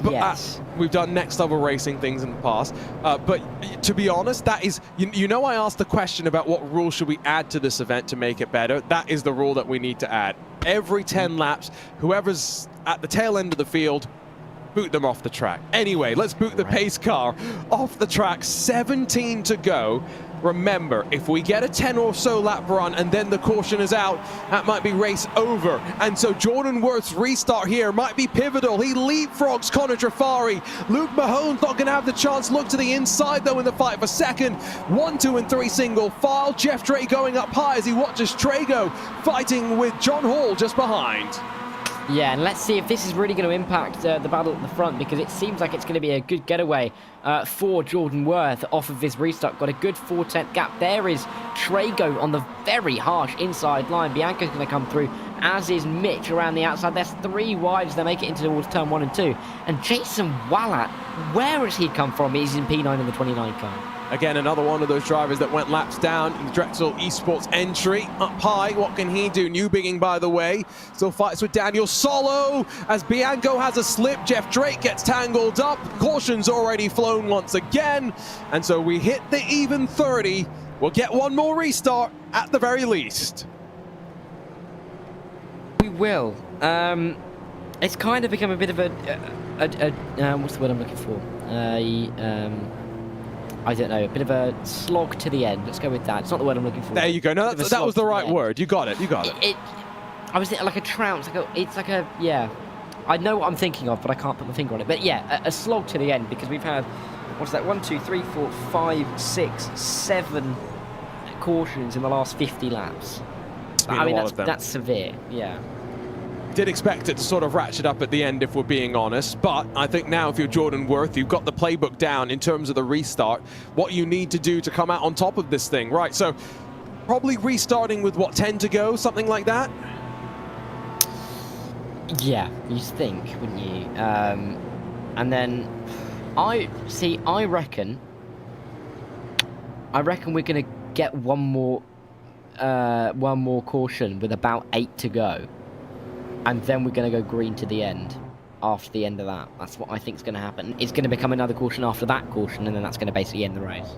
Exactly. I'm looking, by the way, at Daniel Gray's stream. He's in one of the other splits, which does have Eduardo Barrichello in it as well. So that's pretty cool. They're still on lap 435. So they are way behind us. So, you know, you can only imagine. We've had 30 cautions so far. Some of those other splits, even more. Yeah. And that's a lot more. That's 50 laps behind. I mean, when you look at that as a percentage of the race, they're 10% of the race behind.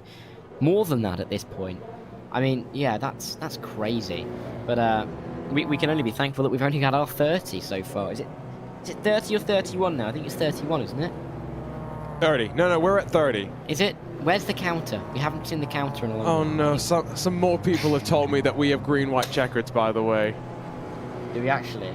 Well, again, I still don't see anything in iRacing. I'm looking in sim and I see nothing about green, white checkered. But, you know, there are people that have been in this race that probably know a little bit more than me and done previous splits of it. So I'm going to believe them. You know what we can do?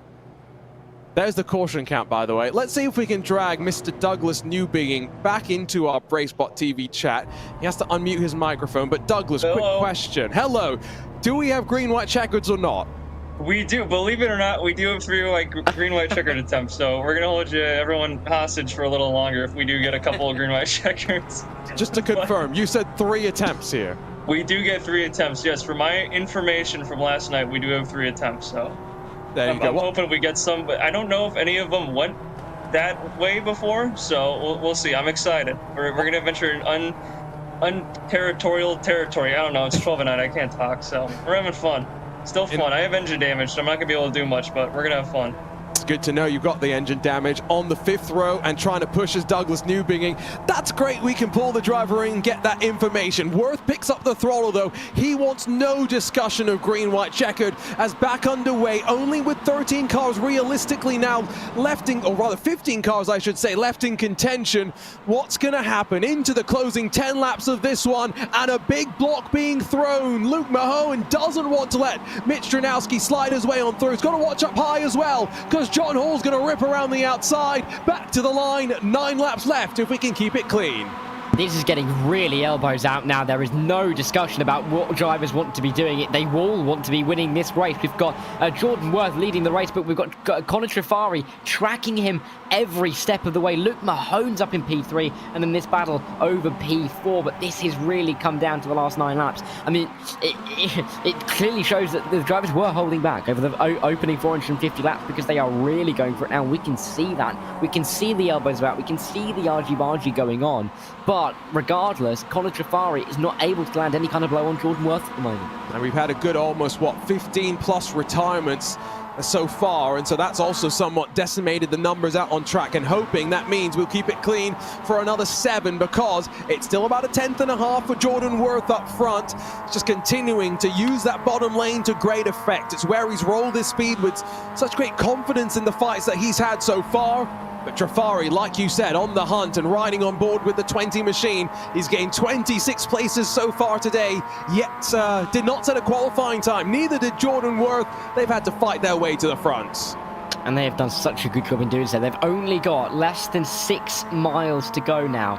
And only, another 11 dips into any kind of corner. This has been such a long race. It has just been such one of stamina as well. And it has come down to Worth against Trifari, which I don't think is something we thought we were going to say 200 laps ago, but Trifari is up there and completely to his own credit.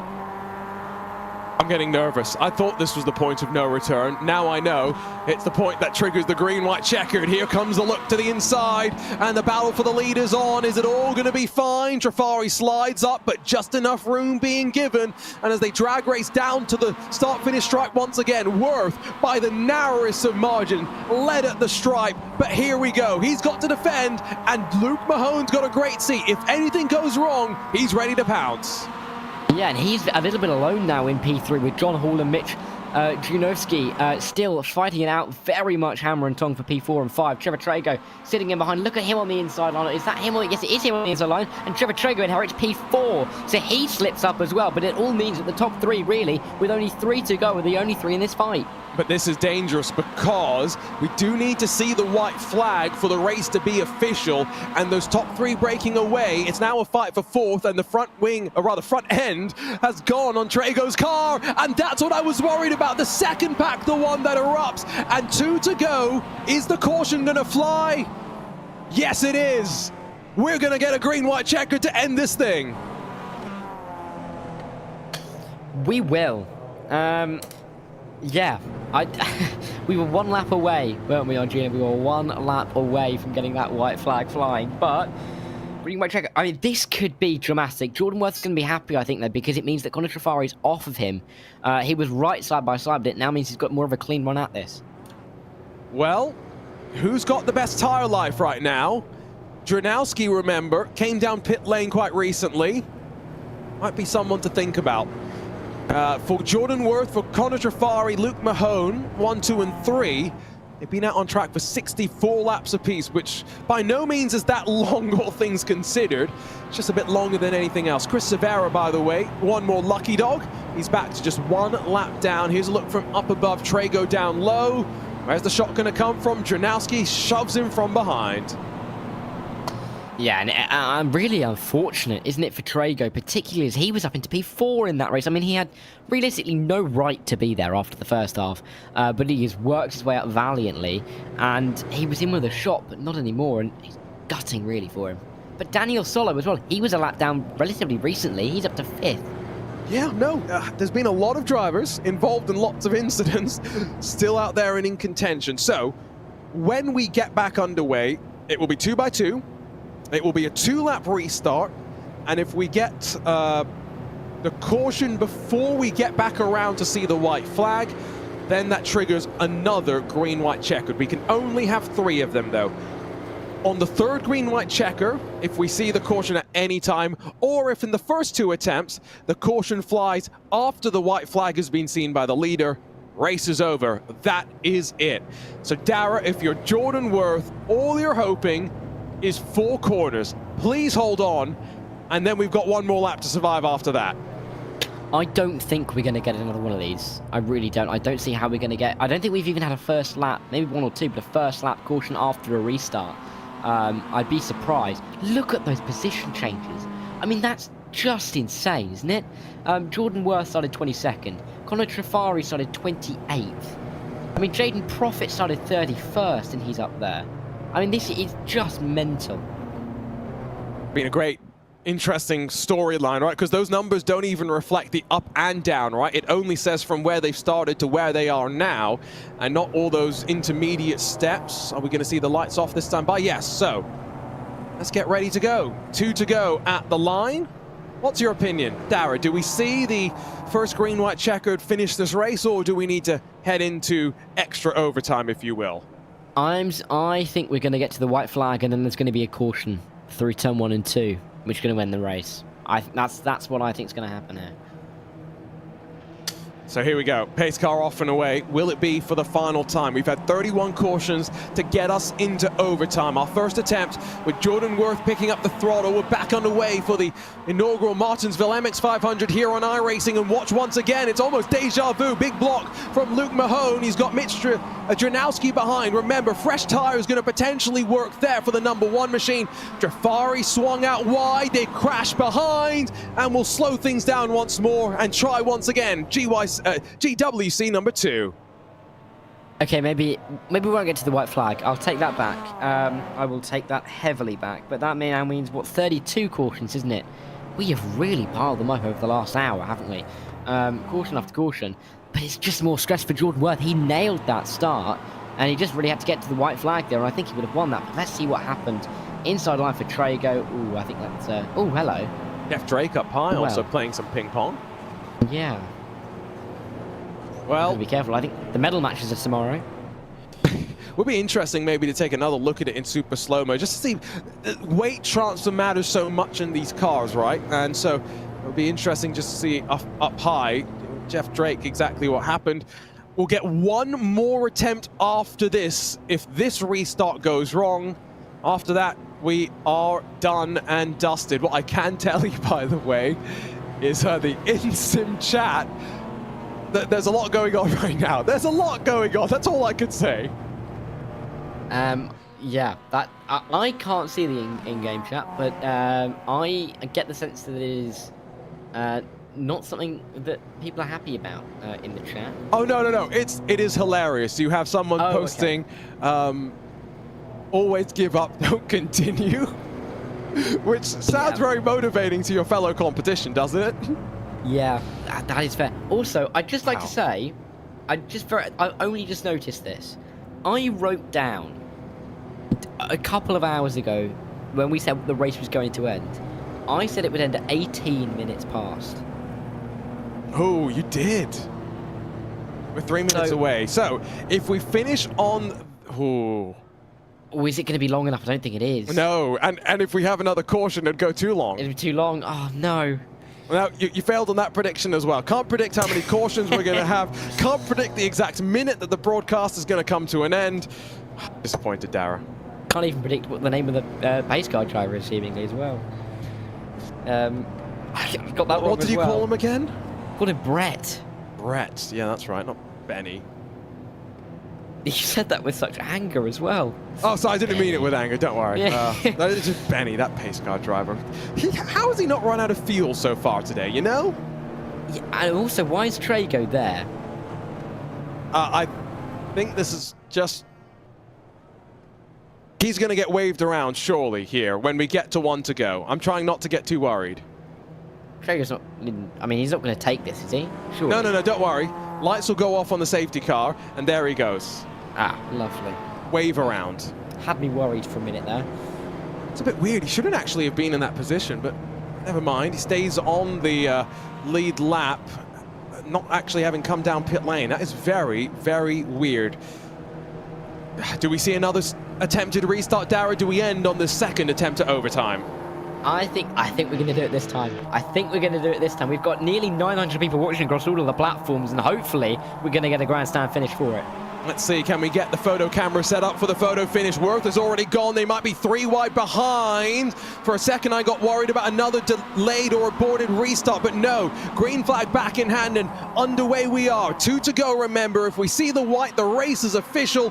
Mahone not blocking as aggressively this time. Janowski is alongside and looking around the outside in the fight for third. We'll come back around out of turn 4. We'll see the white flag. This race is official. 1 more lap to go in the inaugural Martinsville MX-500, and it's Jordan Worth leading out of turn 1 and 2. Yeah, Trafari looking like he might even send it towards 3 and 4, but he's too far back. It looks like Luke Mahone and Mitch Ranowski are still fighting for P3, but surely this is Jordan Worth's now. It's Jordan Worth to lose. They'll fight behind for that final podium spot. He's maybe been the most dominant car of them all across the day. It's Jordan Worth, the winner of the very first iRacing Martinsville MX-500. And under the night lights, he shine bright with the pressure on.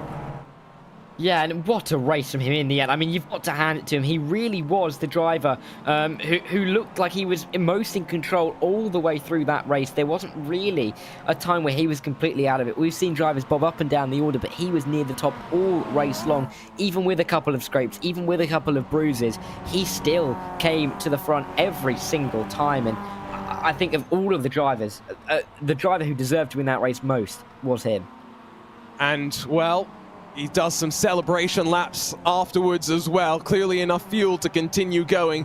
Maybe some well-earned donuts and burnouts now as well.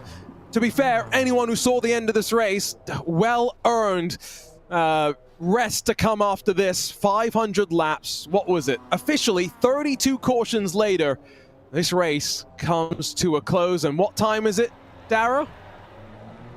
Well, it finished at 17 minutes past, which is close enough. We'll give it to you. Me. But okay, I'll have that. I'll run away and I'll have that.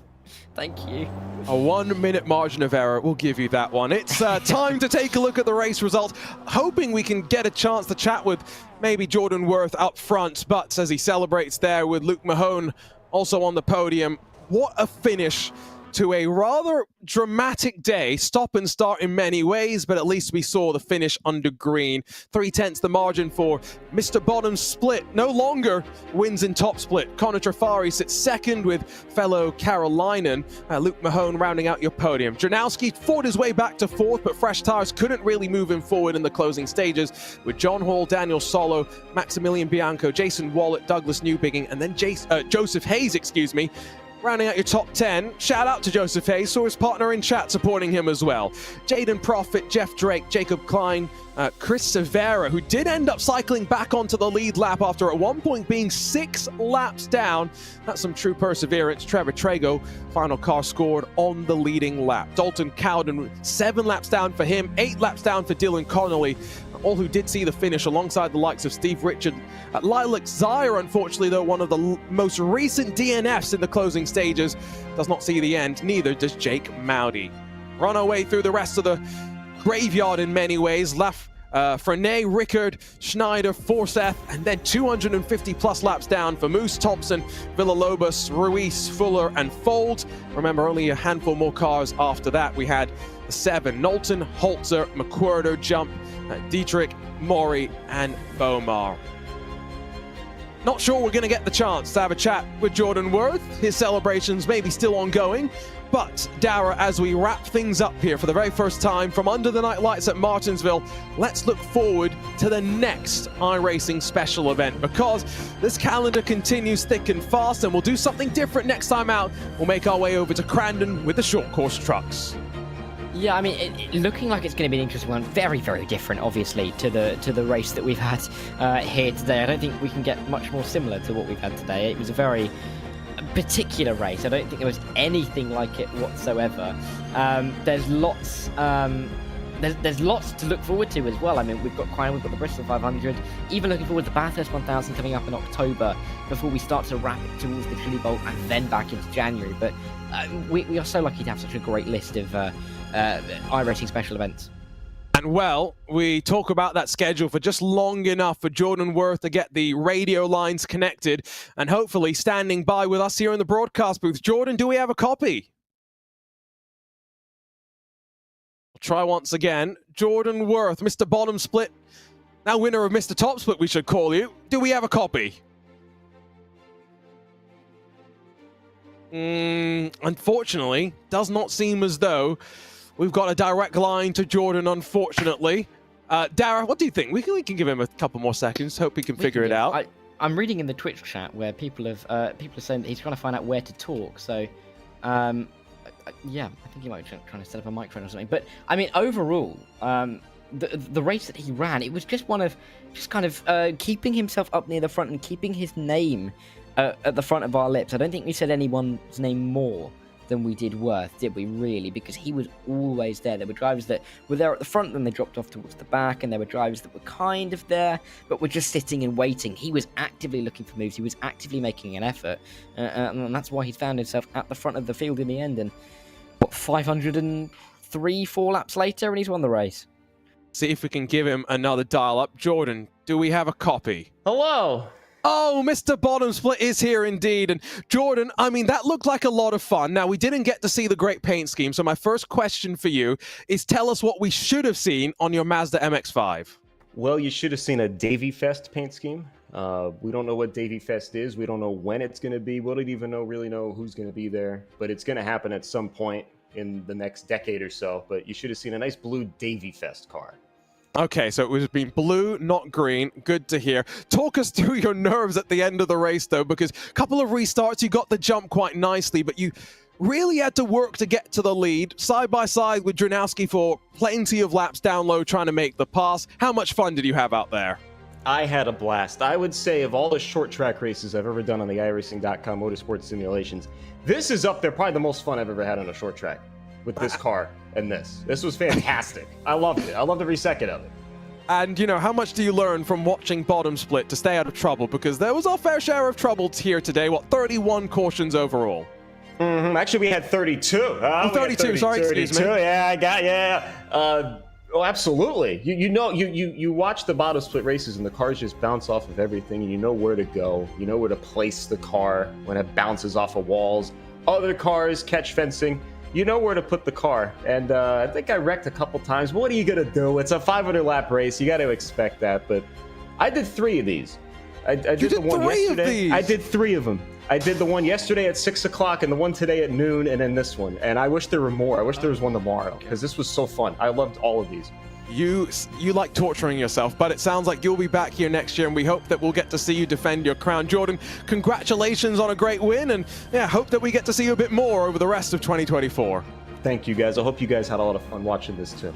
Oh, that is true. Just a shame we didn't see that paint scheme, all things considered. And Dara, that conversation, I'm glad that we managed to get the microphone figured out. Jordan Worth, the broadcaster, he knows how to get it sorted in the pressures of the live situation. It's been a fun event. Next year, I did see a couple of people suggesting we should try another short oval. However, you know, they're going racing in the real world with this combination later this year. So I'm going to watch October 26th when the Whelen Mazda MX-5 Cup Series presented by Michelin makes their way to Martinsville. How it goes? Who knows? Maybe next year we're back here. Maybe we'll find somewhere else to make our home. Yeah, I think there's going to be another driver looking to be on that grid in October, seemingly. Someone who loves driving around this circuit with this car. But 3 of those races, I could never. I just couldn't. But fully props to him for doing that. But also, you were absolutely right. I mean, it was really a race we did not know what to look for when coming into it. We'd heard what happened in races last night. We kind of got a sense of what we were looking for. But in the end, it was kind of a bit of a melee. It was a bit then reserved, and then there were crashes. It had everything, really.